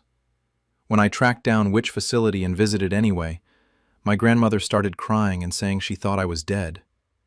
My siblings had told her I died in a training accident, showed her fabricated military death notifications, held a memorial service she attended, and convinced her to change her will since I was gone. They'd been stealing from her accounts for months, convinced her to sign over power of attorney, and were positioning to inherit everything. I reported them to military authorities for falsifying death notifications, adult protective services for elder abuse, and I'm pressing every criminal charge possible. They claim they were protecting the estate from being wasted on my military career. I'm making sure they go to prison for elder abuse and fraud. My name is Cameron. I'm 27 years old, lieutenant in the United States Navy, currently stationed at Yokosuka Naval Base in Japan. For the past 18 months, I've been deployed overseas, serving my country and maintaining what I thought was regular contact with my family back home. My grandmother, Margaret, is 82 years old. She's been the most important person in my life since childhood. When my parents divorced when I was 10, my grandmother essentially raised me. She paid for my college education, supported my decision to join the Navy, attended my commissioning ceremony, and has been my anchor throughout my military career. She's also wealthy. My grandfather was a successful businessman who invested wisely. When he died 15 years ago, he left my grandmother with assets worth about $1.2 million. The house, paid off, worth $400,000, retirement accounts, savings, investments. Grandmother has lived comfortably on the investment income and Social Security, never touching the principal. She'd always been clear about her estate plans. When I'm gone, everything gets split 3 ways between you, your brother, and your sister. Equal shares. You're all my grandchildren, and I love you all the same. My older brother Derek is 32, works in sales. My older sister Amanda is 30, works in marketing. We've never been particularly close. They resented that I was closer to grandmother than they were, that she helped pay for my college when she'd only given them partial assistance, that I spent more time with her. But I never thought that resentment would lead to what they did. 18 months ago, I deployed to Japan. Naval officer deployment, routine, not combat, just serving at an overseas base. I'd be gone for 18 months with limited communication back home. Before I left, I visited grandmother. She was in good health, sharp mentally, living independently. "You take care of yourself over there," she said, hugging me. "Write me when you can. I'll be here when you get back." During deployment, communication was limited but possible. I sent emails when I had internet access, called occasionally when time zones aligned. My grandmother isn't great with technology. She has email but rarely checks it, prefers phone calls, but has trouble hearing on international calls. I sent letters. Real, physical letters. Wrote to her every few weeks, telling her about life in Japan, about my work, about missing home. Never got responses, but I figured that was normal. Grandmother had arthritis that made writing difficult. I tried calling every month or 2. Sometimes I'd reach her. We'd have brief conversations where I'd shout to be heard over the bad international connection. More often, I'd get her voicemail and leave messages. It never occurred to me that my siblings were intercepting everything. 3 weeks ago, I returned from deployment. Back in the United States, ready to take leave and visit family. First stop, grandmother's house in Oregon. I called ahead to let her know I was coming. Derek answered her phone. "Cameron, why are you calling Grandma's number?" "Because I'm calling Grandma. I'm back from deployment and I want to visit." Long silence. "This isn't funny." "What?" "I just want to visit grandmother. Is she home?" "Cameron, whoever you are, this is a sick prank. Our brother died 14 months ago. Stop calling." He hung up. I called back immediately. Amanda answered this time. "I don't know who you are or what you're trying to do, but Cameron is dead. Stop harassing our family." She hung up too. I was confused and disturbed. Some kind of misunderstanding? Identity theft situation? I drove to my grandmother's house, 3 hours from the base where I'd landed. The house looked the same. I knocked. No answer. I called grandmother's number again. Derek answered. "I told you to stop." "Derek, it's actually me, Cameron. I'm standing outside grandmother's house. What's going on?" "If this is really Cameron, prove it." "I'm a Navy lieutenant, service number, deployed to Yokosuka for 18 months, just returned last week. I can show you my military ID. What's going on? Why did you say I was dead?" Another long silence. "Where have you been for 14 months?" "Deployed, in Japan. I told everyone before I left." "You haven't contacted anyone in 14 months. I sent letters and emails. I called when I could. International communication is limited, but I stayed in touch as much as possible." "We never got letters. No emails, no calls. When you disappeared without contact, the Navy sent notification that you died in a training accident. We had a memorial service. Grandma was devastated." My stomach dropped. The Navy sent death notification? That's not possible. I'm alive. I've been deployed, not dead. Then explain why we got official military notification of your death with full details about a training accident.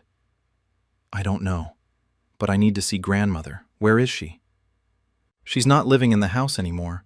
We moved her to a care facility after your death. The grief was too much for her. What facility? Derek gave me the name reluctantly. I drove there immediately, my head spinning. Death notification? Memorial service? This had to be a horrible mistake. At Evergreen Senior Living, I asked for Margaret Chen's room. The receptionist checked me in, noting that my name wasn't on her approved visitor list, but since I had military ID, she'd make an exception. I found grandmother's room, knocked. A frail voice said, "Come in." My grandmother was sitting in a chair by the window, looking smaller and older than I remembered.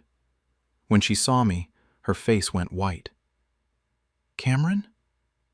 "Hi, Grandma." She started crying. "You're dead.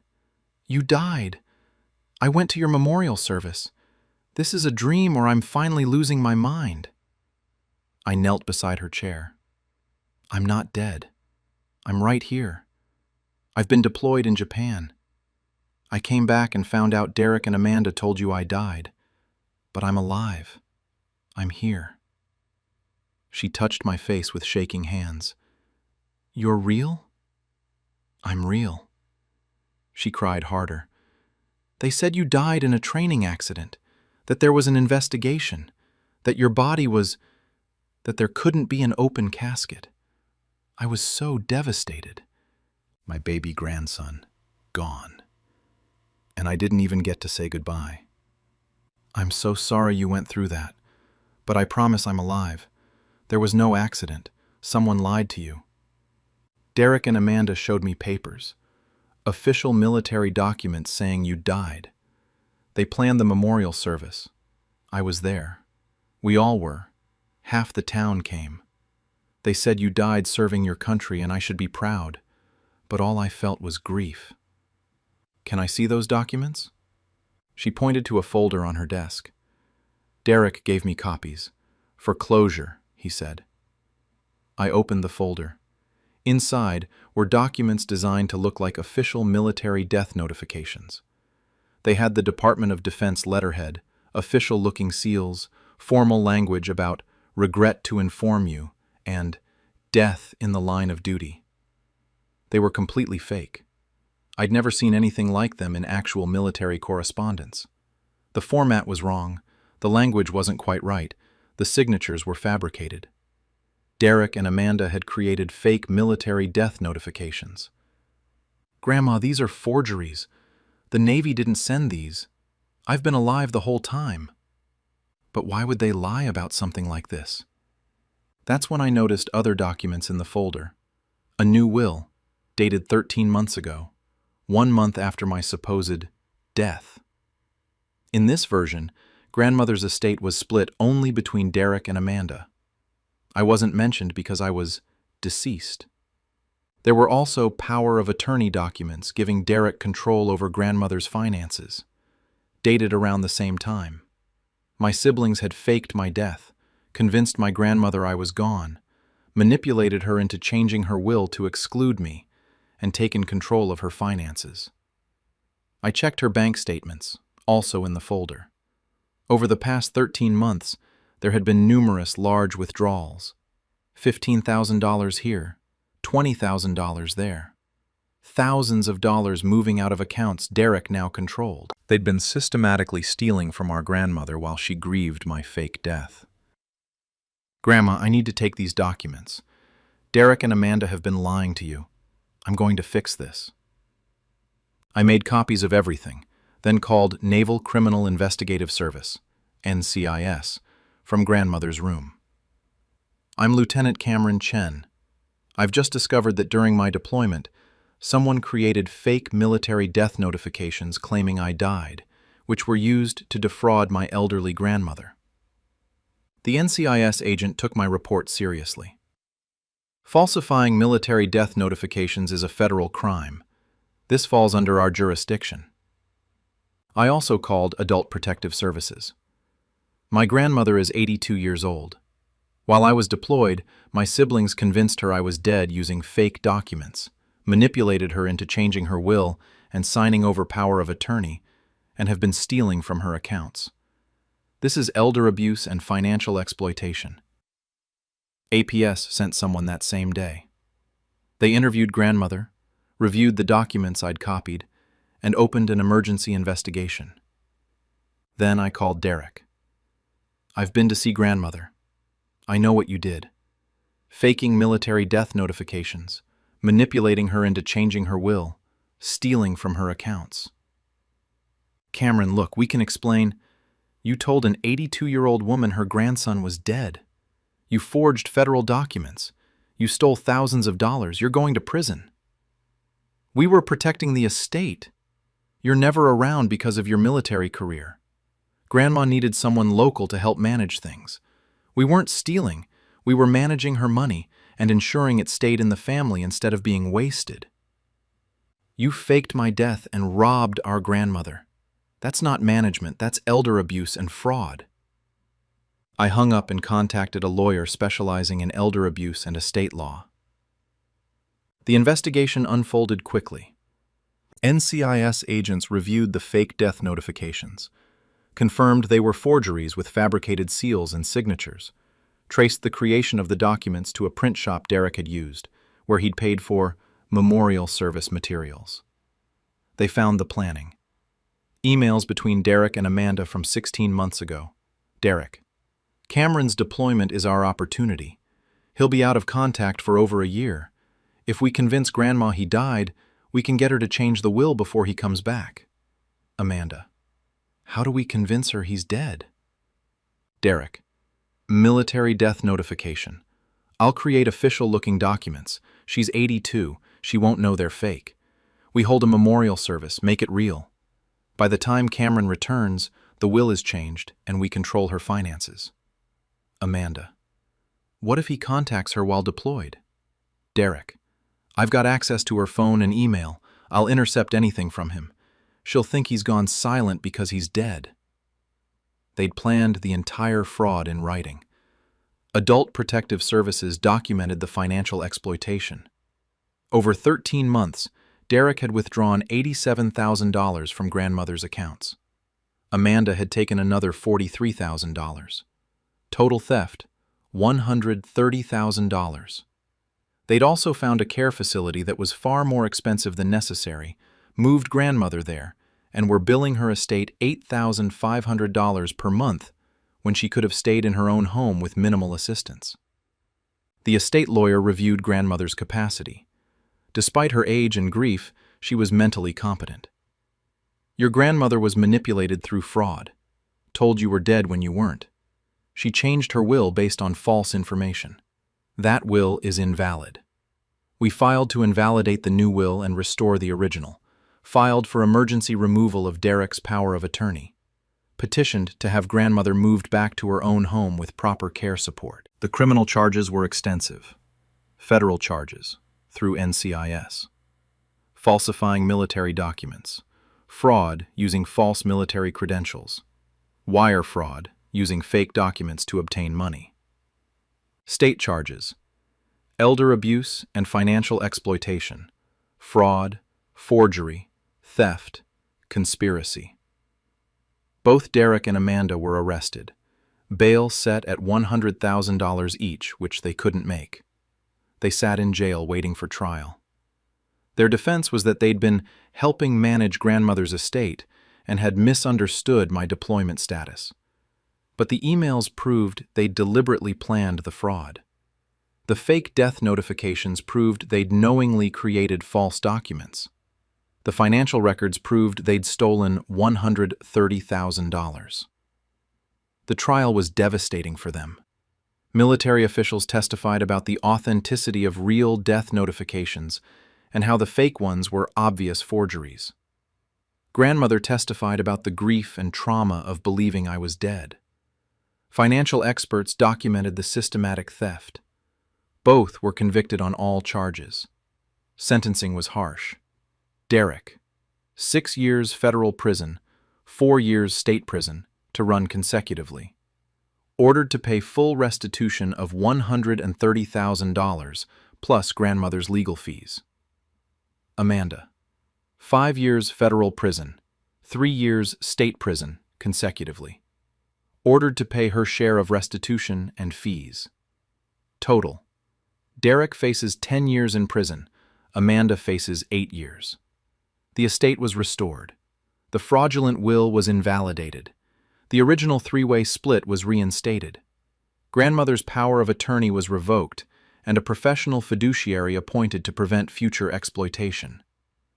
Grandmother moved back to her own home with hired care assistants. At 82, after believing her grandson was dead for over a year, she was reunited with me and finally getting proper support. But the trauma lingered. "I mourned you," she told me weeks later. "I cried myself to sleep thinking you were gone. I blamed myself for not being there for you enough. I thought about what your last moments must have been like. And all of it was a lie so your siblings could steal my money." The extended family fractured. Some relatives initially believed Derek and Amanda's claims that they'd been managing assets, not stealing. But the evidence, the fake death notifications, the emails planning the fraud, the documented theft, made it impossible to deny. Most family members cut off Derek and Amanda completely. They faked Cameron's death and robbed their grandmother. That's unforgivable. A few relatives still defended them. They made mistakes, but destroying their lives with prison time seems excessive. Made mistakes? They faked military death notifications, manipulated an elderly woman into believing her grandson was dead, stole $130,000, and altered legal documents. Those aren't mistakes. Those are felonies. I'm 27 years old. While I was deployed overseas serving my country, my siblings faked my death, convinced my elderly grandmother I was gone, manipulated her into changing her will to exclude me, stole $130,000 from her, and were positioned to inherit everything. I came home to discover I was dead. My siblings are serving 8 to 10 years in prison. They owe full restitution. My grandmother's estate is restored to the original plan, and I have my grandmother back, though she's traumatized from over a year of grief for a death that never happened. Some people say I should have shown mercy, that family means forgiveness, that prison time is too harsh for financial crimes. But they didn't just commit financial crimes. They weaponized my military service, fabricated death notifications, dishonored my service by faking my death for money. They tortured an 82-year-old woman with false grief. They stole $130,000 while she mourned. That's not a mistake. That's calculated cruelty. I'm Cameron. My siblings faked my death to steal my inheritance and rob my grandmother. I came back from deployment to find myself dead and my family torn apart by fraud. They're in prison. My grandmother is recovering. The estate is restored. But grandmother will never forget the year she spent believing I was dead. The grief, the guilt, the mourning, all manufactured by her grandchildren who wanted her money. Some violations can't be fixed. Some betrayals are permanent. My siblings are paying with years of their lives in prison. Grandmother paid with a year of grief for a death that wasn't real. And I paid by losing siblings who valued money over everything else, including an elderly woman's well-being and their brother's life. Justice was served, but the damage remains. My family falsely reported me to CPS so my sister could adopt my daughter. I'm a 23-year-old single mother, and my family just coordinated a false CPS report claiming I was neglecting my 4-year-old daughter so my sister could swoop in as the responsible relative and petition for custody. I've been raising my daughter Mia alone since her father left when she was a baby.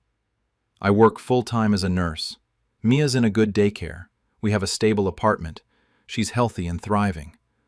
But my older sister Lauren has been unable to have children and has watched me parent with increasing jealousy and criticism.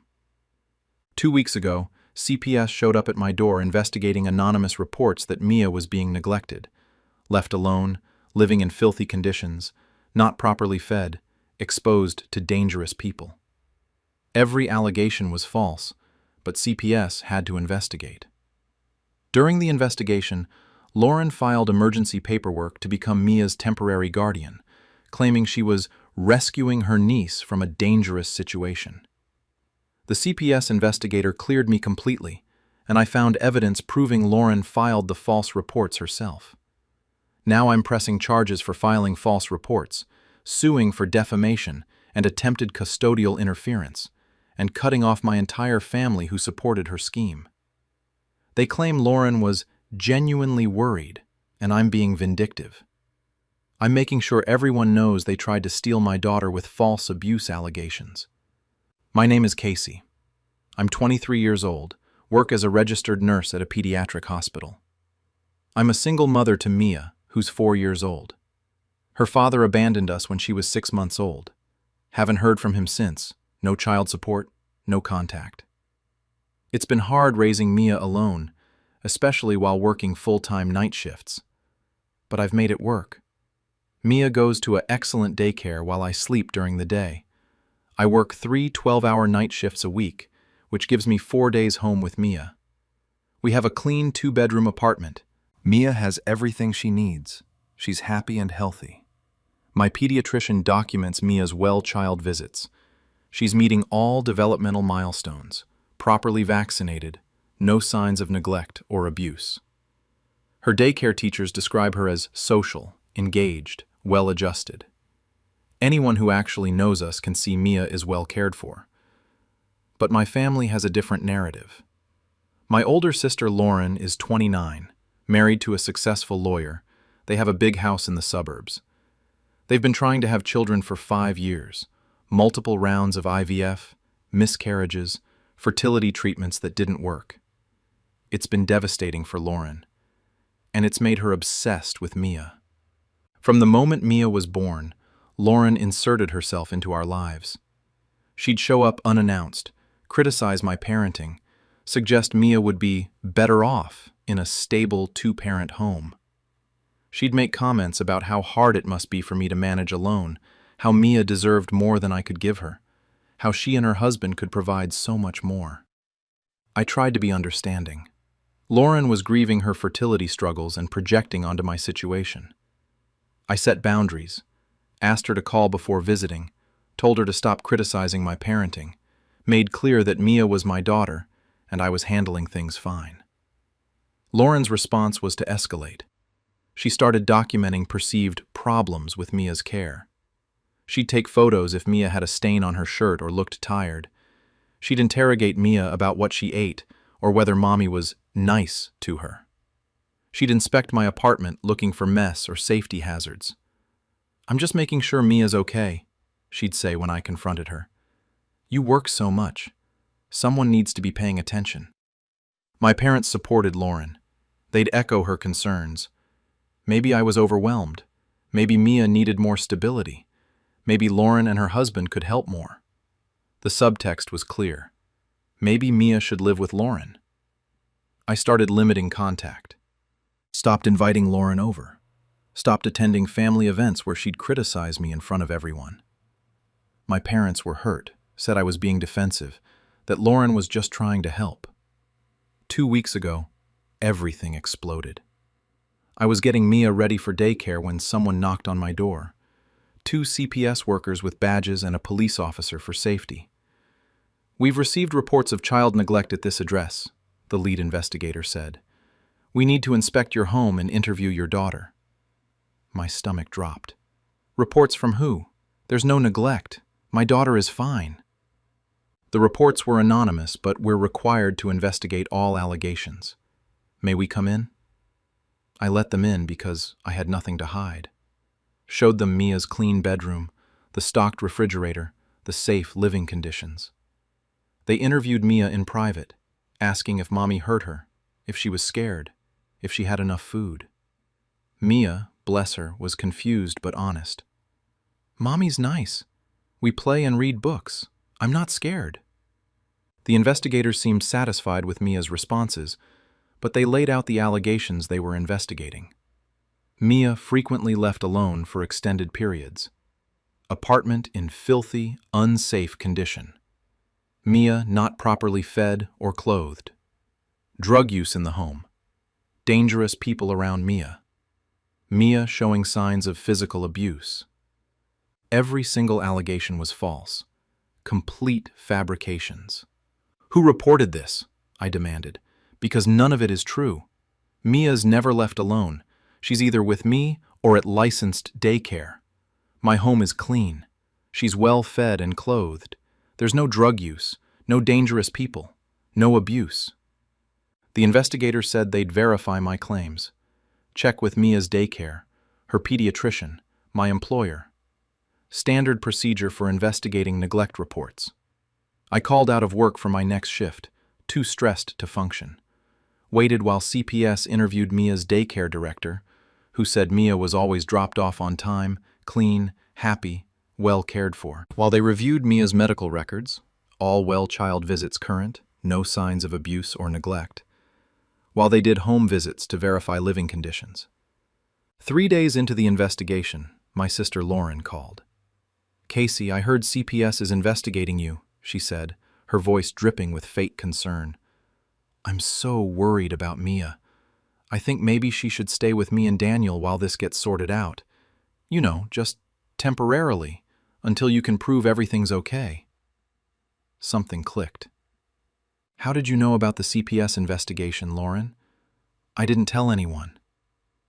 "Oh, Mom mentioned it. She's worried too. We all are." But I hadn't told our parents either. The only people who knew were me, CPS, and whoever had filed the report. "Did you file the CPS report, Lauren?" Silence. Then, "Casey, if I saw concerning things, I had a responsibility to report them.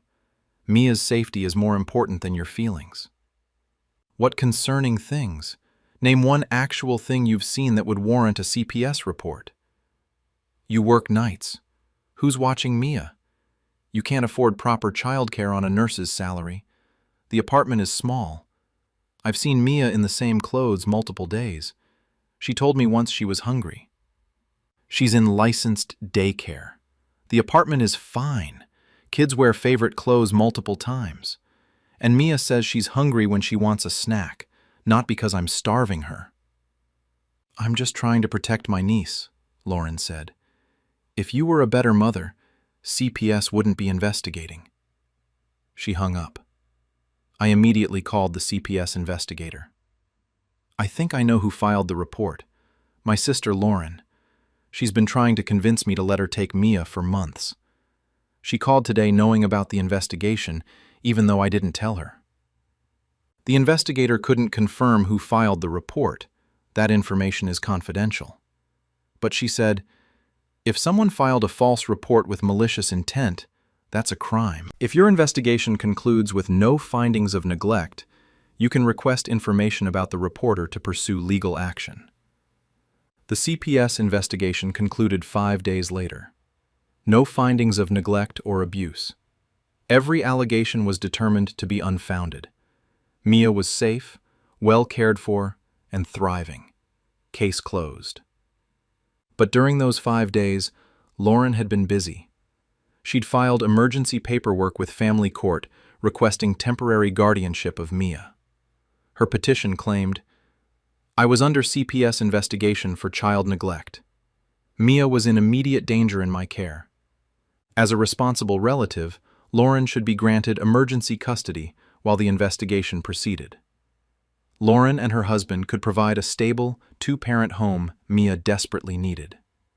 She'd submitted character references from our parents and other family members describing her as responsible and loving, and implying I was overwhelmed and unstable. She'd filed this paperwork the day after CPS started investigating. She'd timed it perfectly to use the investigation as evidence of my unfitness. Her emergency hearing was scheduled for the day after my CPS case closed. I showed up at that hearing with my attorney, the CPS closure letter showing no findings of neglect, and evidence I'd started gathering about Lauren's campaign to take my daughter. The judge was not impressed with Lauren's petition. "Ms. Harrison," the judge said to Lauren, "you filed for emergency custody based on a CPS investigation that has since closed with no findings. What's your current basis for claiming this child is in danger?" Lauren's attorney stammered about general concerns about my ability to parent alone, about Mia deserving a two-parent home. Those aren't legal grounds for removing a child from a fit parent, the judge said. The CPS investigation cleared Ms. Casey of all allegations. Her daughter is safe and well cared for. This petition is denied. But the judge went further. She'd seen these cases before. Relatives using CPS as a weapon to gain custody. Ms. Harrison, did you file the CPS report that triggered the investigation you then used to justify this custody petition? Lauren's face went pale. I had concerns about my niece's welfare. Anyone can file a report if they're worried. Answer the question. Did you file the anonymous CPS report? Yes, but I genuinely believed. You filed a report alleging neglect and abuse, then immediately petitioned for custody based on that investigation. That's custodial interference at minimum, possibly filing a false report. The judge referred Lauren's actions to the DA for investigation of filing false CPS reports. Warned that using CPS as a weapon in custody disputes is illegal, and she was lucky I wasn't Mia's father, or she'd be facing more serious charges. I walked out of court with full custody confirmed, and Lauren facing potential criminal charges. But I wasn't done. I requested the CPS files under Freedom of Information laws, got copies of the original reports, filed by Lauren using a fake name, detailing allegations she'd completely fabricated. No evidence of Mia left alone, because it never happened. No evidence of filthy conditions. My apartment was clean in every inspection. No evidence of drugs or dangerous people, because they didn't exist. Just Lauren's imagination and her desperation to have a child. I filed police reports for filing false CPS reports, a crime in my state. Provided evidence of Lauren's documented obsession with Mia, her attempts to undermine my parenting, her phone call revealing she knew about the investigation before I told anyone. I also sued Lauren civilly for defamation, false allegations of child abuse/neglect, intentional infliction of emotional distress, custodial interference, abuse of process. My attorney valued the lawsuit at $150,000 plus. Lauren had used false allegations of child abuse to try stealing my daughter. That deserves significant damages. The criminal investigation moved quickly. Lauren's phone records showed she'd called CPS from her cell phone to file the reports, demolishing her anonymity. Text messages between Lauren and our mother discussed documenting concerns about Mia before the reports were filed, evidence of premeditation. Lauren was charged with filing false reports to CPS, a misdemeanor that could become a felony given the malicious intent and attempt to gain custody based on the false reports. My family's response was predictable. My parents defended Lauren, said she was genuinely worried about Mia, that her fertility struggles had made her overly protective of her niece, that I should drop the charges because Lauren didn't mean harm. She tried to steal my daughter with false abuse allegations, I said. That's not protective, that's criminal. She just wants what's best for Mia, my mother insisted. She can provide so much more. I don't care what she can provide. Mia is my daughter. Lauren has no right to her, no matter how much money or stability she has. My parents accused me of being cruel to Lauren during her fertility struggles, said I should understand how desperate she must feel, that families should support each other, not destroy each other with lawsuits. But Lauren had tried to destroy me first. False CPS reports can result in children being removed from homes, parents losing custody, reputations ruined, careers destroyed. CPS investigations can affect professional licenses, especially for healthcare workers like me. If Lauren had succeeded, Mia would have been placed with her temporarily during the investigation, and Lauren would have fought to keep her permanently. She would have stolen my daughter using false allegations of abuse. I cut off contact with my parents and Lauren completely, blocked their numbers, blocked social media, made clear any communication had to go through my attorney. My parents sent relatives to plead Lauren's case. Said she'd learned her lesson. She was sorry. She was just desperate for a child. But she wasn't sorry for filing false reports. She was sorry she got caught. Extended family split. Some sided with my parents. Family should forgive. Lauren was struggling. I was being vindictive over a misunderstanding. But most were horrified. My aunt, my dad's sister, called my parents and told them exactly what she thought of their defense of Lauren. She accused Casey of child abuse. She tried to steal her granddaughter. You should be ashamed for supporting that. Several cousins reached out with support. Some had dealt with false CPS reports. They knew how devastating it is, how dangerous, how it traumatizes families. The criminal case proceeded. Lauren's attorney tried to negotiate plea deals, plead to a lesser charge, probation instead of jail time, no admission that the reports were deliberately false. The prosecutor rejected every offer. Lauren had filed detailed false reports specifically to create grounds for a custody petition. She'd weaponized CPS. The prosecutor wanted this on record as a deterrent. Lauren eventually pleaded guilty to filing false reports to Child Protective Services.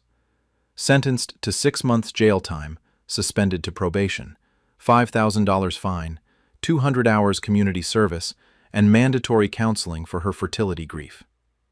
The judge also issued a restraining order. Lauren couldn't contact me or Mia for 5 years. No visits, no calls, no showing up at daycare or school. You used the child protection system as a weapon, the judge told Lauren at sentencing. You filed false reports of child abuse to gain custody of your sister's child. That's not desperation. That's criminal behavior. You're fortunate the prosecution accepted a plea deal. The civil case was more complex. Lauren didn't have $150,000, but her husband Daniel did, and he could be held liable for Lauren's actions since he'd supported the custody petition. My attorney pursued the lawsuit aggressively, documented every false allegation, every moment of stress during the investigation, the professional risk to my nursing license, the trauma to Mia from being questioned by CPS. We settled for $75,000 plus legal fees. Daniel paid to avoid the publicity of a trial. Part of the settlement included a statement that Lauren's allegations were false and unfounded. I used the settlement to move, got a better apartment in a different neighborhood, set up a trust fund for Mia's education, made sure my daughter and I had security and stability that no one could threaten. Mia knows a simplified version of what happened. Aunt Lauren made mistakes and had to go away for a while. But you're safe, and Mommy's here. She asks sometimes about Grandma and Grandpa. I tell her they're taking time to think about choices they made. Maybe someday we'll see them again. Maybe not. But she's okay. Kids are resilient, and Mia has me, has her daycare friends, has a good life. I'm 23 years old. I'm a single mother working as a pediatric nurse. I raise my 4-year-old daughter alone, and I do it well. My sister, who couldn't have children, decided she deserved mine more than I did. She filed false CPS reports claiming I was neglecting Mia, then used the investigation she'd triggered to file for emergency custody. The investigation cleared me. The custody petition was denied. Lauren was convicted of filing false reports and ordered to pay $75,000 in civil damages. My parents think I should forgive her because she was desperate. But desperation doesn't justify false abuse allegations. It doesn't justify trying to steal someone's child. Lauren is prohibited from contacting us for 5 years. My parents are cut off for supporting her scheme. And Mia and I are safe, stable, and thriving without any of them. Some people say I should show mercy to family. But Lauren showed me no mercy when she reported me to CPS with false allegations. She was willing to destroy my reputation, risk my career, and traumatize my daughter to get what she wanted. I'm Casey. My sister tried to steal my daughter with false CPS reports. I got her convicted and sued her for damages. My family is furious that I won't forgive. but I'm protecting my daughter from people who see her as something they deserve rather than a person I'm raising. Mia doesn't need a wealthy aunt who tried to steal her. She needs her mother, who works hard to provide for her and loves her unconditionally. Lauren wanted a child so badly she was willing to commit crimes to take mine. Now, she faces consequences. Criminal record, restraining order, $75,000 in damages, and loss of her relationship with me and Mia. That's not vindictiveness. That's protection. Because people who file false abuse reports don't deserve access to the children they tried to steal. Mia is safe. Lauren is prohibited from contact, and I'll never trust my family again. That's the price they paid for supporting someone who weaponized CPS to try taking my daughter. And it's a price I'm comfortable with them paying. My brother impersonated me at job interviews to tank my career so he could stay the successful sibling. I'm a 24-year-old software developer, and I just discovered my older brother has been systematically sabotaging my job applications for the past year by impersonating me in phone interviews and behaving so unprofessionally that companies immediately reject me. I've been applying to senior developer positions at tech companies after 3 years of excellent work at my current startup. I kept getting interview requests, doing well in initial screenings, then suddenly being rejected with no explanation. Last week, I got a call from a recruiter asking why I'd been so hostile during our phone interview the previous day, an interview I never attended. My brother had been intercepting my interview confirmation emails, joining the calls pretending to be me, and deliberately tanking them by being rude, giving wrong answers, and making me seem incompetent. He did this because he's always been the successful one in our family as a senior product manager, and me getting promoted to senior-level positions would threaten his status. I found logs of him accessing my email, recordings from companies of me being unprofessional, and texts between him and our parents about keeping me humble. I'm pressing charges for identity theft and fraud, suing him for career damages and lost salary opportunities, and exposing everything to his employer and our family. He claims he was protecting me from jobs I wasn't ready for. I'm destroying his career like he tried to destroy mine. My name is Alex. I'm 24 years old, software developer with 3 years of experience at a tech startup. I'm good at my job, really good. I've built major features, led projects, received excellent performance reviews. My manager has told me I'm ready for senior-level positions at larger companies. My older brother Ethan is 28, works as a senior product manager at a major tech company. He's always been the golden child in our family, the successful one, the one our parents brag about, the one whose career path is held up as the example I should follow. I've lived in Ethan's shadow my entire life. Why can't you be more like your brother? Ethan was already in a leadership position at your age. Ethan's company just gave him a huge promotion. I didn't resent it initially. Ethan worked hard, earned his success. I was proud of him, even if the comparisons stung. But I've also worked hard. 3 years of 60-hour weeks building a startup's core platform, technical skills that I've honed obsessively, a portfolio of projects that demonstrates real talent. Last year, I decided it was time to move up. Apply to senior developer positions at established tech companies. Better pay, better titles, more challenging work. I started applying in March. Sent out applications to about 30 companies over several months. Strong resume, solid portfolio, good referrals. I expected to hear back from at least some of them. I did hear back. Got interview requests from 15 companies, a really good response rate. Made it through initial recruiter screenings with no problems. They'd schedule technical phone interviews. Then, something strange kept happening. After the technical phone interviews, I'd get instant rejections. Not, "We're moving forward with other candidates" rejections. "We're withdrawing your candidacy effective immediately" rejections. Cold, firm, no explanation. This happened over and over. Interview request, recruiter screen, technical phone interview, immediate rejection. I couldn't figure it out. I'm good at interviews. I prepare thoroughly. I'm professional. I know my technical material. Why was I getting rejected so consistently after phone interviews? I asked recruiters for feedback. Most wouldn't give specific reasons. One said vaguely that there were concerns about cultural fit and professionalism. Another mentioned communication issues during the technical screen. Communication issues? I'm articulate, friendly, professional. What were they talking about? After 6 months of this pattern, I was demoralized. Applied to 30 companies, got 15 interview requests, made it to technical screens with 10 companies, got rejected by all 10 after phone interviews. Something was wrong, but I couldn't figure out what. Then, last week, I got a call from a recruiter at Data Tech Solutions, a company I'd applied to in October. Hi Alex, this is Jennifer from Data Tech. I wanted to follow up about your interview yesterday. I'm disappointed by how that call went, and I wanted to give you feedback before we formally close your candidacy. I'm sorry, what interview yesterday?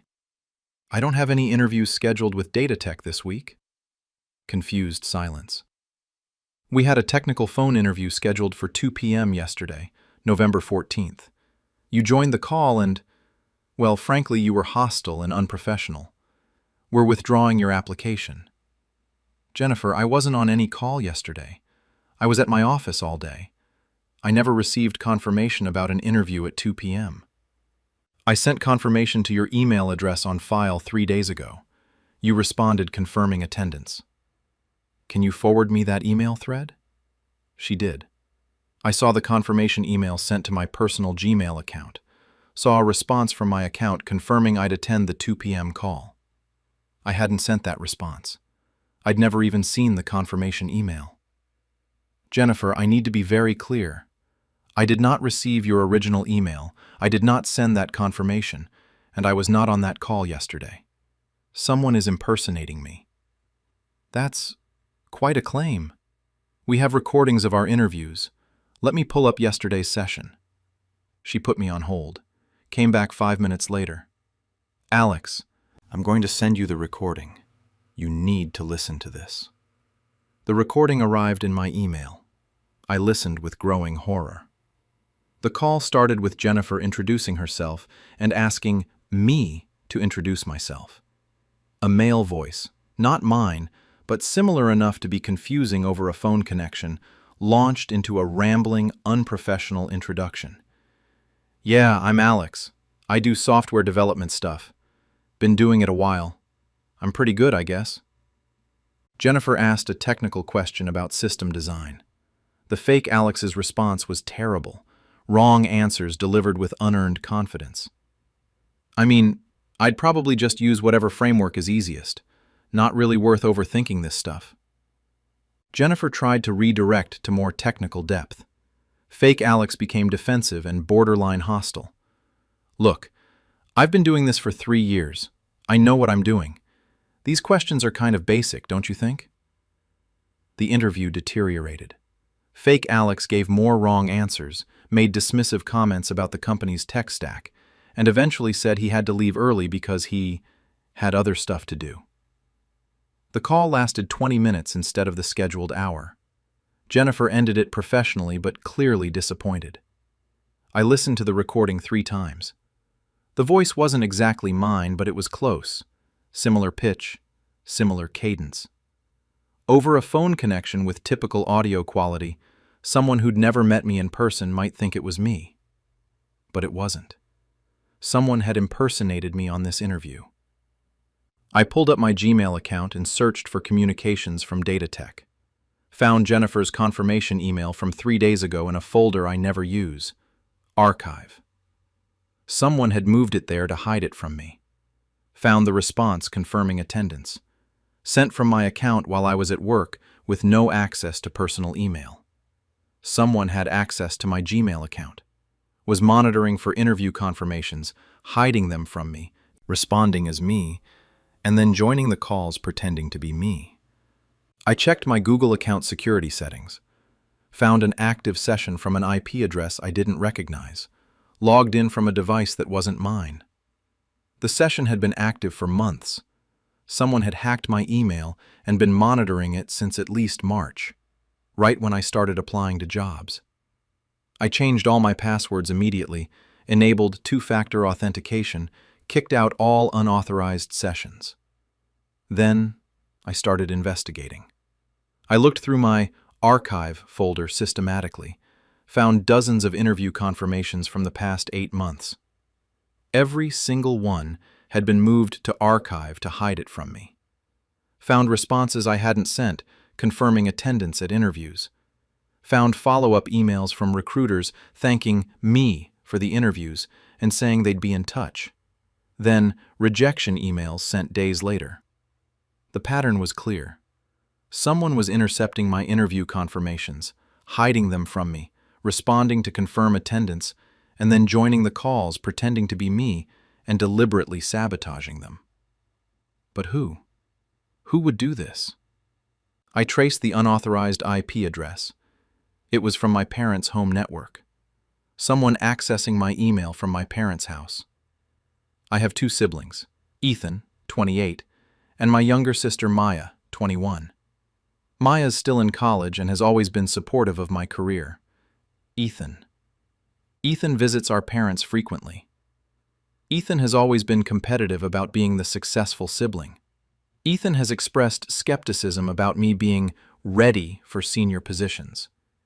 Ethan had access to my parents' Wi-Fi. I called Ethan directly. "Did you hack my email account?" "What? No, why would I do that?" "Someone's been accessing my email from Mom and Dad's house for months, intercepting my job interview confirmations and impersonating me on calls to sabotage my applications." Silence. Long enough to be telling. "Ethan, did you do this?" "Alex, look, I don't think you understand how competitive senior positions are. I've been trying to protect you from getting in over your head." "You've been sabotaging my interviews? For 8 months?"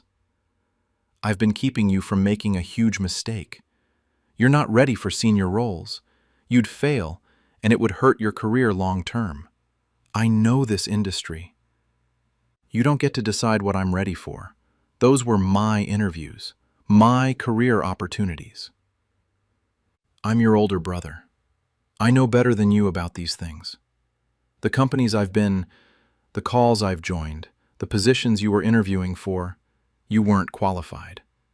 I was saving you from embarrassment. You were impersonating me and tanking my interviews. Do you have any idea how illegal that is? I was protecting you. You should be thanking me." I hung up and immediately called a lawyer.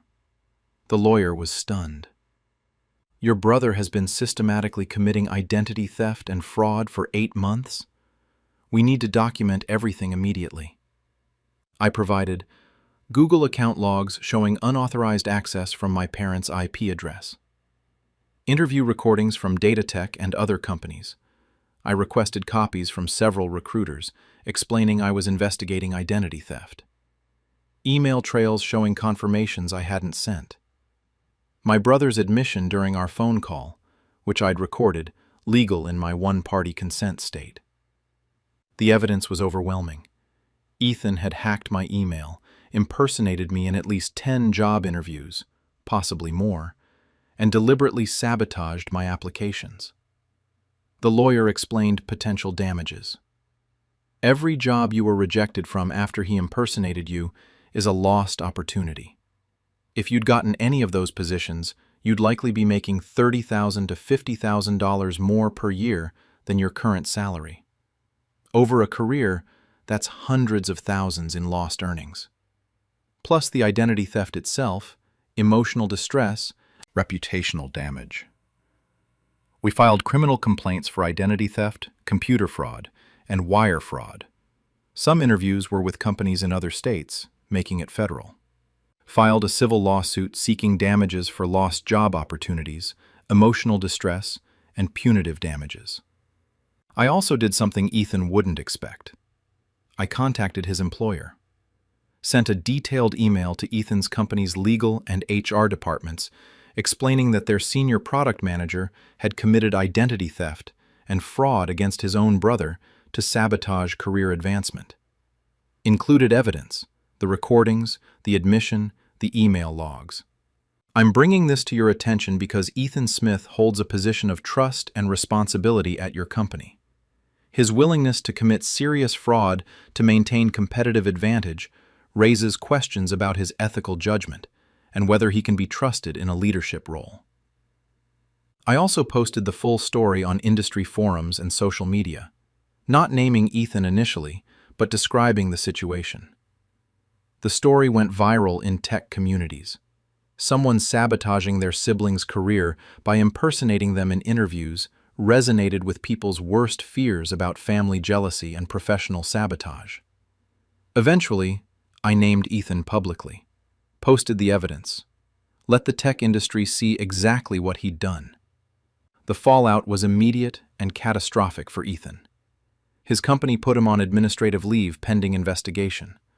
The recordings of him impersonating me in interviews, deliberately giving wrong technical answers, and behaving unprofessionally raised questions about his own competence and judgment. Ethan's company takes ethics violations seriously. Having a senior product manager who committed identity theft and fraud, even against a family member, was a massive liability. They terminated him 2 weeks into the investigation. The criminal charges proceeded.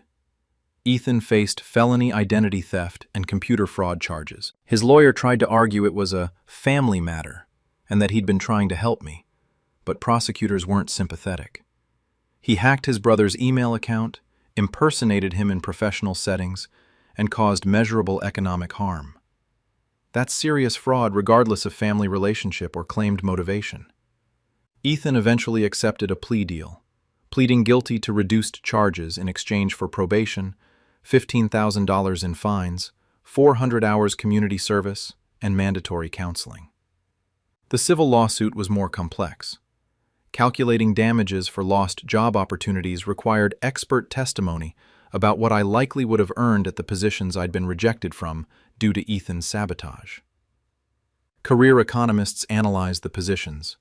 Senior developer roles at established tech companies, $140,000 to $160,000 annual salary versus my current $95,000. Even accounting for the possibility I wouldn't have gotten every job, the expected value of lost opportunities was significant. We settled for $175,000, representing estimated lost earnings from sabotaged opportunities, compensation for emotional distress and career damage, and punitive damages. Ethan doesn't have $175,000. The judgment will follow him for years, garnishing wages from whatever job he can find after being fired for ethics violations. The extended family response was mixed. My parents initially tried to defend Ethan. He was trying to help you. Family should forgive. You're destroying your brother's life. But the evidence was undeniable. Recordings of Ethan pretending to be me, giving wrong answers on purpose, being hostile to recruiters. Logs showing months of hacking my email. His own admission that he'd done it to protect me from jobs I wasn't ready for. Even my parents couldn't justify that once they heard the recordings. My sister Maya was appalled. He sabotaged your career for 8 months because he didn't want you to succeed? That's psychotic. Some extended family sided with Ethan. Everyone makes mistakes. Siblings fight. They shouldn't destroy each other over it. But most were horrified once they understood what he'd done. The tech industry response was even harsher. Ethan's name became synonymous with unethical behavior. The story of him sabotaging his brother's interviews by impersonating him spread through professional networks. He's essentially unhireable in tech now. No company wants the liability of someone with documented history of fraud and identity theft. Ethan's career, the thing he was so desperate to protect as the successful sibling, is destroyed. He lost his senior position, can't get hired anywhere in the industry, has a criminal record, and owes me $175,000 he can't pay. Meanwhile, I reapplied to companies this fall with a new email account and full security. Explained to recruiters that I'd been the victim of identity theft that affected previous applications. Several companies were understanding and scheduled new interviews. I got offers from 3 companies. Accepted a senior developer position at $155,000 per year. Exactly the kind of role Ethan claimed I wasn't ready for. I start in January. Senior developer at a major tech company. Salary increase of $60,000. Career advancement. Ethan tried to prevent by impersonating me and sabotaging my interviews. I'm 24 years old. My older brother hacked my email account and impersonated me in job interviews for 8 months, deliberately sabotaging my applications because he didn't want me to succeed and threaten his status as the successful sibling. I exposed him with recordings, account logs, and his own admission. He lost his job, got criminal convictions, owes me $175,000 in damages, and is unhireable in our industry. I got the senior position he tried to prevent me from achieving. I'm making $60,000 more per year than before, and Ethan gets to watch me succeed from his destroyed career. Some people say I went too far. That I should have handled it privately, that getting him fired and criminally charged was excessive, that I've destroyed my relationship with my brother over job interviews. But Ethan didn't destroy job interviews. He destroyed job opportunities, plural, systematic, over 8 months. He committed serious crimes to sabotage my career because he was threatened by my potential success. That's not sibling rivalry. That's criminal sabotage. I'm Alex. My brother impersonated me in job interviews to tank my career. I exposed him, got him fired, got him convicted, sued him for damages, and got the senior position he tried to prevent me from achieving. He's watching me succeed while his career lies in ruins. That's not revenge. That's justice for 8 months of identity theft and fraud. Ethan wanted to stay the successful sibling. Instead, he destroyed his own career trying to sabotage mine. And now, I'm succeeding while he faces the consequences of his crimes. The golden child isn't so golden anymore. And I'm thriving in the career he tried so hard to undermine. That's the price of letting jealousy drive you to commit fraud against your own family. Ethan tried to keep me down. Instead, he brought himself down while I kept rising. I start my new senior position in January. Ethan starts figuring out how to pay $175,000 in damages from whatever job he can find outside tech. We both got exactly what we earned. My parents destroyed my art portfolio for college applications because they wanted me to be an engineer.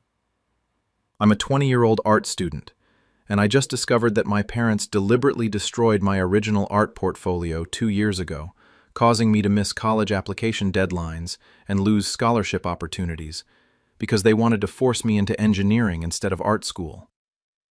I'd spent my entire senior year creating a portfolio for art school applications. 30 original pieces including paintings, sculptures, and digital work representing hundreds of hours. The portfolio was due for applications in January. In December, my portfolio disappeared from my room. My parents claimed they had no idea where it was, that I must have misplaced it. I frantically tried to recreate pieces but missed deadlines for my top choice schools and their scholarship programs. I ended up at community college, devastated, while my parents pushed me toward engineering courses. Last week I came home early and found my mother showing my original portfolio to her book club, bragging about the art phase I'd grown out of. She'd hidden it in their storage unit for 2 years. When I confronted them, they admitted they'd taken it to save me from wasting my life on art and force me to choose something practical. I'm transferring to art school with my recreated portfolio, reporting them to the colleges I missed, and cutting them off completely.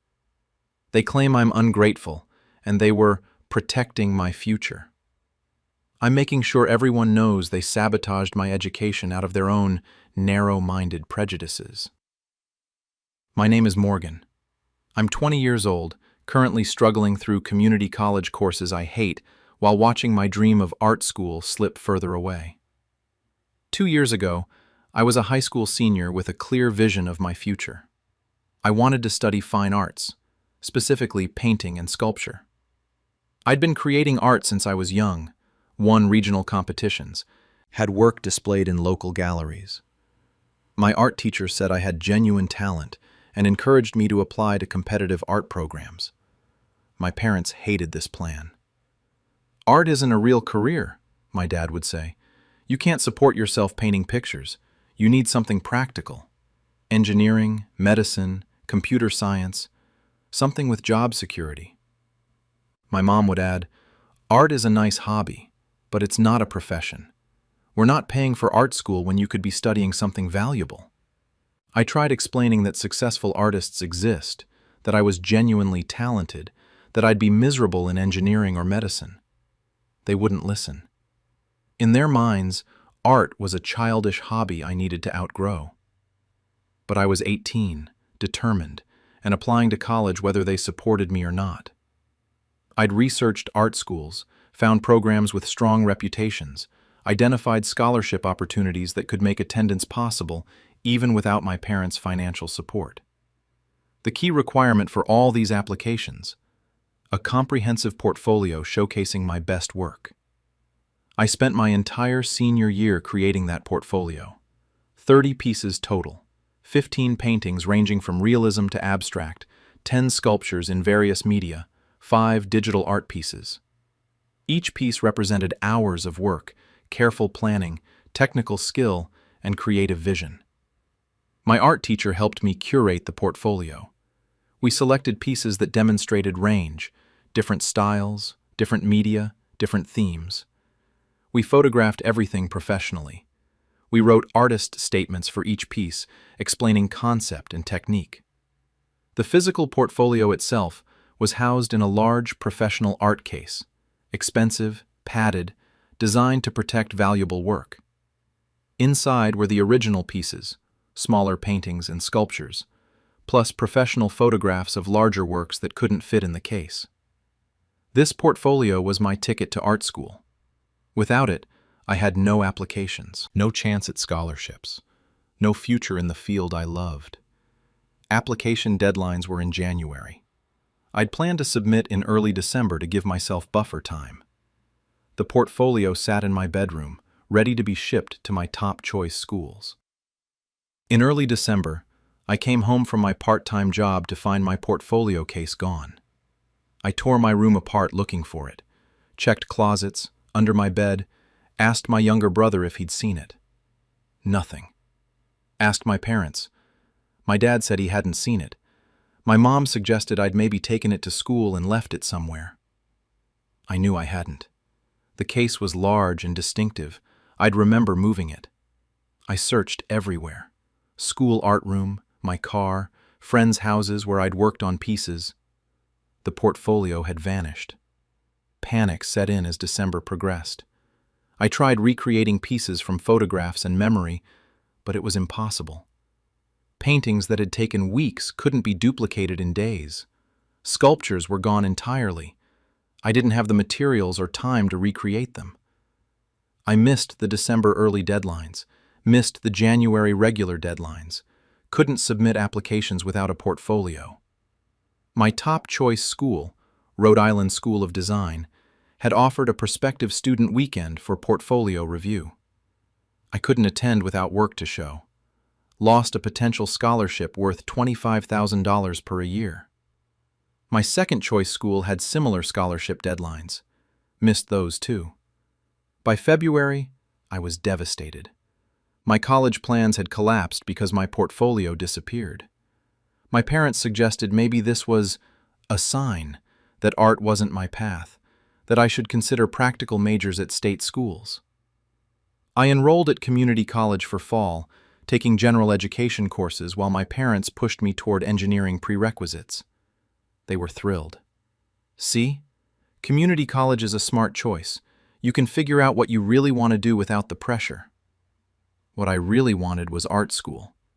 But without a portfolio and having missed scholarship deadlines, it seemed impossible. For 2 years, I've taken classes I don't care about, watched friends from art programs posting their college work on social media, felt my creative skills atrophying from disuse. I've made some new portfolio pieces, but the time and momentum were gone. I was stuck. Last week I came home early from class.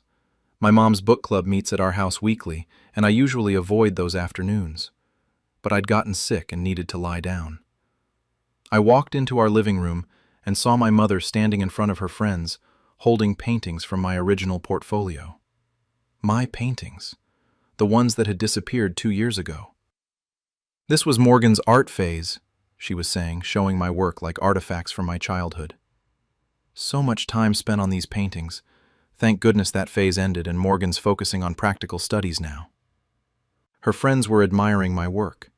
A landscape painting that had taken me 3 weeks, a portrait I'd been particularly proud of, work I'd thought was lost forever. "Where did you get those?" I interrupted, my voice shaking. My mom jumped. "Morgan! You're home early. Are you feeling okay?" "Where did you get those paintings?" I repeated. "Those are from my portfolio, the portfolio that disappeared right before college applications were due." The room went silent. My mom's friends looked uncomfortable. My mom's face was guilty. "Morgan, let's talk about this later." "No, right now. Where is my portfolio?"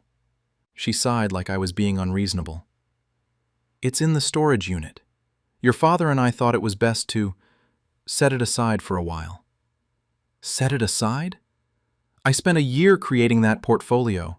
I missed college deadlines because it disappeared. You took it?"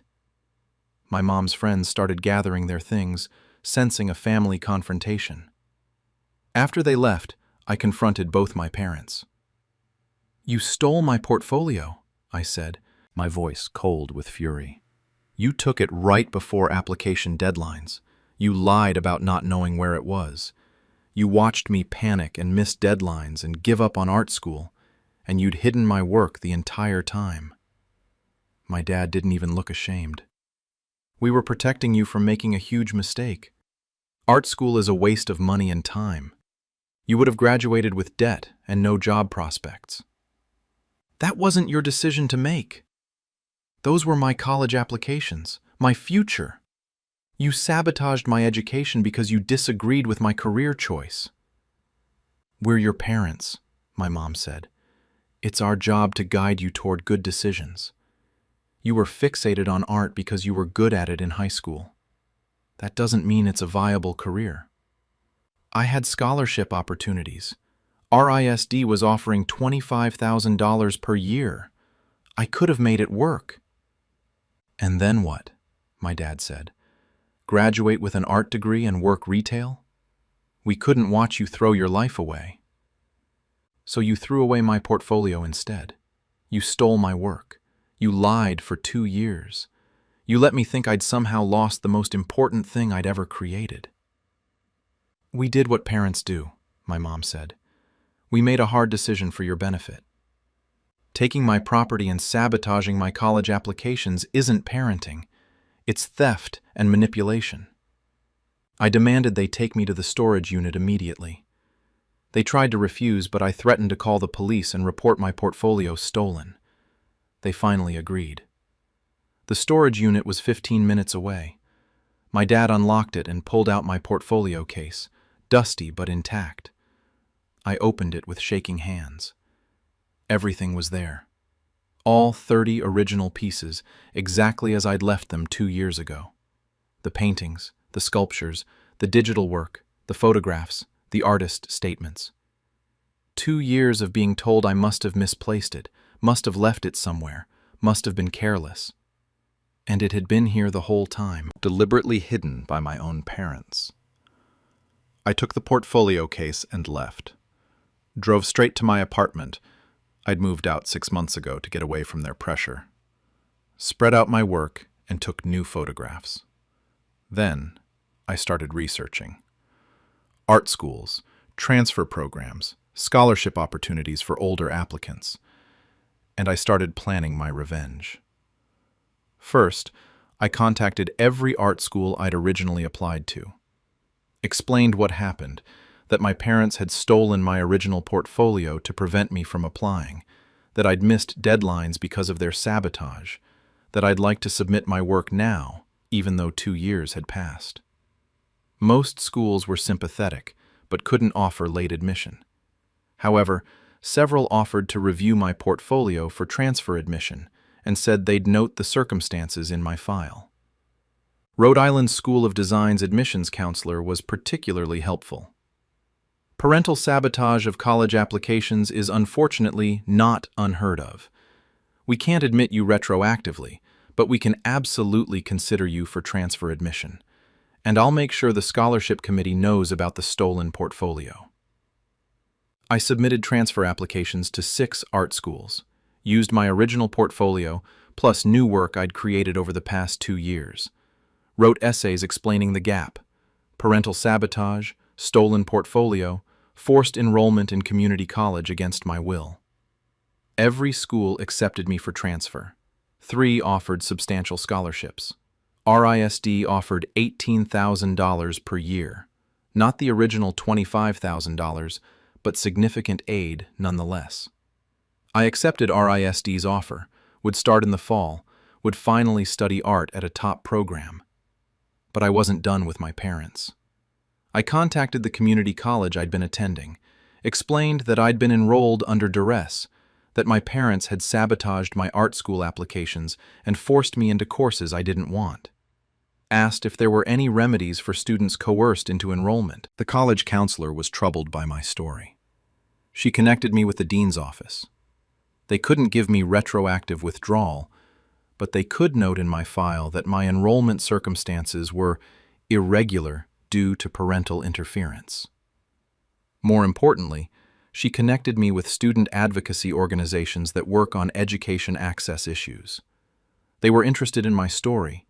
Parental sabotage of college applications, especially targeting creative fields, is a documented problem. I gave an interview to an education blog about parental control and college applications. Told my story, parents stealing my art portfolio, lying about it for 2 years, forcing me into community college while hiding my work.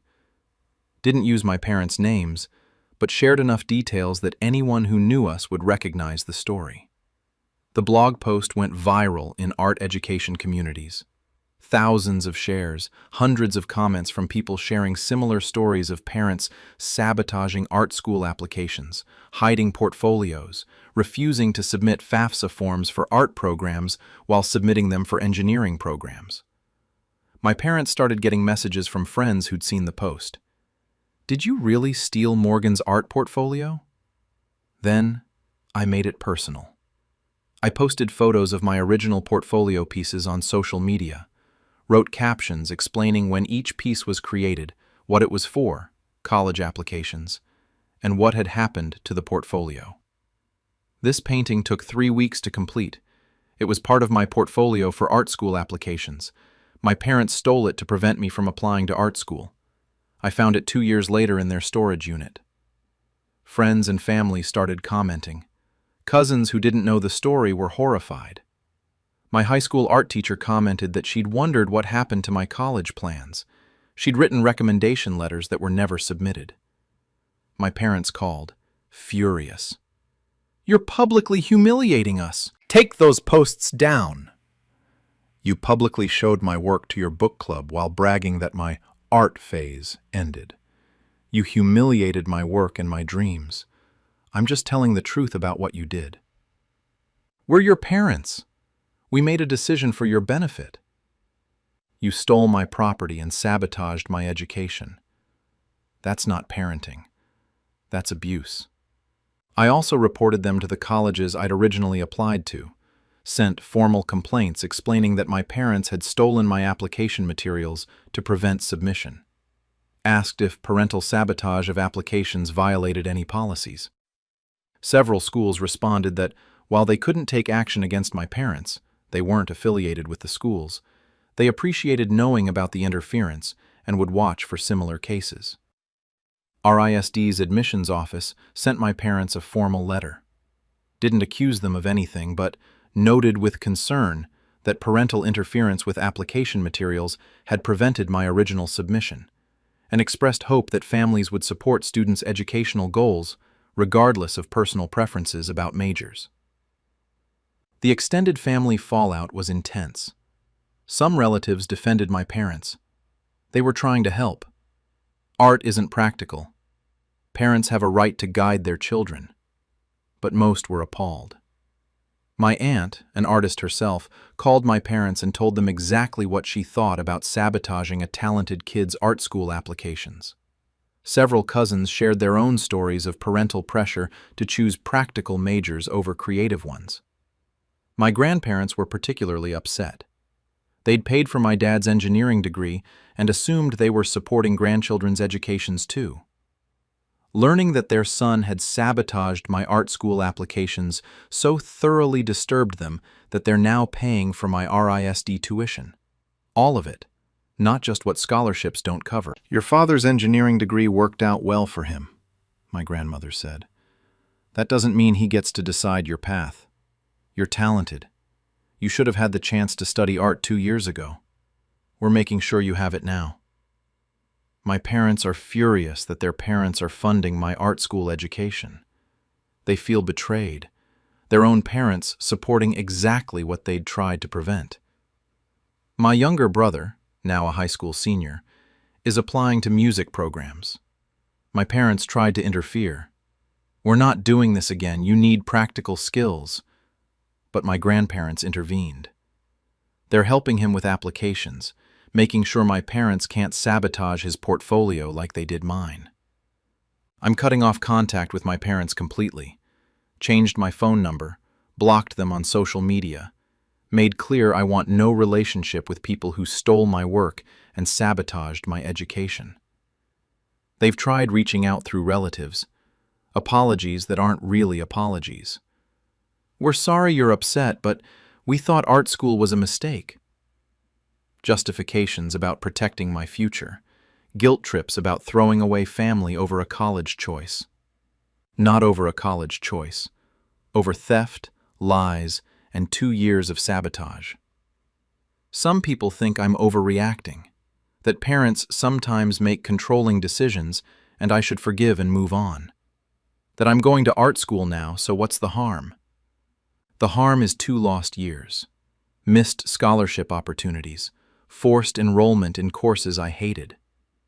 2 years believing I'd carelessly lost the most important work I'd ever created, when actually my parents had stolen it and were hiding it while lying to my face.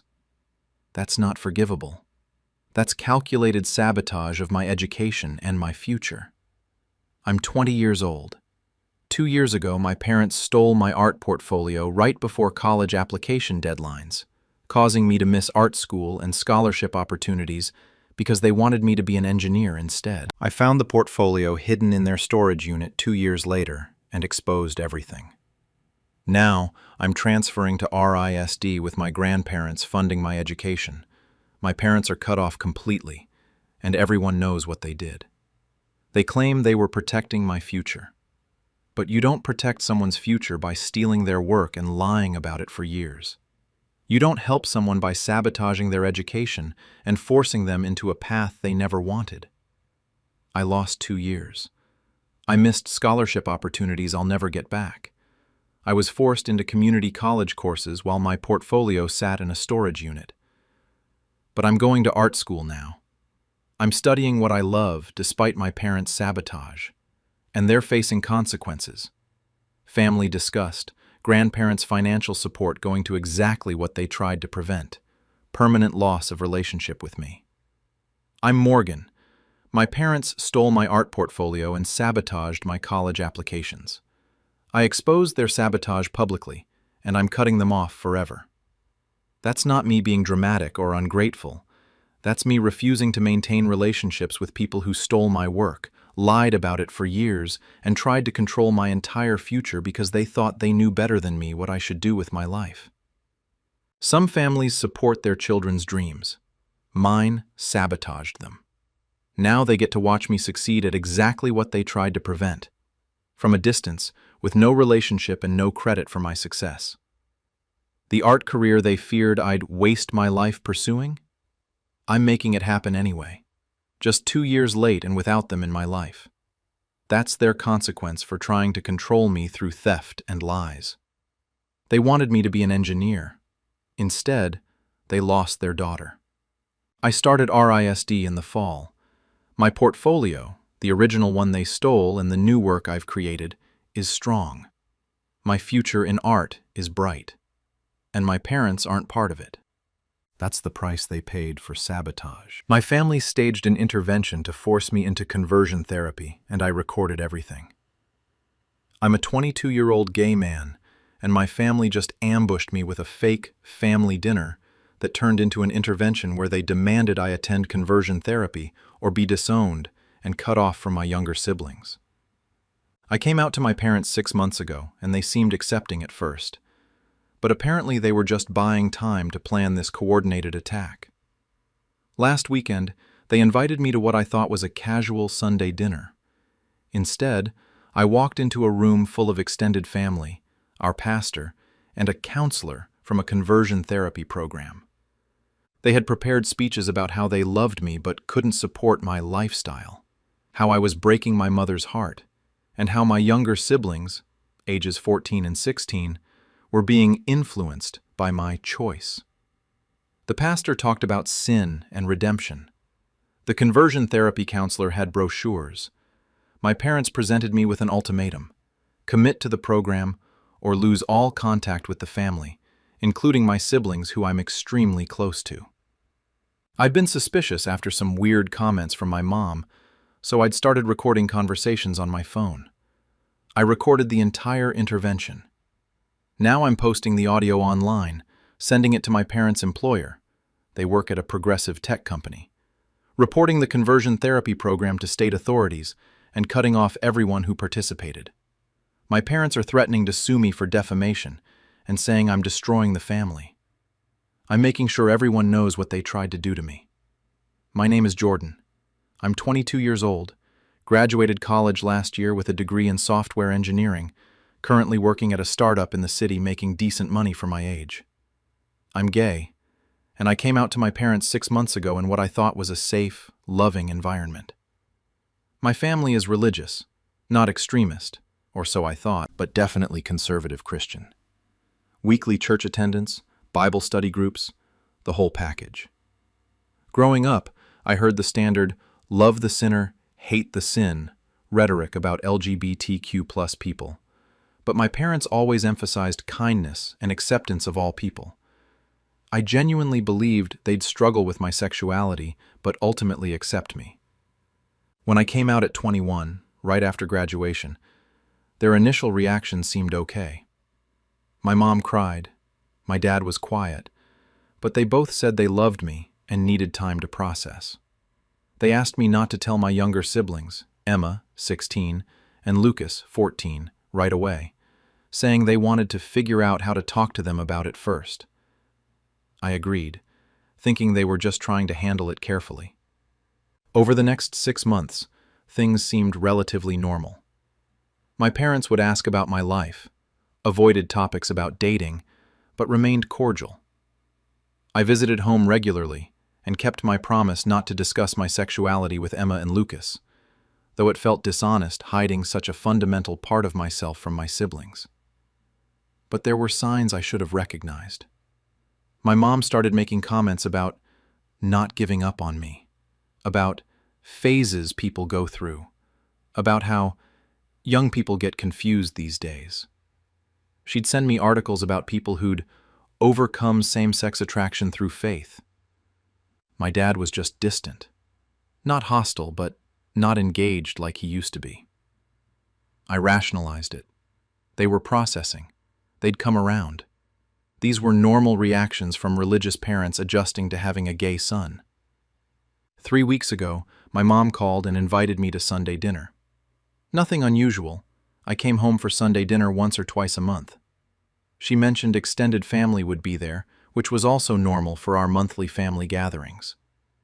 I should have been suspicious when she specifically asked me to come alone, not to bring my roommate, who's also gay, and who my parents definitely clocked as more than a roommate even though I'd never explicitly confirmed it.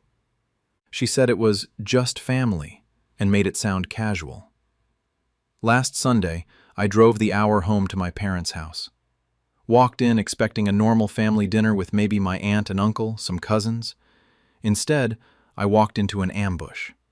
The living room was full of people, not just extended family, but our church pastor, Pastor Michael, and a woman I didn't recognize holding folders and brochures.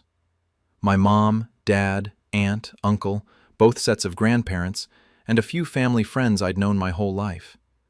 At least 15 people, all sitting in a semicircle facing one empty chair clearly meant for me. My stomach dropped. This wasn't a dinner. This was an intervention. "Jordan, please sit down," my mom said, her voice shaky. "We need to talk to you about something important." I stood frozen in the doorway. Every instinct screamed to leave, but I was also curious about what exactly they'd planned. And I was angry, furious that they'd ambushed me like this. I'd been suspicious enough over the past few weeks that I'd started recording conversations when I was around my parents. My phone was in my pocket, recording app running. I'd turned it on in the car before coming inside just in case. Now I was grateful for my paranoia. I sat down in the empty chair, pulled out my phone and placed it on my lap, screen dark but recording light on. No one seemed to notice. "What's this about?" I asked, even though I already knew. Pastor Michael spoke first. "Jordan, we're all here because we love you. Your family has asked me to be here to help guide this conversation from a place of faith and love." The words "love" coming from him made me want to vomit. My mom started crying before she even spoke. "Jordan, when you told us about your lifestyle, we wanted to be understanding. We wanted to give you space to work through this, but it's been 6 months, and you don't seem to be seeking help or trying to change." "Change?" I repeated. "Change being gay? Mom, that's not how this works." "We know you believe that," my dad said, his voice tight. "But we've been learning about people who've successfully overcome same-sex attraction through faith-based counseling. It is possible to change, Jordan. You just have to be willing to try." The unknown woman leaned forward. "Hi, Jordan. I'm Sarah. I'm a counselor with Restoration Path Ministries. We help people dealing with unwanted same-sex attraction find freedom through Christ-centered therapy." Conversion therapy. They'd brought a conversion therapy recruiter to my family intervention. "I don't have unwanted same-sex attraction," I said, trying to keep my voice steady. "I'm gay. I'm happy being gay. I'm not interested in changing." That's when my grandmother spoke up. "Jordan, you're being selfish. Your mother is heartbroken. Every day she grieves for your soul. How can you do this to her?" Other family members chimed in. My uncle talked about how I was leading Emma and Lucas down the wrong path by normalizing homosexuality. My aunt said she was worried about me facing eternal damnation. One of my parents' friends talked about a nephew who'd struggled with same-sex attraction, but was now happily married to a woman with 3 kids after conversion therapy.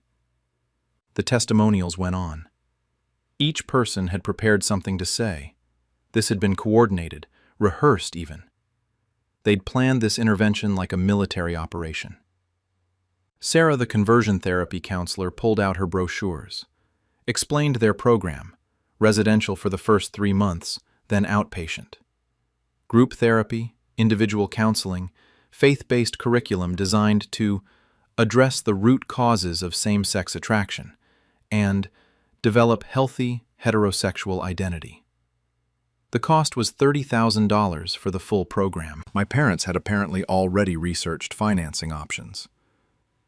"We're not asking you to make a decision right now," Sarah said, as if this was a reasonable discussion.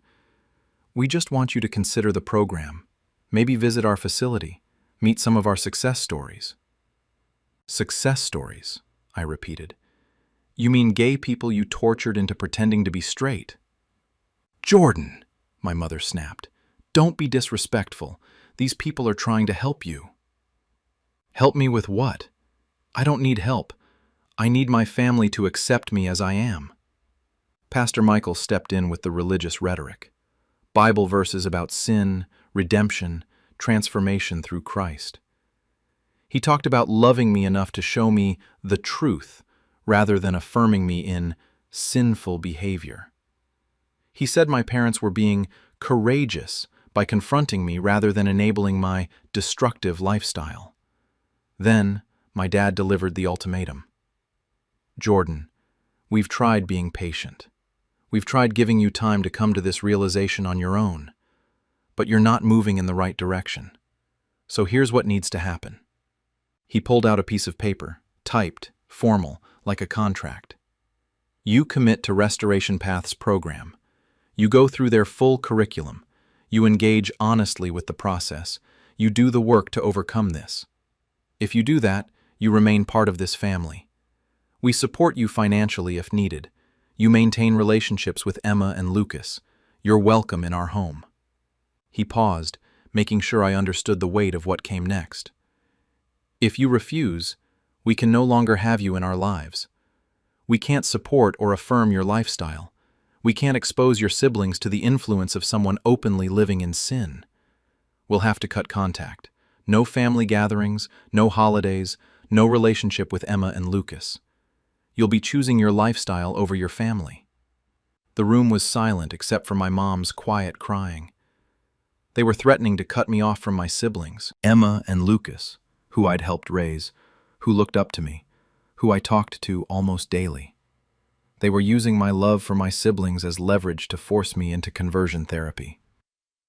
Let me get this straight, I said, my voice shaking with rage. You're blackmailing me. Convert or lose your family. That's what this is. We're giving you a choice, my uncle said. Choose your family or choose sin. I looked around the room. 15 people who claimed to love me, all nodding along with this ultimatum. All united in their belief that my sexuality was a problem to be fixed, not a fundamental part of who I am. My phone was still recording on my lap. Every word, every Bible verse, every threat, every emotional manipulation, all captured. And if I refuse? I asked. Then we have to protect Emma and Lucas from your influence, my dad said. We'll be telling them that you've chosen a lifestyle that's incompatible with our family values and that you've decided to distance yourself from the family. We'll make it clear that this was your choice. They were planning to lie to my siblings, to make them think I'd abandoned the family rather than admit they'd disowned me for being gay. I need time to think about this, I said, standing up. I needed to get out of that room before I said something I'd regret, or before they realized I was recording. Take a few days, Pastor Michael said. Pray about it. Sarah will be available if you want to visit the facility or talk more about the program. My mom grabbed my arm as I headed for the door. Jordan, please. I can't lose you to this. Please, just try. For me. For your siblings. I pulled away. I'll be in touch. I walked out, got in my car, and drove straight back to the city. Sat in my apartment and listened to the entire recording. 90 minutes of my family telling me I needed to be fixed, threatening to cut me off from my siblings if I refused conversion therapy, platform to lie about why I'd no longer be part of the family. I had evidence. Clear, undeniable evidence of what they'd tried to do, and I was going to make sure everyone knew. I started by making copies of the recording, uploaded it to multiple cloud services, sent copies to my most trusted friends, made sure it couldn't be erased or lost. Then I started researching. Looked up Restoration Path Ministries, the conversion therapy program Sarah represented. Found out they're operating in a state where conversion therapy is technically legal for adults, though illegal for minors. Found multiple testimonials from people who'd gone through their program describing emotional abuse, manipulation, and lasting psychological damage. I also researched the legal status of my recording. I live in a one-party consent state, meaning I can legally record conversations I'm part of without others' knowledge. The recording was legal evidence. I contacted LGBTQ+ advocacy organizations, sent them the recording and information about Restoration Path Ministries. Several organizations were already investigating the program, but had limited first-hand evidence. My recording was valuable documentation of how they recruited participants and what they promised families. Then, I decided on my public response. I wasn't going to hide what my family had done. I was going to expose it. I created a new social media account, not connected to my professional presence, but using my real name. Posted the full audio recording with context, explaining what had happened. Titled it, "My Family's Intervention to Force Me into Conversion Therapy." I wrote a detailed explanation of the setup, the ambush, the ultimatum, the threats regarding my siblings. I included information about conversion therapy's documented harms, the organizations profiting from it, and the religious justification used to abuse LGBTQ+ people. The post went viral within hours. Thousands of shares, millions of views, comments from people sharing their own stories of religious trauma and family rejection. News outlets picked it up. Local LGBTQ+ organizations reached out offering support. National organizations covering conversion therapy asked to interview me. My parents started getting calls. Friends, co-workers, distant relatives asking about the recording, asking if it was real, asking how they could do that to their son. My parents both work at TechFlow, a large tech company with very progressive public values, Pride Month campaigns, diversity initiatives, LGBTQ+ employee resource groups. The company's values statement explicitly opposes discrimination, including based on sexual orientation. Someone sent my recording to TechFlow's HR department with the question, "Are these the values your employees represent?" My parents' direct managers were LGBTQ+ or strong allies. The company's culture was genuinely progressive. Having employees orchestrating interventions to force their gay son into conversion therapy was deeply incompatible with company values. HR launched an investigation. My parents were placed on administrative leave while the company reviewed whether their personal conduct violated company ethics policies. I also contacted state authorities about Restoration Path Ministries. In my state, while conversion therapy for adults is legal, there are strict licensing requirements for mental health facilities. I filed complaints alleging Restoration Path was operating without proper licensure and making fraudulent claims about curing homosexuality. State Health Department investigators opened a case. My extended family's response was explosive. Some doubled down: my grandparents, my aunt and uncle, several family friends. They posted their own responses, claiming I was taking things out of context, that the intervention was done in love, that I was destroying my family over disagreement about lifestyle. But others were horrified.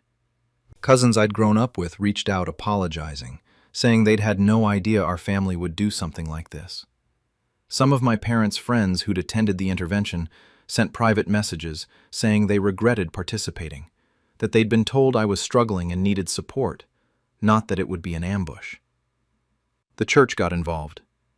Pastor Michael released a statement defending the intervention as pastoral care and conversion therapy as a legitimate counseling option for those who want it.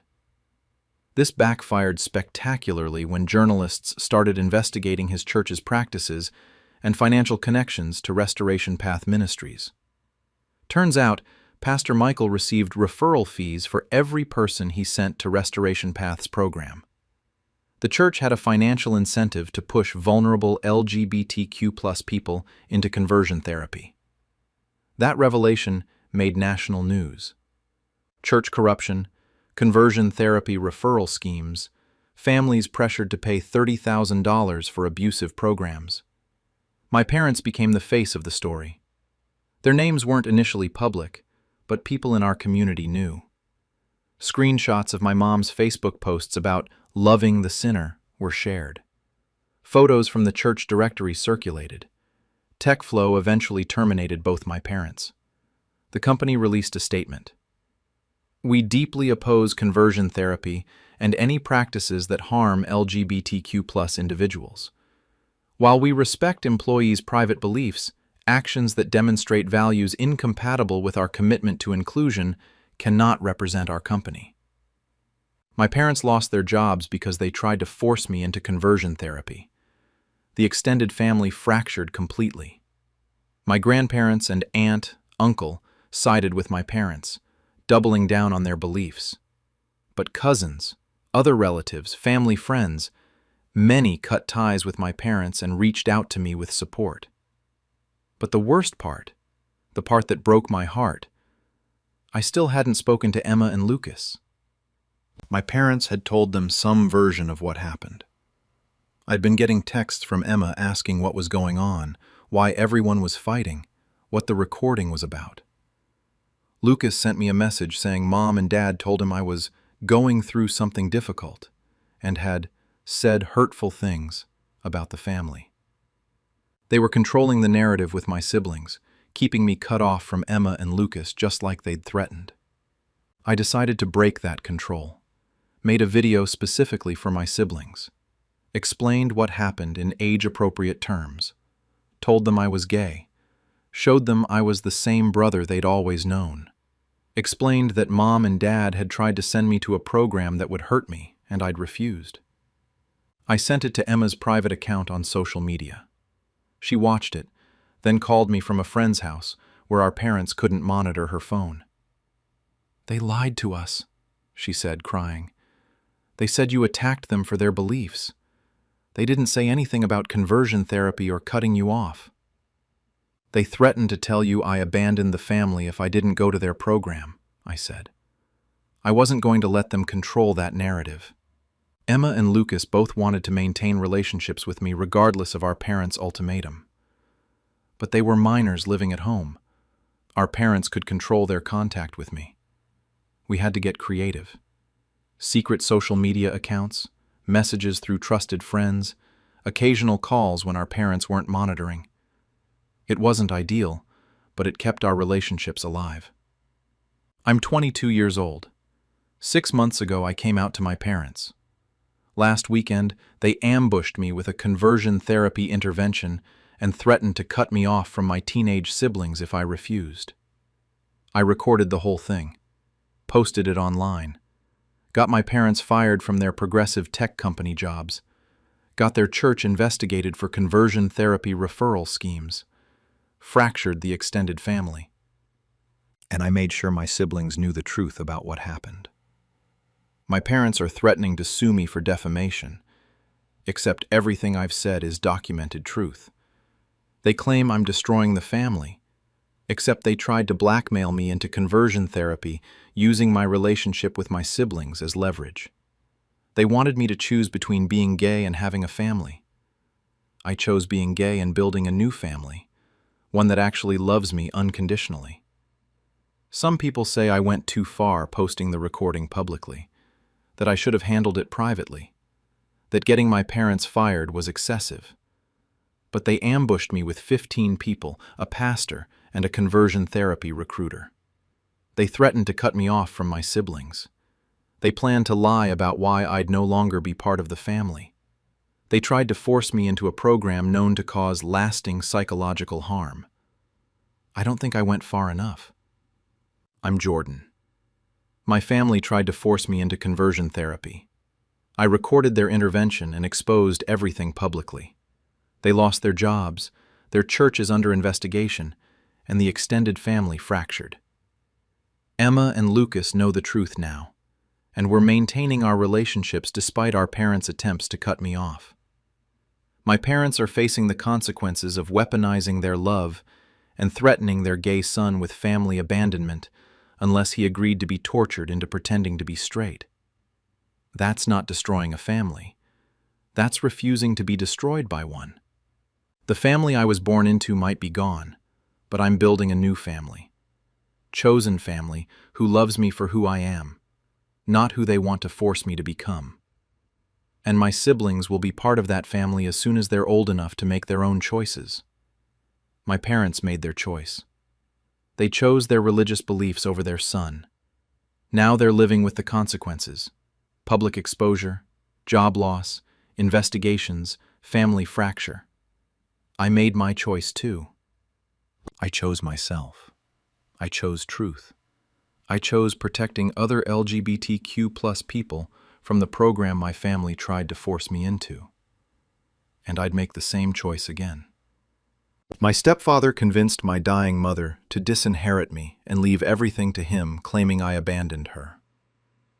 I'm a 28-year-old woman, and I just discovered that during my mother's final months with terminal cancer, my stepfather systematically convinced her that I'd abandoned her, manipulated her into changing her will to leave everything to him instead of me, and isolated her from me so thoroughly that she died believing I'd chosen not to be there. My mother was diagnosed with stage 4 pancreatic cancer a year ago. I lived across the country, but immediately arranged to take family leave from my job to care for her. My stepfather, Ron, who married my mother when I was 18 and who I've never trusted, told me he had caregiving under control and that I should focus on my career since my mother wanted me to succeed. Over the next months, he screened my calls, returned my plane tickets claiming my mother was too tired for visitors, and told my mother I was too busy with work to visit. My mother died 3 weeks ago believing I'd abandoned her during her final year. At the will reading, I discovered she'd changed her will 2 months before she died, disinheriting me and leaving her entire $800,000 estate to Ron because, according to the new will, my daughter chose her career over being there for me. I found text messages on my mother's old phone proving Ron had orchestrated everything. I'm contesting the will, pressing charges for fraud and elder abuse, and exposing what he did. Ron claims my mother made her own choices, and I'm just upset about the inheritance. I'm destroying him for stealing my last year with my dying mother. My name is Harper. I'm 28 years old, work as a civil engineer in Seattle. A year ago, I got the worst call of my life. My mother had been diagnosed with stage 4 pancreatic cancer. Advanced, aggressive, terminal. The doctors gave her maybe a year with treatment, possibly less. My mother lived in Phoenix with my stepfather, Ron. They'd been married for 10 years, since I was 18 and leaving for college. I'd never been close to Ron. He was fine, I guess. Not abusive or terrible, but there was always something about him that made me uncomfortable. The way he'd make comments about my mother's finances, how he'd discouraged her from staying in touch with old friends. Small, controlling behaviors I noticed, but my mother dismissed. When I got the diagnosis call, I immediately told my boss I needed family medical leave. My mother has terminal cancer. I'm taking the next several months to be with her. My boss was understanding. Take the time you need. Family comes first. I booked a flight to Phoenix for the following week, planning to stay as long as my mother needed me. I called my mother to tell her I was coming. Ron answered her phone. "Harper, your mom's resting right now. The diagnosis has been really hard on her." "I know. That's why I'm flying out next week. I've arranged leave from work so I can be there to help with caregiving."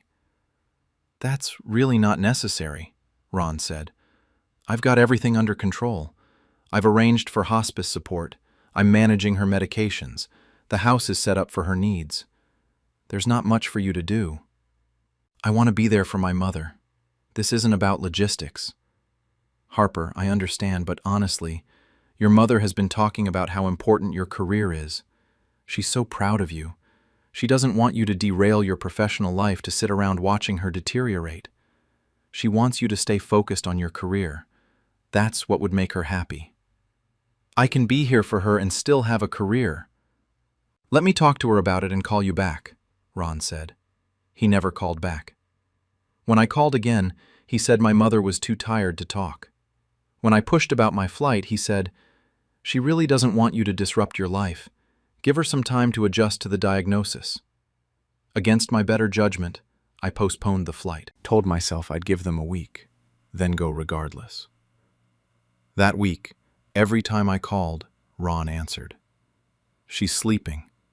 She's at a doctor's appointment. She's having a bad pain day and can't talk." I asked to leave messages. Ron said he'd relay them. I texted my mother's phone. Ron replied, "Mom's phone. She's too tired to text, but I'll tell her you checked in." After 2 weeks of this, I booked another flight without asking Ron's permission. This time, I'd just show up. The day before my flight, Ron called. "Harper, your mother asked me to tell you not to come right now. She's not feeling up to visitors. The treatment is making her very sick, and she doesn't want you to see her like this. She wants to wait until she's feeling a bit better." "I don't care how sick she is. I want to be there." "She specifically said she doesn't want you here right now. I'm respecting her wishes. You should too." What could I say? If my dying mother was saying she didn't want me there, could I force myself on her? I canceled the flight. Told myself I'd try again in a few weeks. Over the following months, the pattern continued. I'd call, Ron would answer. My mother was always unavailable. Too tired, too sick, at appointments, sleeping, having a bad day. I'd ask to visit. Ron would say she wasn't up for visitors yet.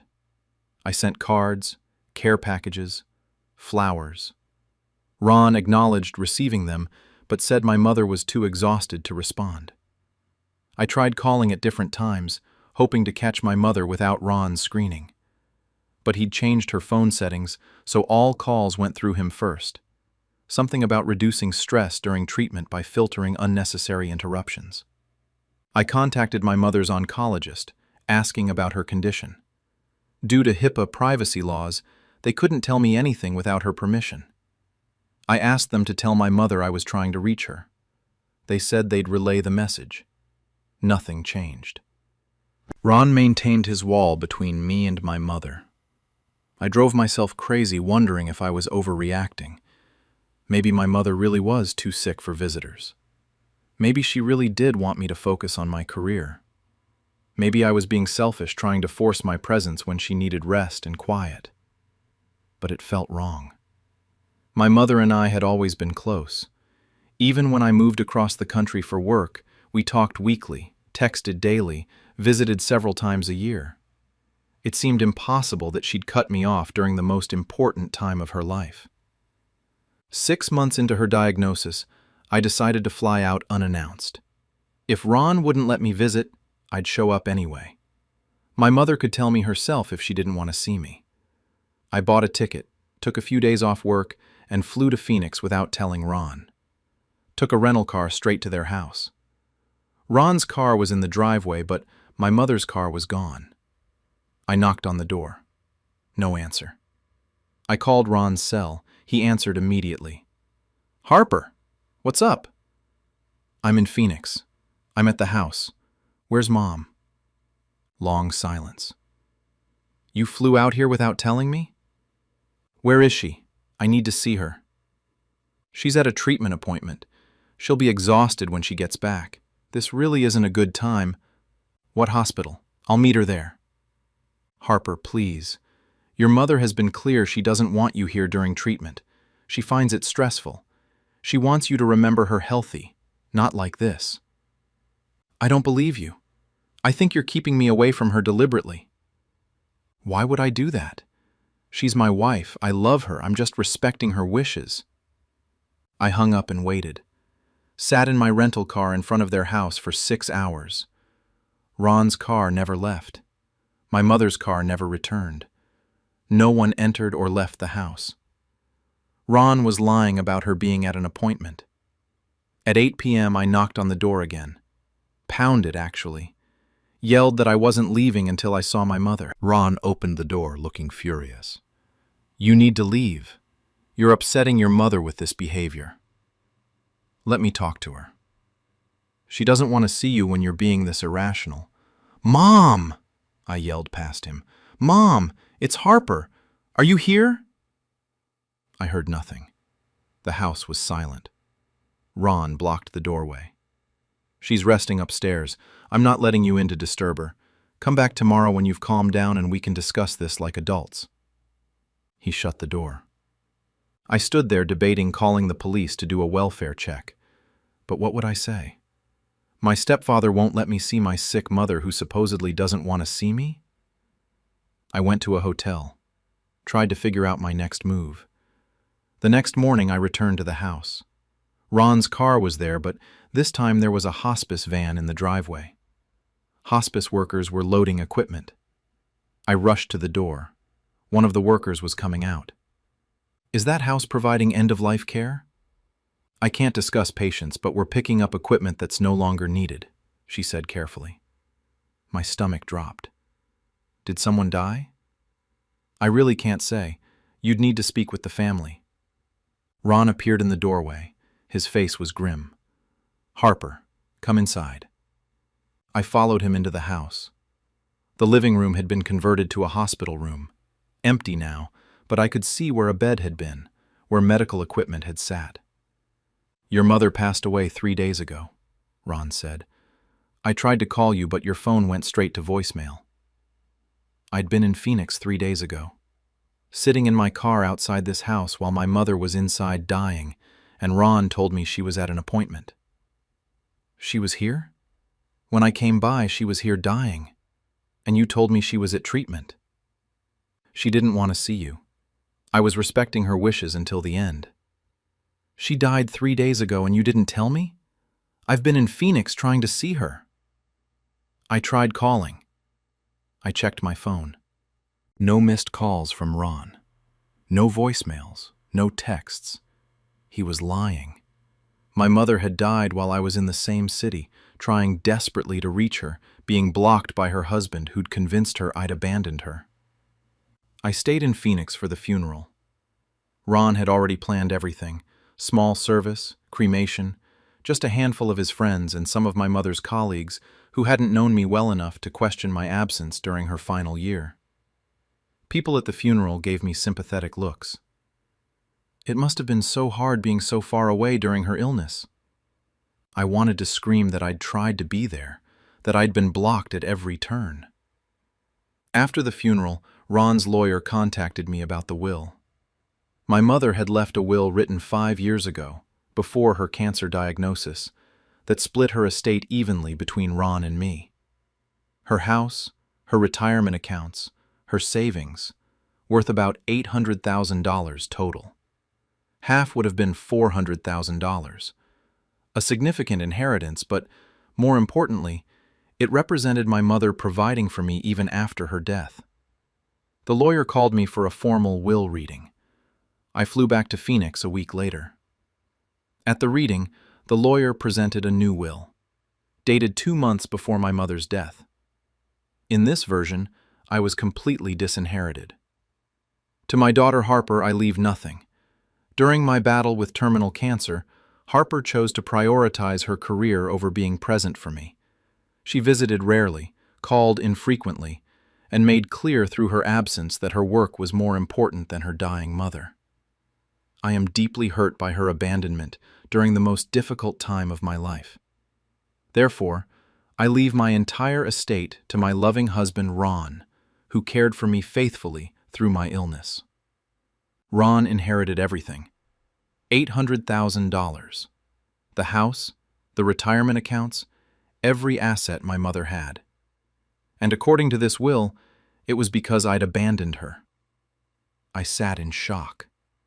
Ron looked appropriately somber, but I caught the tiniest hint of satisfaction in his expression. "This is fraud," I said. "I was never absent. I tried constantly to visit. Ron blocked every attempt I made to see her." "That's not true," Ron said.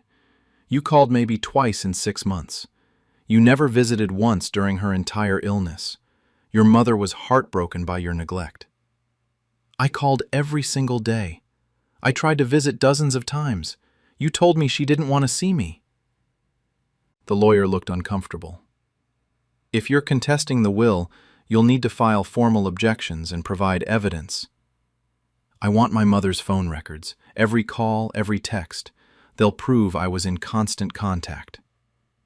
Ron's expression flickered, just for a moment, but I saw it. I hired an estate lawyer that afternoon, explained the situation. I'd been systematically prevented from seeing my dying mother, and now I was disinherited based on claims I'd abandoned her. My lawyer requested my mother's phone records from the service provider. Also requested copies of any communications between Ron and my mother, in the months before she died. What we found was explosive. My mother's phone records showed hundreds of incoming calls from my number over the past year, most lasting less than 30 seconds, because Ron answered and told me she was unavailable. A few longer calls were Ron telling me not to come visit. Text messages from my number to my mother's number, dozens per week. None of them showed as read. Ron had been intercepting and deleting them before my mother saw them. But most damning were texts between Ron and my mother. My mother, 3 months before she died. "Ron, has Harper called? I haven't heard from her in so long, I'm worried." Ron's response: "I talked to her last week. She said work is really busy. She'll try to call soon." That was a lie. I'd called that exact day, and Ron told me my mother was too tired to talk. More texts. My mother: "I wish Harper would visit. I miss her so much." Ron: "She's focused on her career right now. You always said how important her job was. She's probably trying to honor that." Another exchange. My mother: "Do you think Harper is avoiding me because she can't handle seeing me sick?" Ron: "Maybe. Some people can't deal with illness. It's disappointing, but try not to take it personally." Ron had been systematically lying to both of us, telling me my mother didn't want to see me, telling my mother I was too busy to visit. The most damning text came from a month before my mother's death. Ron to my mother: "I think you should consider updating your will. Harper has made it clear through her actions that she's moved on from family obligations. You shouldn't leave your assets to someone who couldn't be bothered to visit you during the hardest time of your life." My mother's response: "I'm so hurt by her absence.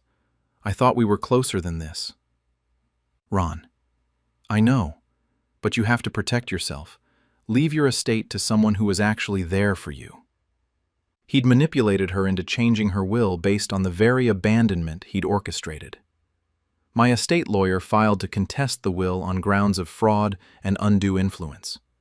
Presented the phone records, the text messages, everything showing Ron had deliberately kept me away from my mother while convincing her I was choosing not to visit. We also filed a criminal complaint against Ron for elder abuse, specifically isolating a vulnerable adult from family and manipulating her to change legal documents through deception. The criminal investigation uncovered more.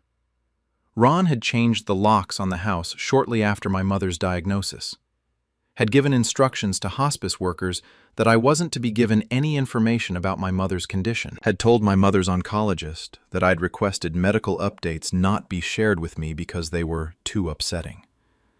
He'd created a complete system to keep me away from my mother while making her believe I'd chosen to stay away. Detectives interviewed hospice workers who'd cared for my mother.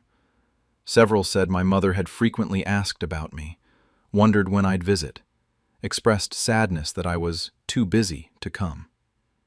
One hospice nurse said, "Your mother cried about you not visiting almost every day. She'd ask me, 'Do you think my daughter will come before I die?' It was heartbreaking. I suggested maybe Ron could call you to encourage a visit, but he said you'd made your priorities clear." My mother had died heartbroken, believing her only daughter had abandoned her. And Ron had engineered all of it. The criminal case against Ron charged him with elder abuse, isolating vulnerable adult; fraud, manipulating will changes through deception; undue influence over vulnerable adult; theft by deception, obtaining inheritance through fraud. His defense was that he'd been protecting my mother from my supposed neglect, and that she'd made her own decision about her will. But the evidence was overwhelming. Phone records proving I'd tried to contact her hundreds of times. Text messages showing Ron deliberately lying to both of us. Hospice workers testifying that my mother desperately wanted to see me, but believed I was choosing not to visit. And most damning, in my mother's belongings, I found a journal she'd kept during her illness. Entries like, "Day 84 of treatment, still no word from Harper. Ron says she's busy with work. I understand, but I wish she'd call. I'm scared, and I miss my daughter. Day 156. I asked Ron again if Harper might visit. He said she's focused on her career right now. I'm trying not to be hurt, but it's hard. I'm dying, and my daughter doesn't seem to care. Day 203. Ron suggested I change my will. Says Harper has shown through her absence that she doesn't value family. It breaks my heart, but maybe he's right. Why leave my estate to someone who couldn't be bothered to visit me? Reading my mother's words, her pain, her confusion, her grief at my supposed abandonment, destroyed me. Ron had stolen my final year with her, had convinced her I didn't love her, had let her die believing her daughter had chosen a career over being there in her final months. The will contest hearing was brutal. My lawyer presented all the evidence. Ron's lawyer tried to argue my mother had made a competent decision based on information available to her, but the judge saw through it. Mr. Ron systematically deceived a dying woman about her daughter's attempts to visit and maintain contact. He manufactured evidence of abandonment that didn't exist. He used that manufactured abandonment to convince her to change her will in his favor. That's textbook undue influence and fraud. The new will was invalidated. The original will, splitting assets evenly, was reinstated. Ron had to turn over half the estate, $400,000. But he'd already spent significant portions of the money, bought a new truck, taken a cruise, made investments. My lawyer obtained judgments to seize assets and recover the money he'd spent. Ron was also convicted on criminal charges, sentenced to 2 years in prison for elder abuse and fraud, followed by 3 years probation. The house, my mother's house that she'd owned before marrying Ron, had to be sold to split the estate. Ron fought it, but the court ordered the sale. Extended family was horrified when they learned the truth. Ron had been telling people I'd abandoned my mother. Now they knew he'd orchestrated the entire abandonment, lied to everyone, and stolen my inheritance through fraud. My mother's friends, the ones who'd attended the funeral and given me sympathetic looks, reached out with apologies. We had no idea Ron was keeping you away. We should have questioned why you weren't there. But they'd had no reason to doubt Ron's narrative. He'd been convincing. I'm 28 years old. My mother died believing I'd abandoned her during her final year with cancer. In reality, I'd tried desperately to be there, and her husband systematically blocked me while convincing her I'd chosen not to visit. Then he manipulated her into changing her will to disinherit me based on the abandonment he'd orchestrated. I've recovered my inheritance through will contest. Ron is in prison for elder abuse and fraud. The house is sold. But I'll never recover what he really stole, my final year with my mother. The chance to care for her, to be there during treatment, to say goodbye properly. The knowledge that she died believing I loved her. Ron took that from me, and he did it for $800,000. Some people say I should be satisfied with getting the money back, that sending him to prison seems excessive. But Ron didn't just steal money. He stole my dying mother's final months. He convinced her that her only child had abandoned her in her darkest time. He let her die, heartbroken and alone, believing lies he'd deliberately created. That's beyond financial fraud. That's emotional cruelty to a dying woman and her daughter. I'm Harper. My stepfather isolated my dying mother from me, convinced her I'd abandoned her, manipulated her into disinheriting me, and let her die believing I'd chosen not to be there. He's in prison. I've recovered the inheritance, but I'll never recover what he really stole. My mother's final year and her belief that I loved her. That's unforgivable, and I made sure he paid the maximum price for it. Ron wanted my inheritance. He got 2 years in prison and a lifetime of being known as the man who isolated his dying wife from her daughter for money. My mother's journal entries haunt me. I'm dying and my daughter doesn't seem to care. She died believing that lie. Ron created that lie. Now he's living with the consequences, in prison, having lost everything he'd stolen, and forever marked as the person who tortured a dying woman with manufactured abandonment. That's justice. Cold comfort. But something. My parents forged adoption papers to give my baby to my infertile sister without my knowledge. I'm a 22-year-old woman, and I just discovered that 3 years ago, my parents and older sister orchestrated an elaborate scheme where they forged documents to make it appear I'd voluntarily given my newborn daughter up for adoption to my sister, when in reality I was unconscious from delivery complications and never consented to anything. I got pregnant at 19 from a brief relationship that ended badly. My family was deeply religious and pressured me to either abort or give the baby up for adoption. I refused. I wanted to keep my daughter. My older sister Nicole had been trying to conceive for years with no success. During my pregnancy, my parents kept suggesting Nicole could help me raise the baby, or that I should consider Nicole's situation, since she couldn't have children. I said no repeatedly. When I went into labor, there were complications. I hemorrhaged badly after delivery, needed emergency surgery, and was unconscious for 18 hours. When I woke up, my parents told me my baby had died during delivery due to the complications. I was devastated. They showed me a death certificate and helped arrange a small private funeral. For 3 years, I've been grieving my daughter's death. Last week, I saw my sister's adopted daughter, Lily, at a family gathering. A 3-year-old who looks exactly like me. My parents finally admitted the truth. They'd forged adoption consent papers while I was unconscious, gave my baby to Nicole, filed false death paperwork, and faked a funeral. I'm pressing criminal charges against all of them, filing for custody of my daughter, and suing for every form of damages possible. They claim they did what was best for the baby. I'm destroying their lives for stealing my child. My name is Vanessa. I'm 22 years old, working as a medical assistant while taking night classes to become a nurse. 3 years ago, when I was 19, my entire world changed in ways I'm only now beginning to understand. I got pregnant unexpectedly my sophomore year of college. The father was a guy I'd been seeing for a few months, Tyler, a senior who made it very clear when I told him about the pregnancy that he wanted no part of it. He signed away his parental rights immediately, and I haven't heard from him since. My family's reaction was harsh. My parents are devout evangelical Christians, church every Sunday, Bible study on Wednesdays, very conservative values about sex and marriage. An unplanned pregnancy to their unwed teenage daughter was shameful. My mother cried for days. My father barely spoke to me. They gave me 2 options, abortion or adoption.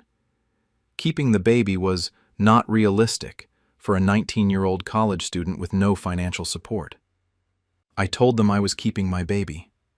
I'd take a semester off, work, figure it out. She was my daughter and I loved her already. That's when my older sister Nicole entered the picture more forcefully. Nicole was 27, married to her husband Mark for 5 years, and they'd been trying to conceive for 3 years with no success. Multiple rounds of IVF, all failed. Fertility specialists couldn't find a clear cause, but Nicole couldn't get pregnant. She'd watched me, her irresponsible younger sister, get pregnant accidentally while she and Mark desperately wanted a child they couldn't have. The jealousy was palpable. "If you're going to keep this baby, at least let me help you raise it," Nicole suggested during a family dinner when I was about 5 months along. "You can't do this alone. Mark and I can support you, help with childcare, maybe even let you live with us." "I appreciate the offer, but I want to raise my own child," I said. "You're 19, my mother added. "You don't understand how hard this will be. Nicole and Mark could give the baby everything. A stable home, 2 parents, financial security. You'd still be involved as the aunt." "I'm not giving Nicole my baby to raise while pretending to be the aunt. I'm the mother. I'll figure it out." The conversation happened multiple times over my pregnancy with increasing pressure. Nicole crying about her infertility, my parents emphasizing my youth and financial instability. Everyone suggesting that the best thing for the baby would be to let Nicole adopt her. I remained firm. This was my daughter. I'd make it work. When I went into labor at 39 weeks, my parents drove me to the hospital. Nicole and Mark came too, the whole family supporting me through delivery. Or so I thought. Labor was long and difficult. After 18 hours, I finally delivered my daughter.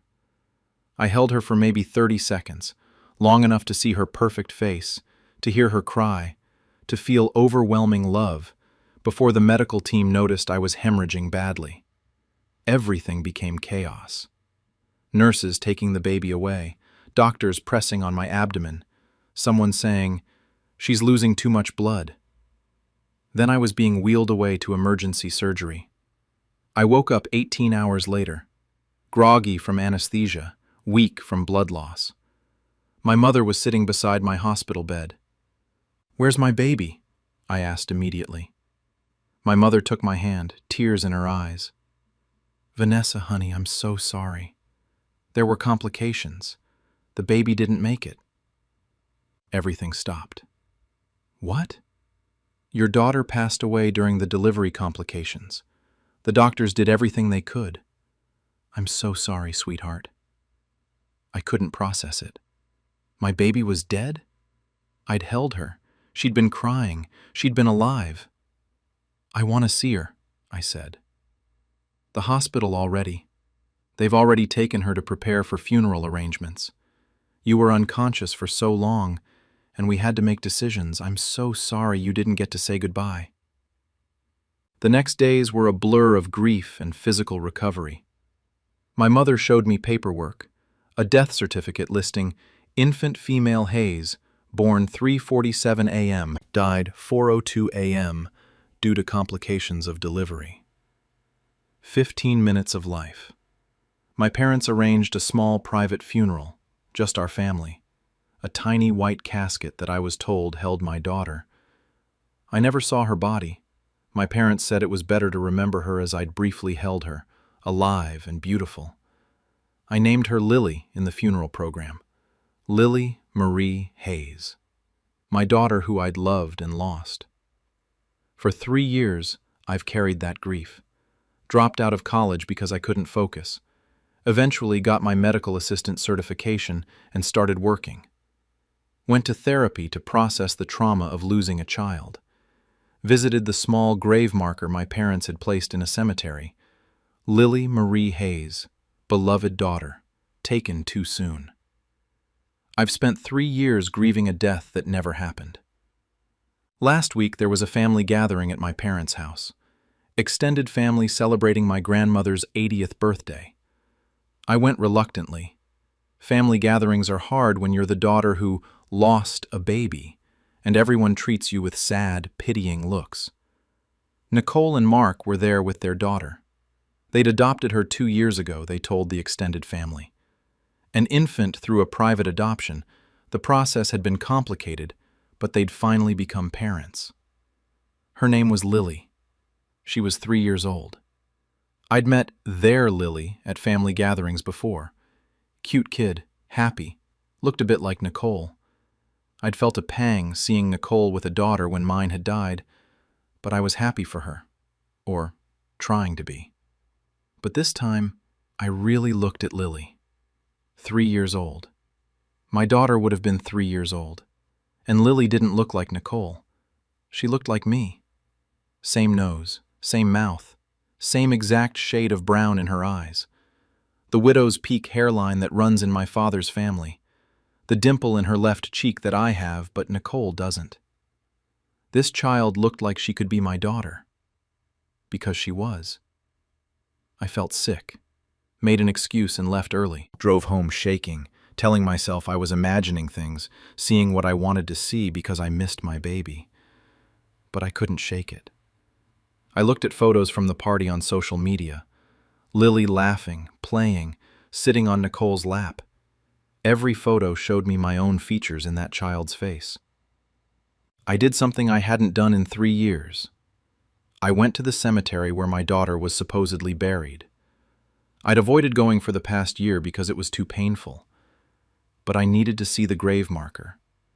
I found the small stone. Lily Marie Hayes, April 12, 2021, April 12, 2021. I called the cemetery office from my car. "Hi, I have a family member buried in your cemetery. Can you confirm when the burial occurred?" They checked their records. No burial had occurred on that date for that name. The marker had been placed, but there was no grave beneath it. It was a memorial stone only, no actual burial. I drove straight to my parents' house. They weren't expecting me. I walked in without knocking. "Where is my daughter?" My mother looked up from her book, confused. "Vanessa, what?" "Lily. Your granddaughter Lily, who supposedly died 3 years ago. Where is she?" My father came into the room. They exchanged a look. "Sit down," my father said. "We need to talk." "I don't want to sit down. I want to know why your adopted granddaughter looks exactly like me and is exactly the age my daughter would be." Another look between them. "You were 19, my mother said finally. "You weren't ready to be a mother. You had no money, no support, your whole life ahead of you. Nicole and Mark desperately wanted a child." "What did you do?" My voice was shaking. "When you were unconscious after delivery," my father said, "we made a decision. Nicole and Mark wanted to adopt the baby. You'd been refusing to consider adoption, but we believed it was the right choice for everyone. So we facilitated the adoption. I never agreed to give up my baby. You were unconscious," my mother said. "Someone had to make decisions. The baby needed parents. Nicole and Mark were right there, ready and willing. We signed the adoption papers as your parents, acting in your best interest while you were incapacitated." "You forged my consent to an adoption?" "We facilitated what should have happened," my father said. "What was best for that child. Nicole has given her a wonderful life. She's my child. You stole my baby. You let me believe she was dead for 3 years." "We gave her a better life than you could have provided at 19, my mother said. "Nicole has been an excellent mother. I left before I did something I'd regret. Drove straight to a lawyer's office and waited until someone could see me. The lawyer I met with specialized in family law and immediately recognized the severity of what had happened. "Let me make sure I understand," she said. "While you were unconscious from medical complications after giving birth, your family forged adoption consent documents, gave your baby to your sister, and then told you the baby had died. You've believed your daughter was dead for 3 years while she's been living with your sister, who's claiming to have legally adopted her." "Yes. This is kidnapping. This is fraud. I've never seen anything quite this egregious. Do you have any documentation?" I had the death certificate my mother had shown me. The lawyer examined it. "This is a forgery. Death certificates aren't issued this way. And if there was a death, there would be hospital records, medical examiner reports. This is fabricated." I also had photos from the family gathering showing Lily, showing my daughter. The lawyer made calls immediately, got the hospital's records from my delivery. The records showed I'd delivered a healthy baby girl at 3:47 a.m. No infant death recorded. The baby had been discharged to family member under Nicole's name the next day. Hospital administration was horrified when they saw what had happened. They'd never had an adoption processed through their facility. That's not how adoptions work. Somehow, Nicole had convinced staff that she was authorized to take the baby home as a family caregiver while I recovered. The discharge paperwork was irregular and should never have been approved. The lawyer filed multiple legal actions immediately. Criminal charges against my parents and Nicole for kidnapping, fraud, and conspiracy. The district attorney's office took the case seriously. This was one of the most disturbing cases they'd seen. Family court petition for immediate custody of my daughter. I was the biological mother who'd never consented to give up my child. Nicole had no legal claim to her. Civil lawsuit against my parents and Nicole for emotional distress, fraud, intentional infliction of emotional harm, and more. Seeking millions in damages. Also reported Nicole and Mark to the state's Adoption Oversight Board. They'd fraudulently claimed to have legally adopted a child when no legal adoption had occurred. The criminal case moved quickly. Police arrested my parents and Nicole. They'd saved the forged adoption paperwork, documents with signatures that were supposed to be mine, but clearly weren't when compared to my actual signature. They'd also kept the fake death certificate they'd created to show me. Forging a government document is a serious felony. Most damningly, they documented their plan in text messages between themselves. My mother to Nicole, sent while I was in surgery. "She's still unconscious. This is our chance. You and Mark need to be ready to take the baby home tomorrow." Nicole to my mother. "Are you sure about this? What if Vanessa finds out?" My mother. "She'll be devastated at first, but eventually she'll understand it was for the best. You'll be an amazing mother." My father to both. "I'll handle the paperwork. We'll say she agreed before the surgery, but there are no witnesses due to the emergency. By the time she wakes up, the adoption will be filed, and we'll tell her the baby didn't make it." Premeditated conspiracy to kidnap my child and fake her death. The prosecutor was appalled. "They planned this before you even went into surgery. This wasn't a split-second decision during a crisis. They prepared to steal your baby and fake her death." My parents tried to claim they'd acted out of love, that they genuinely believed I wasn't ready to be a mother, and that Nicole deserved a child after her fertility struggles. But the text messages showed different motivations. My mother had written to my father, "Once Vanessa believes the baby died, she can move on with her life. Go back to school, build a career, find a good Christian husband someday, and have children when she's ready. This baby would have ruined her future." They'd decided my 19-year-old life plans mattered more than my right to raise my own child. And they'd decided Nicole's desire for a baby justified stealing mine. The family court custody hearing was scheduled for 2 weeks after I filed. The judge reviewed the evidence and was visibly shaken. "Ms. Hayes, I need to confirm. You gave birth to this child 3 years ago. You never consented to adoption, and your family fabricated the child's death to hide that they'd given her to your sister?" "Yes, Your Honor." "And Ms. Nicole Foster, you've been raising this child knowing she was taken from her biological mother without consent?" Nicole tried to claim she'd believed the adoption was legitimate, that my parents had told her I'd agreed. But the text messages proved she'd known I was unconscious and hadn't consented. The judge made a preliminary ruling. Immediate custody to me pending DNA testing to confirm biological maternity, though there was no real doubt, and criminal proceedings against my parents and Nicole. This child was kidnapped from her biological mother through an elaborate fraud, the judge said. Whatever the defendants believed they were doing, they had no legal authority to terminate parental rights without consent. Custody is returned to the biological mother immediately. Nicole sobbed through the hearing. "She's my daughter. I've raised her for 3 years. You can't just take her from me." "She was never legally your daughter," the judge said. "You've been raising a kidnapped child. Your bond with her, however genuine, was created through criminal acts." The transition was carefully managed by court-appointed child psychologists.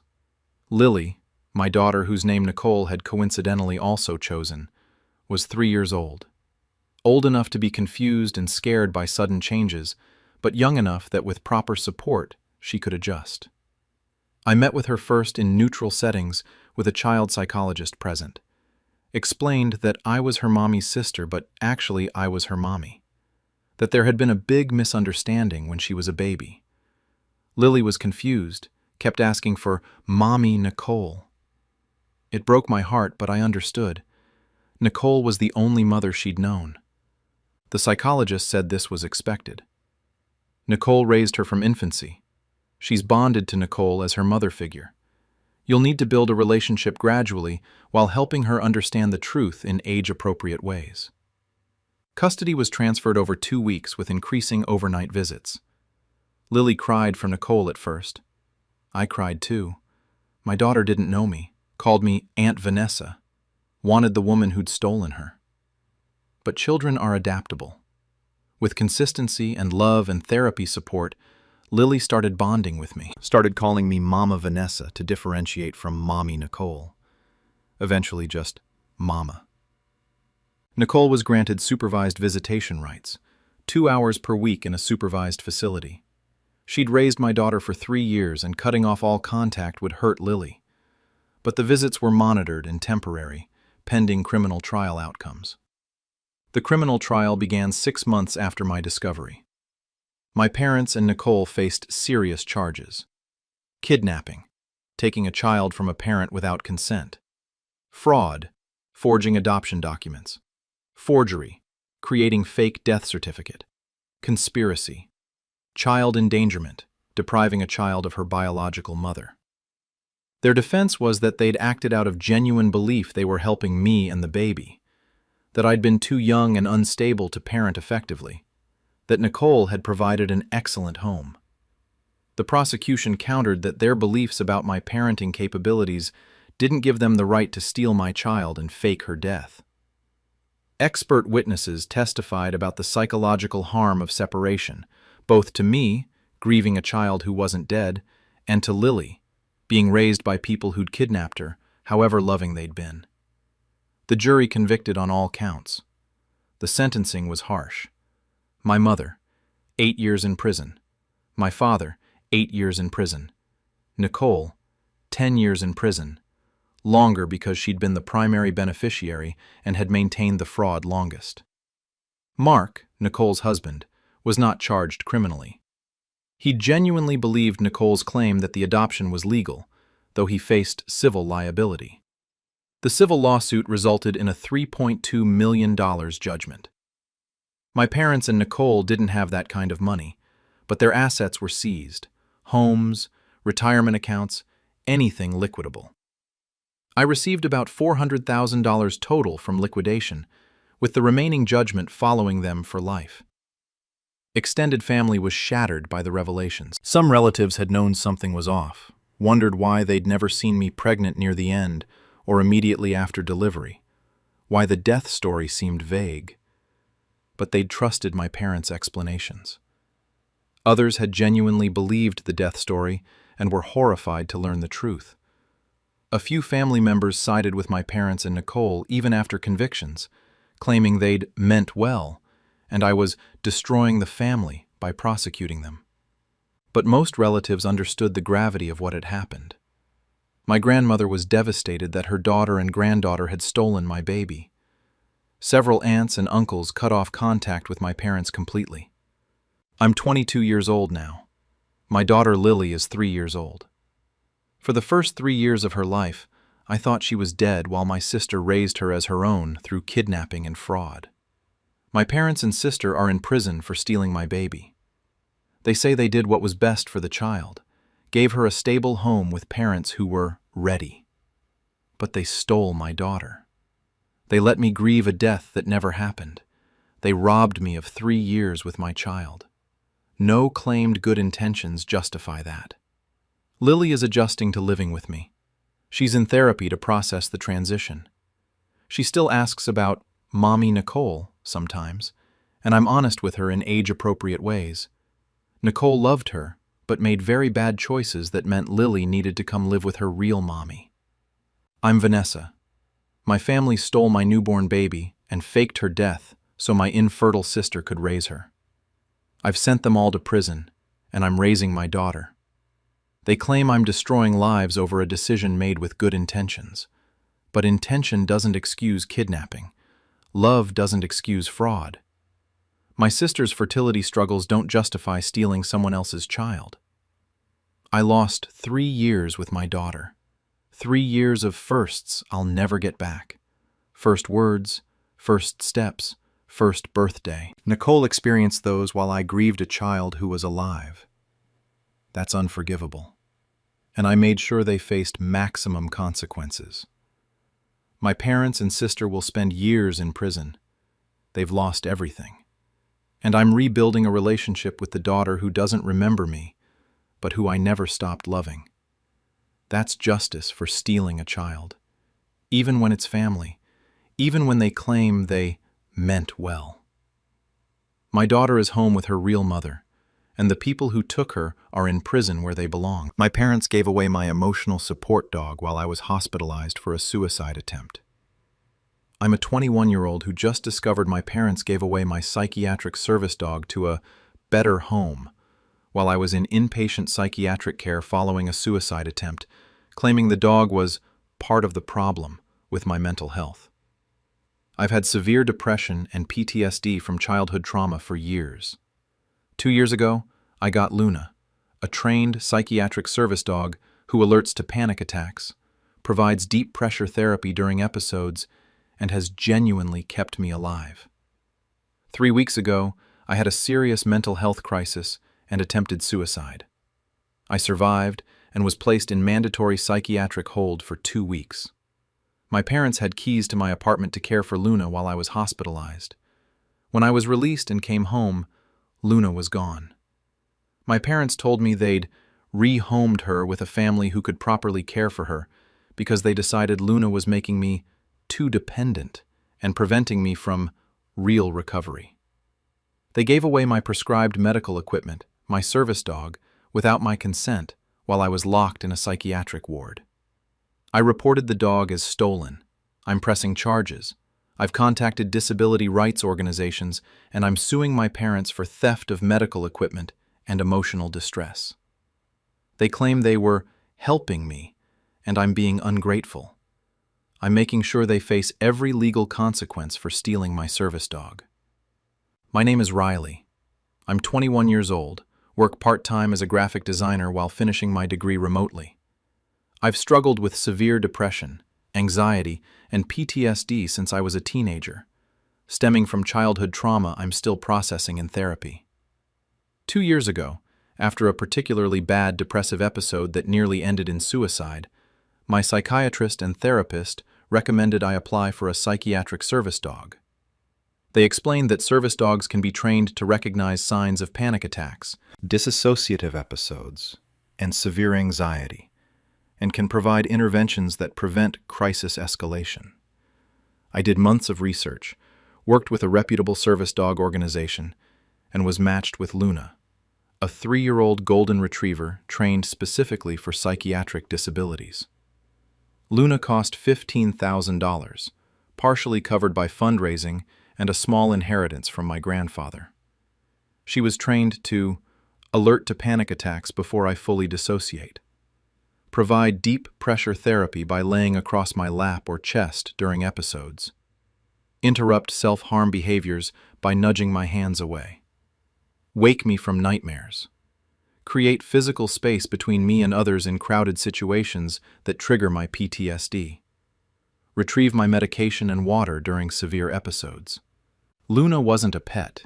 She was medical equipment, a prescribed intervention for my disabilities, as legitimate as someone's wheelchair or insulin pump. And she worked. For 2 years, Luna kept me stable. My suicide ideation decreased. My panic attacks were less severe because Luna caught them early. I could go to classes, grocery stores, public spaces that used to trigger debilitating anxiety. I could function. My therapist documented the improvement in her notes. My psychiatrist reduced some of my medications because Luna's interventions meant I needed less pharmaceutical management. Luna literally saved my life multiple times, alerting to severe dissociative episodes that could have ended in self-harm, providing grounding during suicidal crises.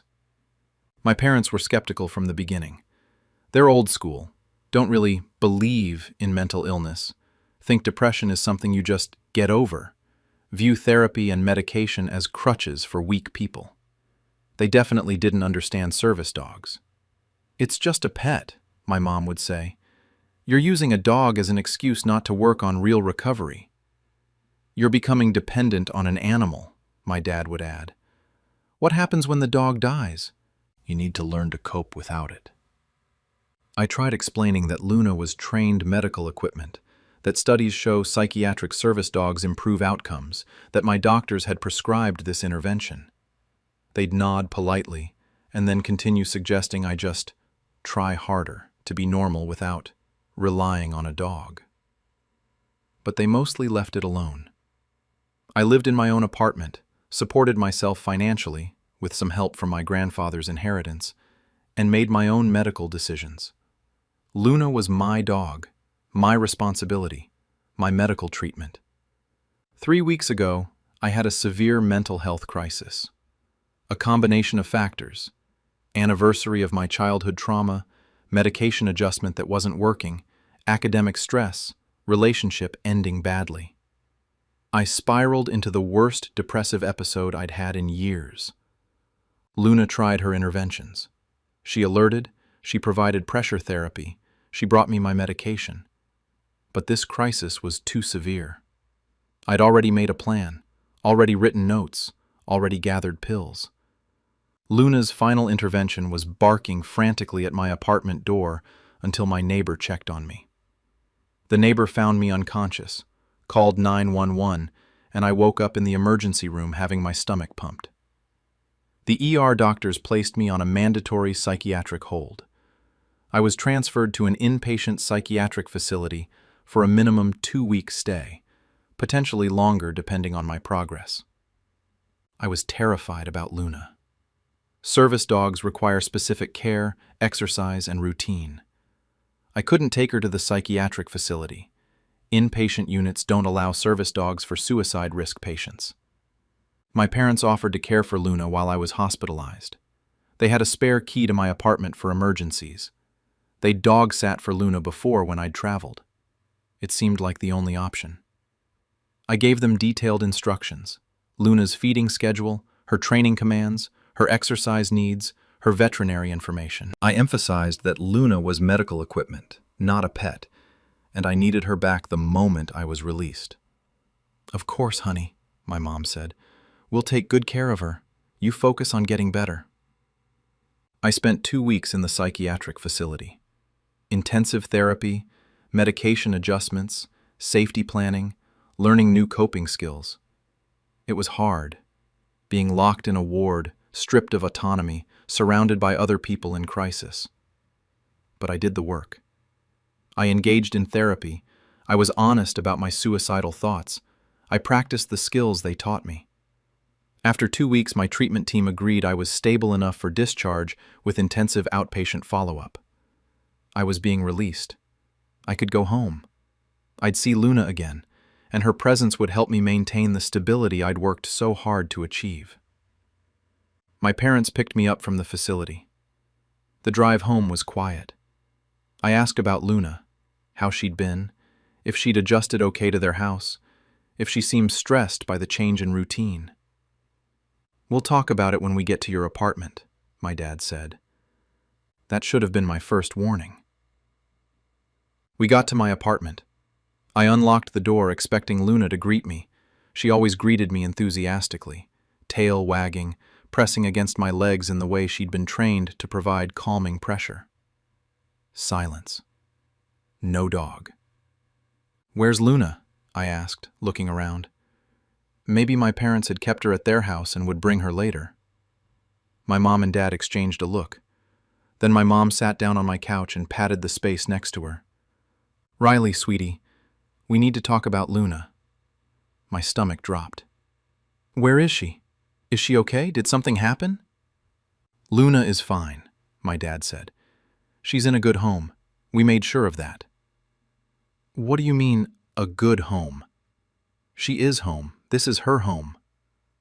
My mom took my hand. "Honey, while you were in the hospital, your father and I did a lot of thinking about your situation, about your mental health, about your recovery, about what's really best for you." "What does this have to do with Luna?" "We think Luna has become an unhealthy dependence," my dad said. "You're relying on a dog instead of developing real coping skills. Your therapists have made you dependent on an animal, and that's not real recovery." Luna is prescribed medical equipment, I said, my voice rising. My psychiatrist and therapist both recommended her. Where is my dog? We found her a new home, my mom said. A lovely family with children. They have a big yard. Luna will be so happy there. Much happier than being in a small apartment dealing with your episodes all the time. The room started spinning. You gave away my service dog? While I was in the hospital? You had no right. We have every right, my dad interrupted. We're your parents. We're looking out for your best interests. That dog was enabling your mental illness, not treating it. You need to learn to cope without using an animal as a crutch. She's not a crutch. She's medical equipment. She's trained to prevent exactly what landed me in the hospital. Where is she? I want her back now. My mom's voice was condescending. Riley, you're getting hysterical. This reaction just proves you were too dependent on the dog. A healthy person wouldn't fall apart like this. I'm falling apart because you stole my service dog. I was screaming now, unable to control the panic rising in my chest. Luna would have alerted to this panic attack, would have provided pressure therapy, would have helped me regulate. But Luna was gone.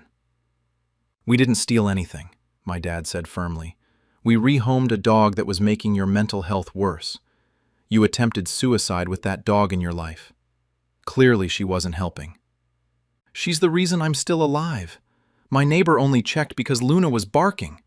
Luna has prevented suicide attempts for 2 years. Then why did you try to kill yourself 3 weeks ago? My mom asked. If Luna was such good treatment, why were you still suicidal? I couldn't answer. I was hyperventilating, the panic attack fully taking over.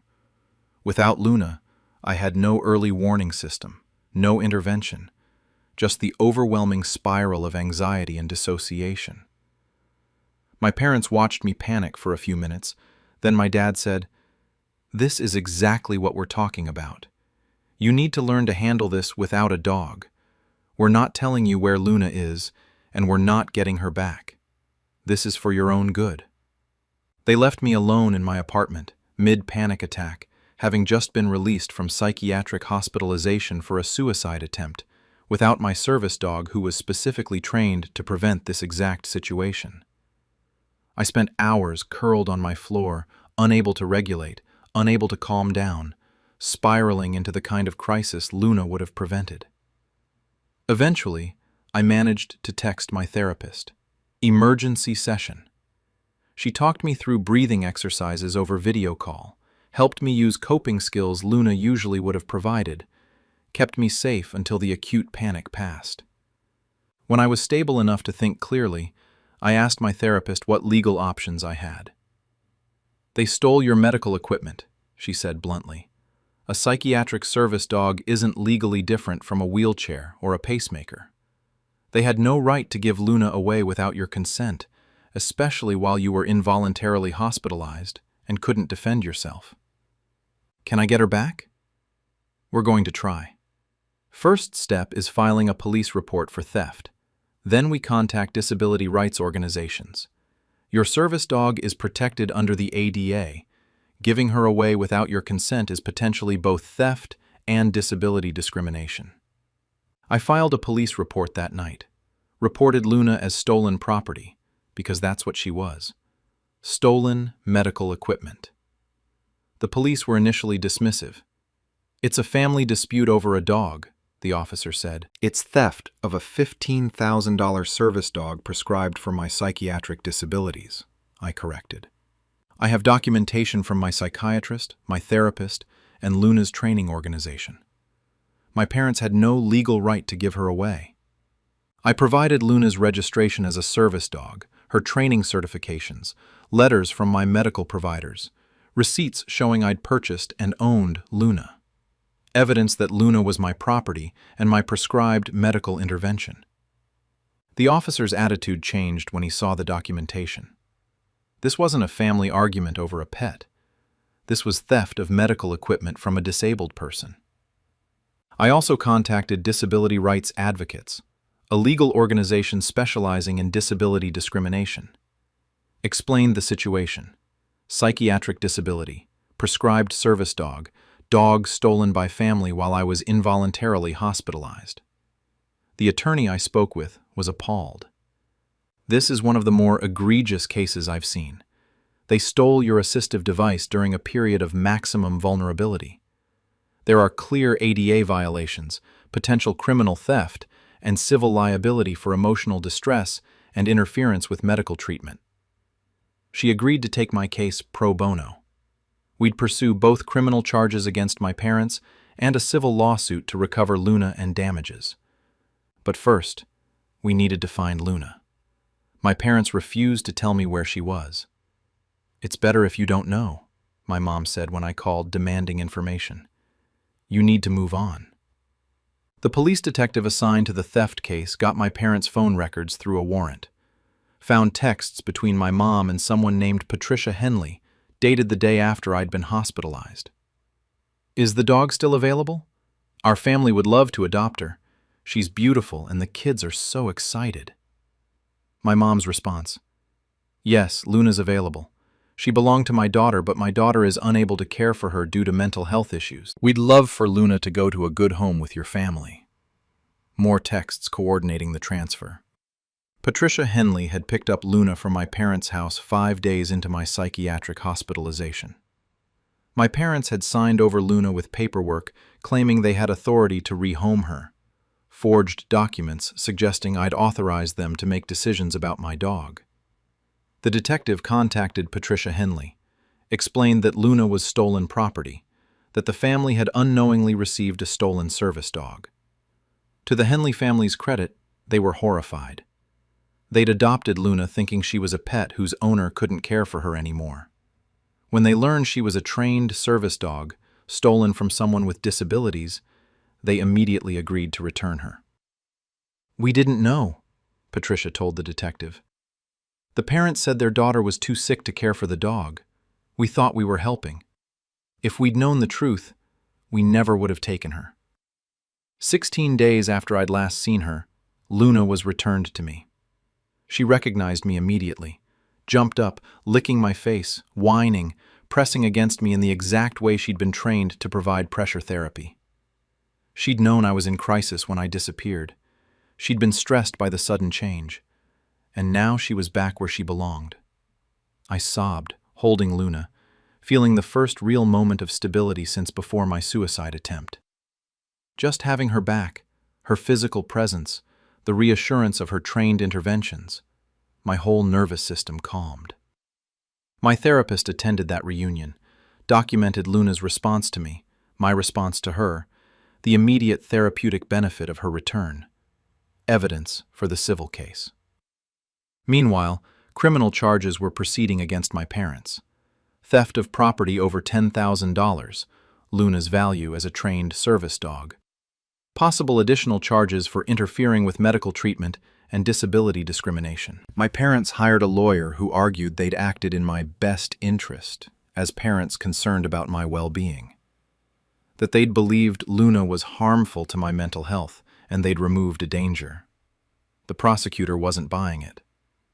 They stole a wheelchair from a paralyzed person and claimed it was making them too dependent on assistive devices. That's what this is. They removed prescribed medical equipment from someone with disabilities because they didn't believe in that treatment. My parents' lawyer tried to argue that psychiatric service dogs aren't real medical equipment, like wheelchairs or insulin pumps. My attorney destroyed that argument, brought in expert witnesses, psychiatrists who explained how service dogs work, trainers who detailed Luna's specific medical tasks, disability rights advocates who explained legal protections for service animals. Luna herself was evidence. My attorney brought her to a hearing and demonstrated her trained tasks, alerting to my increased heart rate, anxiety, providing deep pressure therapy, interrupting a self-harm behavior simulation. Luna wasn't a pet. She was sophisticated medical equipment. The criminal case is ongoing, but the prosecution is confident. My parents took my property without authorization while I was involuntarily confined, gave it to strangers, and refused to return it. That's theft, regardless of their claimed motivations. The civil case is even stronger.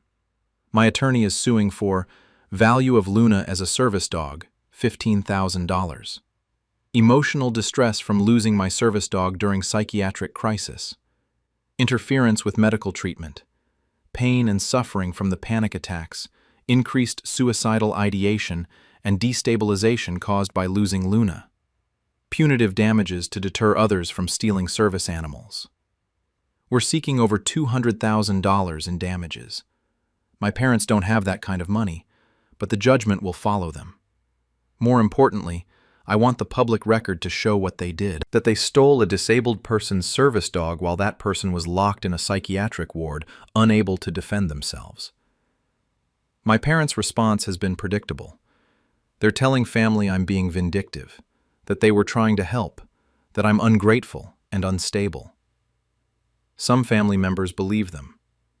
My aunt thinks I'm overreacting, that parents sometimes have to make hard decisions for their children's good. But most of the family is horrified. My grandmother cried when I told her what happened. "They took away the thing keeping you alive," she said. "How could they do that?"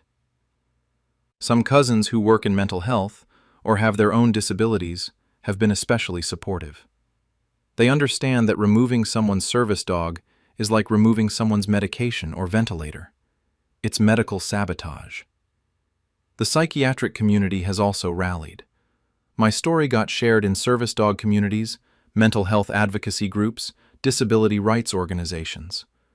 Hundreds of people with psychiatric service dogs have shared their own stories of family members not understanding, not respecting, or actively interfering with their service animals.